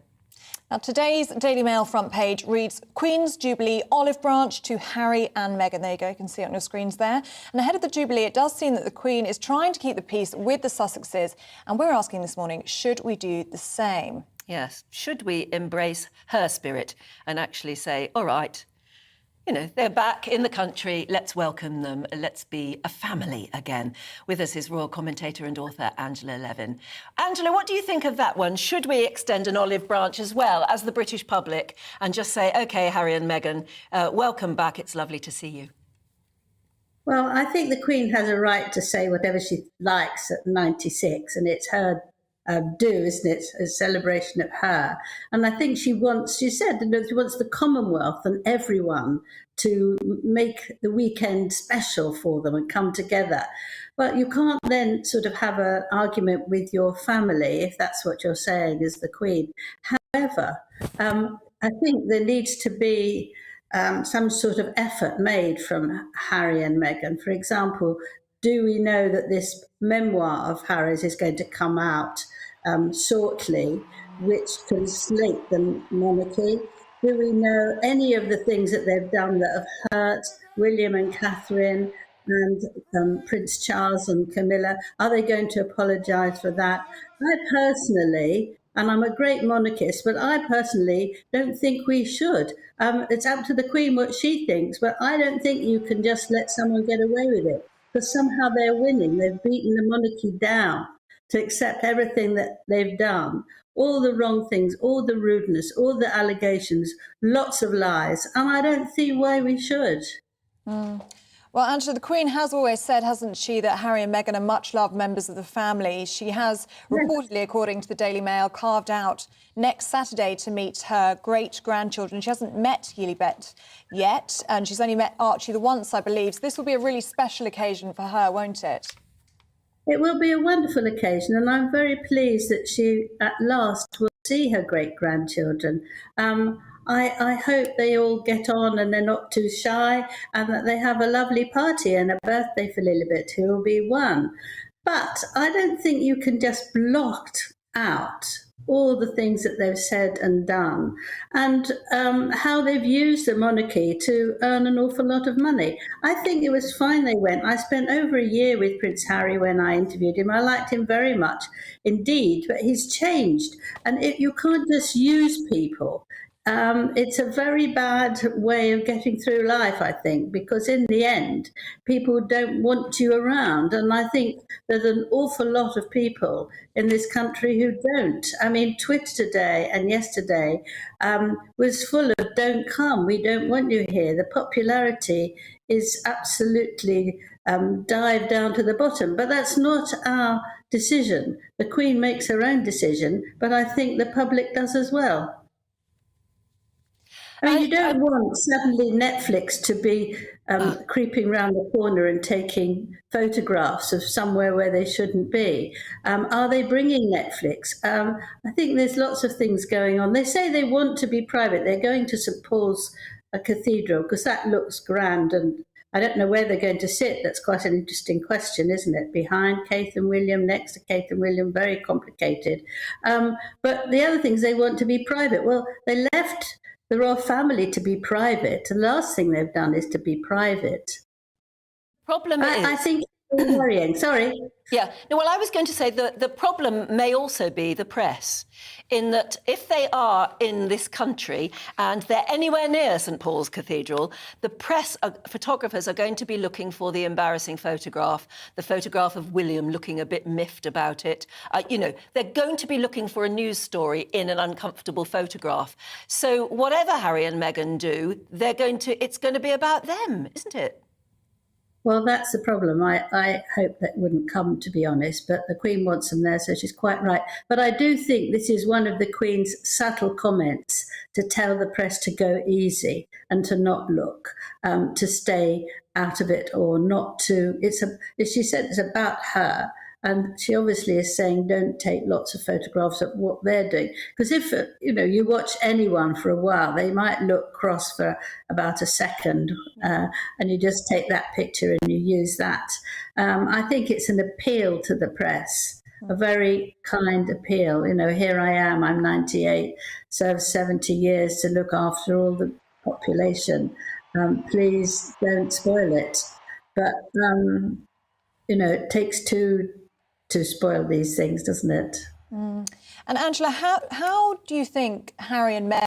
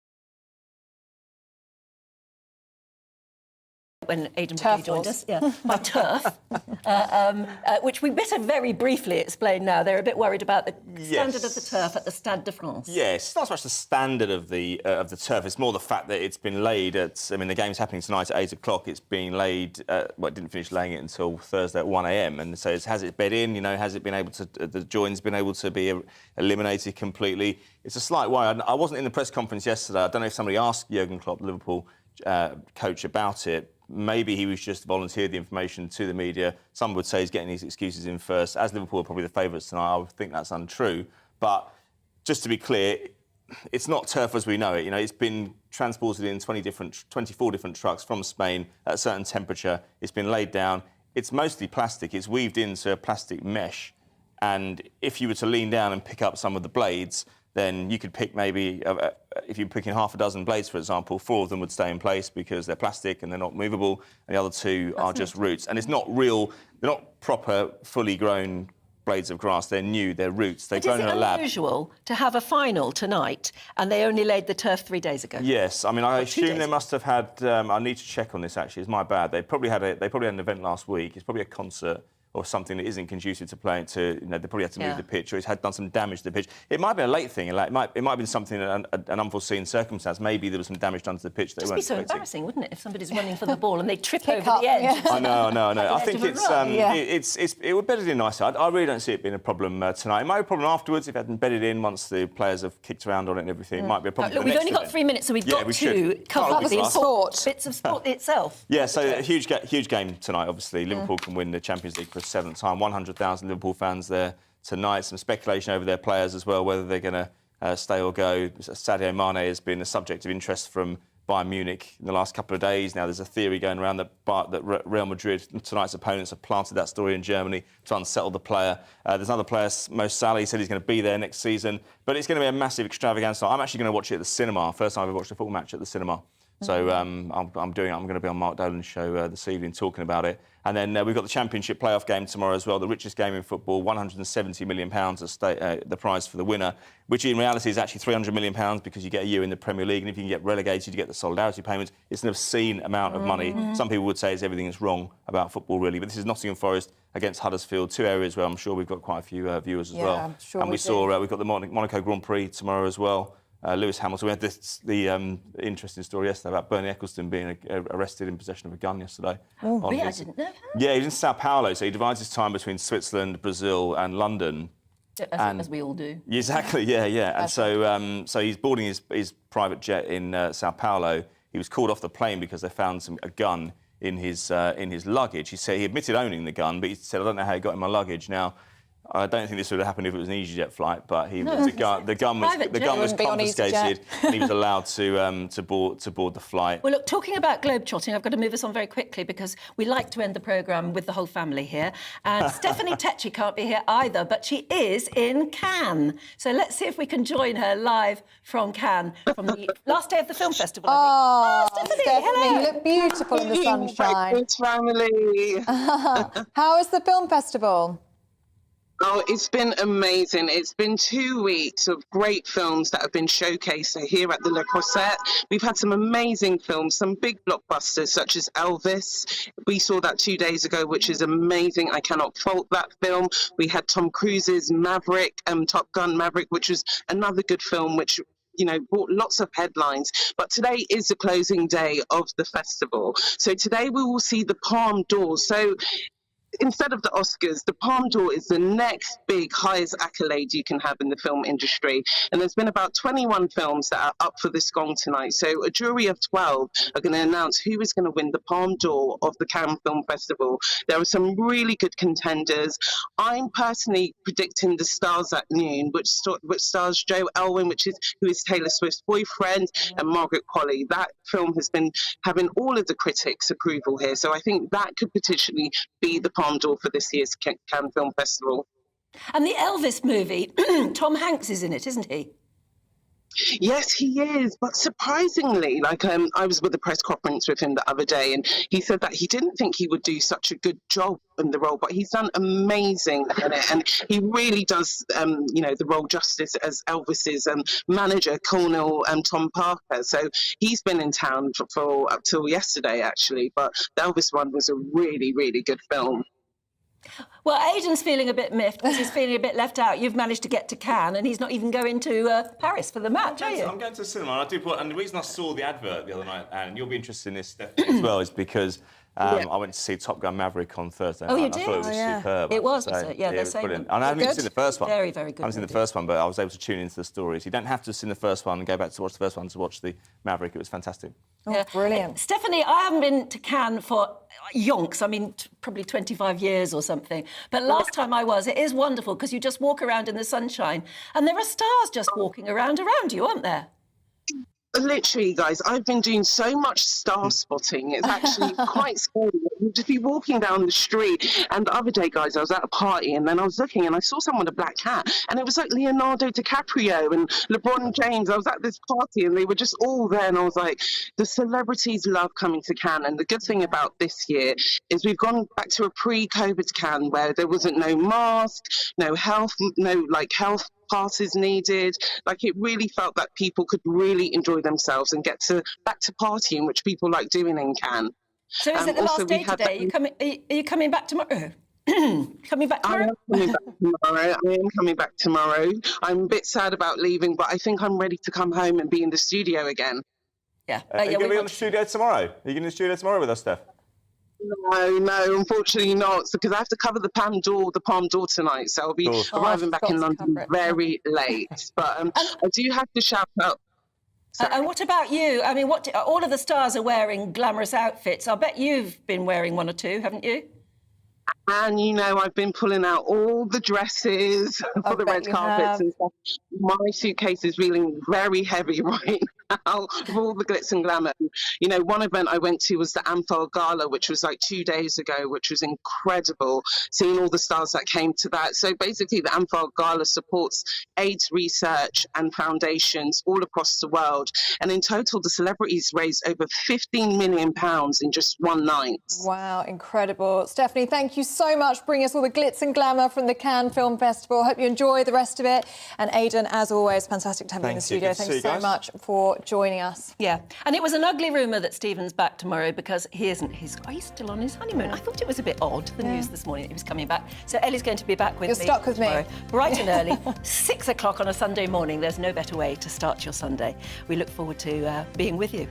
Until then, we'd love some more pictures of beach huts as well. We'll keep it going tomorrow. Yes. Bye-bye. Good morning, Alex Deacon here with your latest weather update. Bit of a chilly one out there this morning, but for most of us it's going to be a fine Friday with dry, bright weather, plenty of sunshine and lighter winds compared to yesterday. High pressure is slowly moving in and breaking up this weather front, bringing, as I say, for most of us a fine day. But notice the isobars fairly close together there across Scotland, so still quite windy here with a fair few showers coming in, mostly north of the central belt. But showers on the heavy side in places this morning before easing off this afternoon. From the central belt southwards, the vast majority staying dry. Certainly plenty of sunshine across the Midlands, Wales, southern and eastern England, and lighter winds compared to yesterday. And although it's a bit fresh out there right now, temperatures ticking up by this afternoon, feeling pretty pleasant, 21, maybe 22 Celsius. Cooler further north and certainly still pretty fresh for the time of year in northern Scotland with a few showers and a stiff wind. The showers will continue to fade through this evening. Most of us are going to be dry. Temperatures will drop quite sharply this evening, though, so bear that in mind if you have outdoor plans. It's going to be another chilly one tonight and a pretty cold start to Saturday for the time of year, well down into single figures. Certainly in rural areas, we could be as low as 2 or 3 degrees. So, yes, chilly for Saturday morning, but again, it's going to be a blue sky morning, lots of sunshine around. Again, the main exception will be northeast Scotland, where it'll still be breezy with maybe a few showers. Cloud is expected to develop through the day tomorrow, particularly over eastern England. There's a small chance of a shower or two here, but for most it's going to stay dry.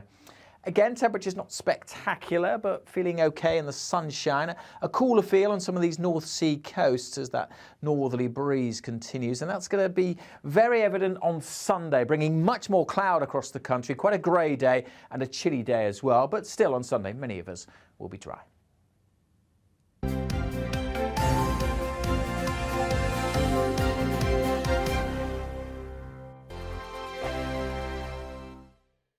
We are GB News. We're right across this great nation. On TV, on radio, on digital. Absolutely everywhere. We don't talk down to you. We embrace all voices with honest and civilised conversation. We're not part of the establishment. We're one of you.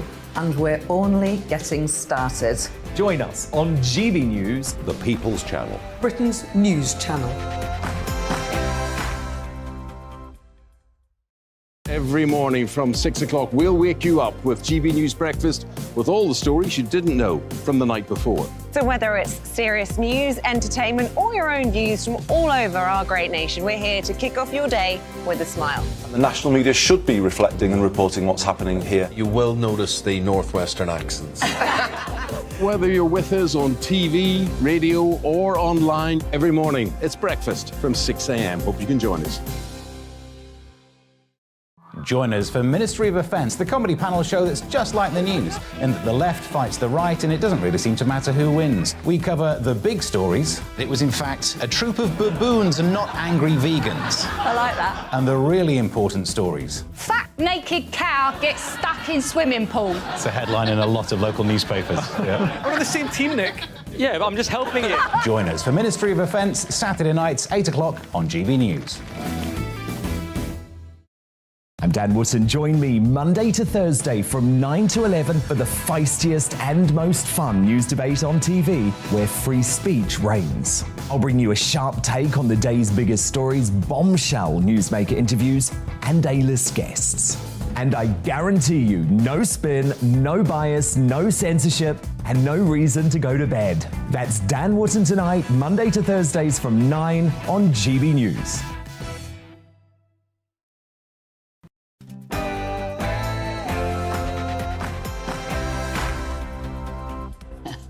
Good morning. You're watching and listening to GB News. Coming up on Saturday morning with Esther and Philip. We're talking about Partygate after Sue Gray published her much-anticipated report this week.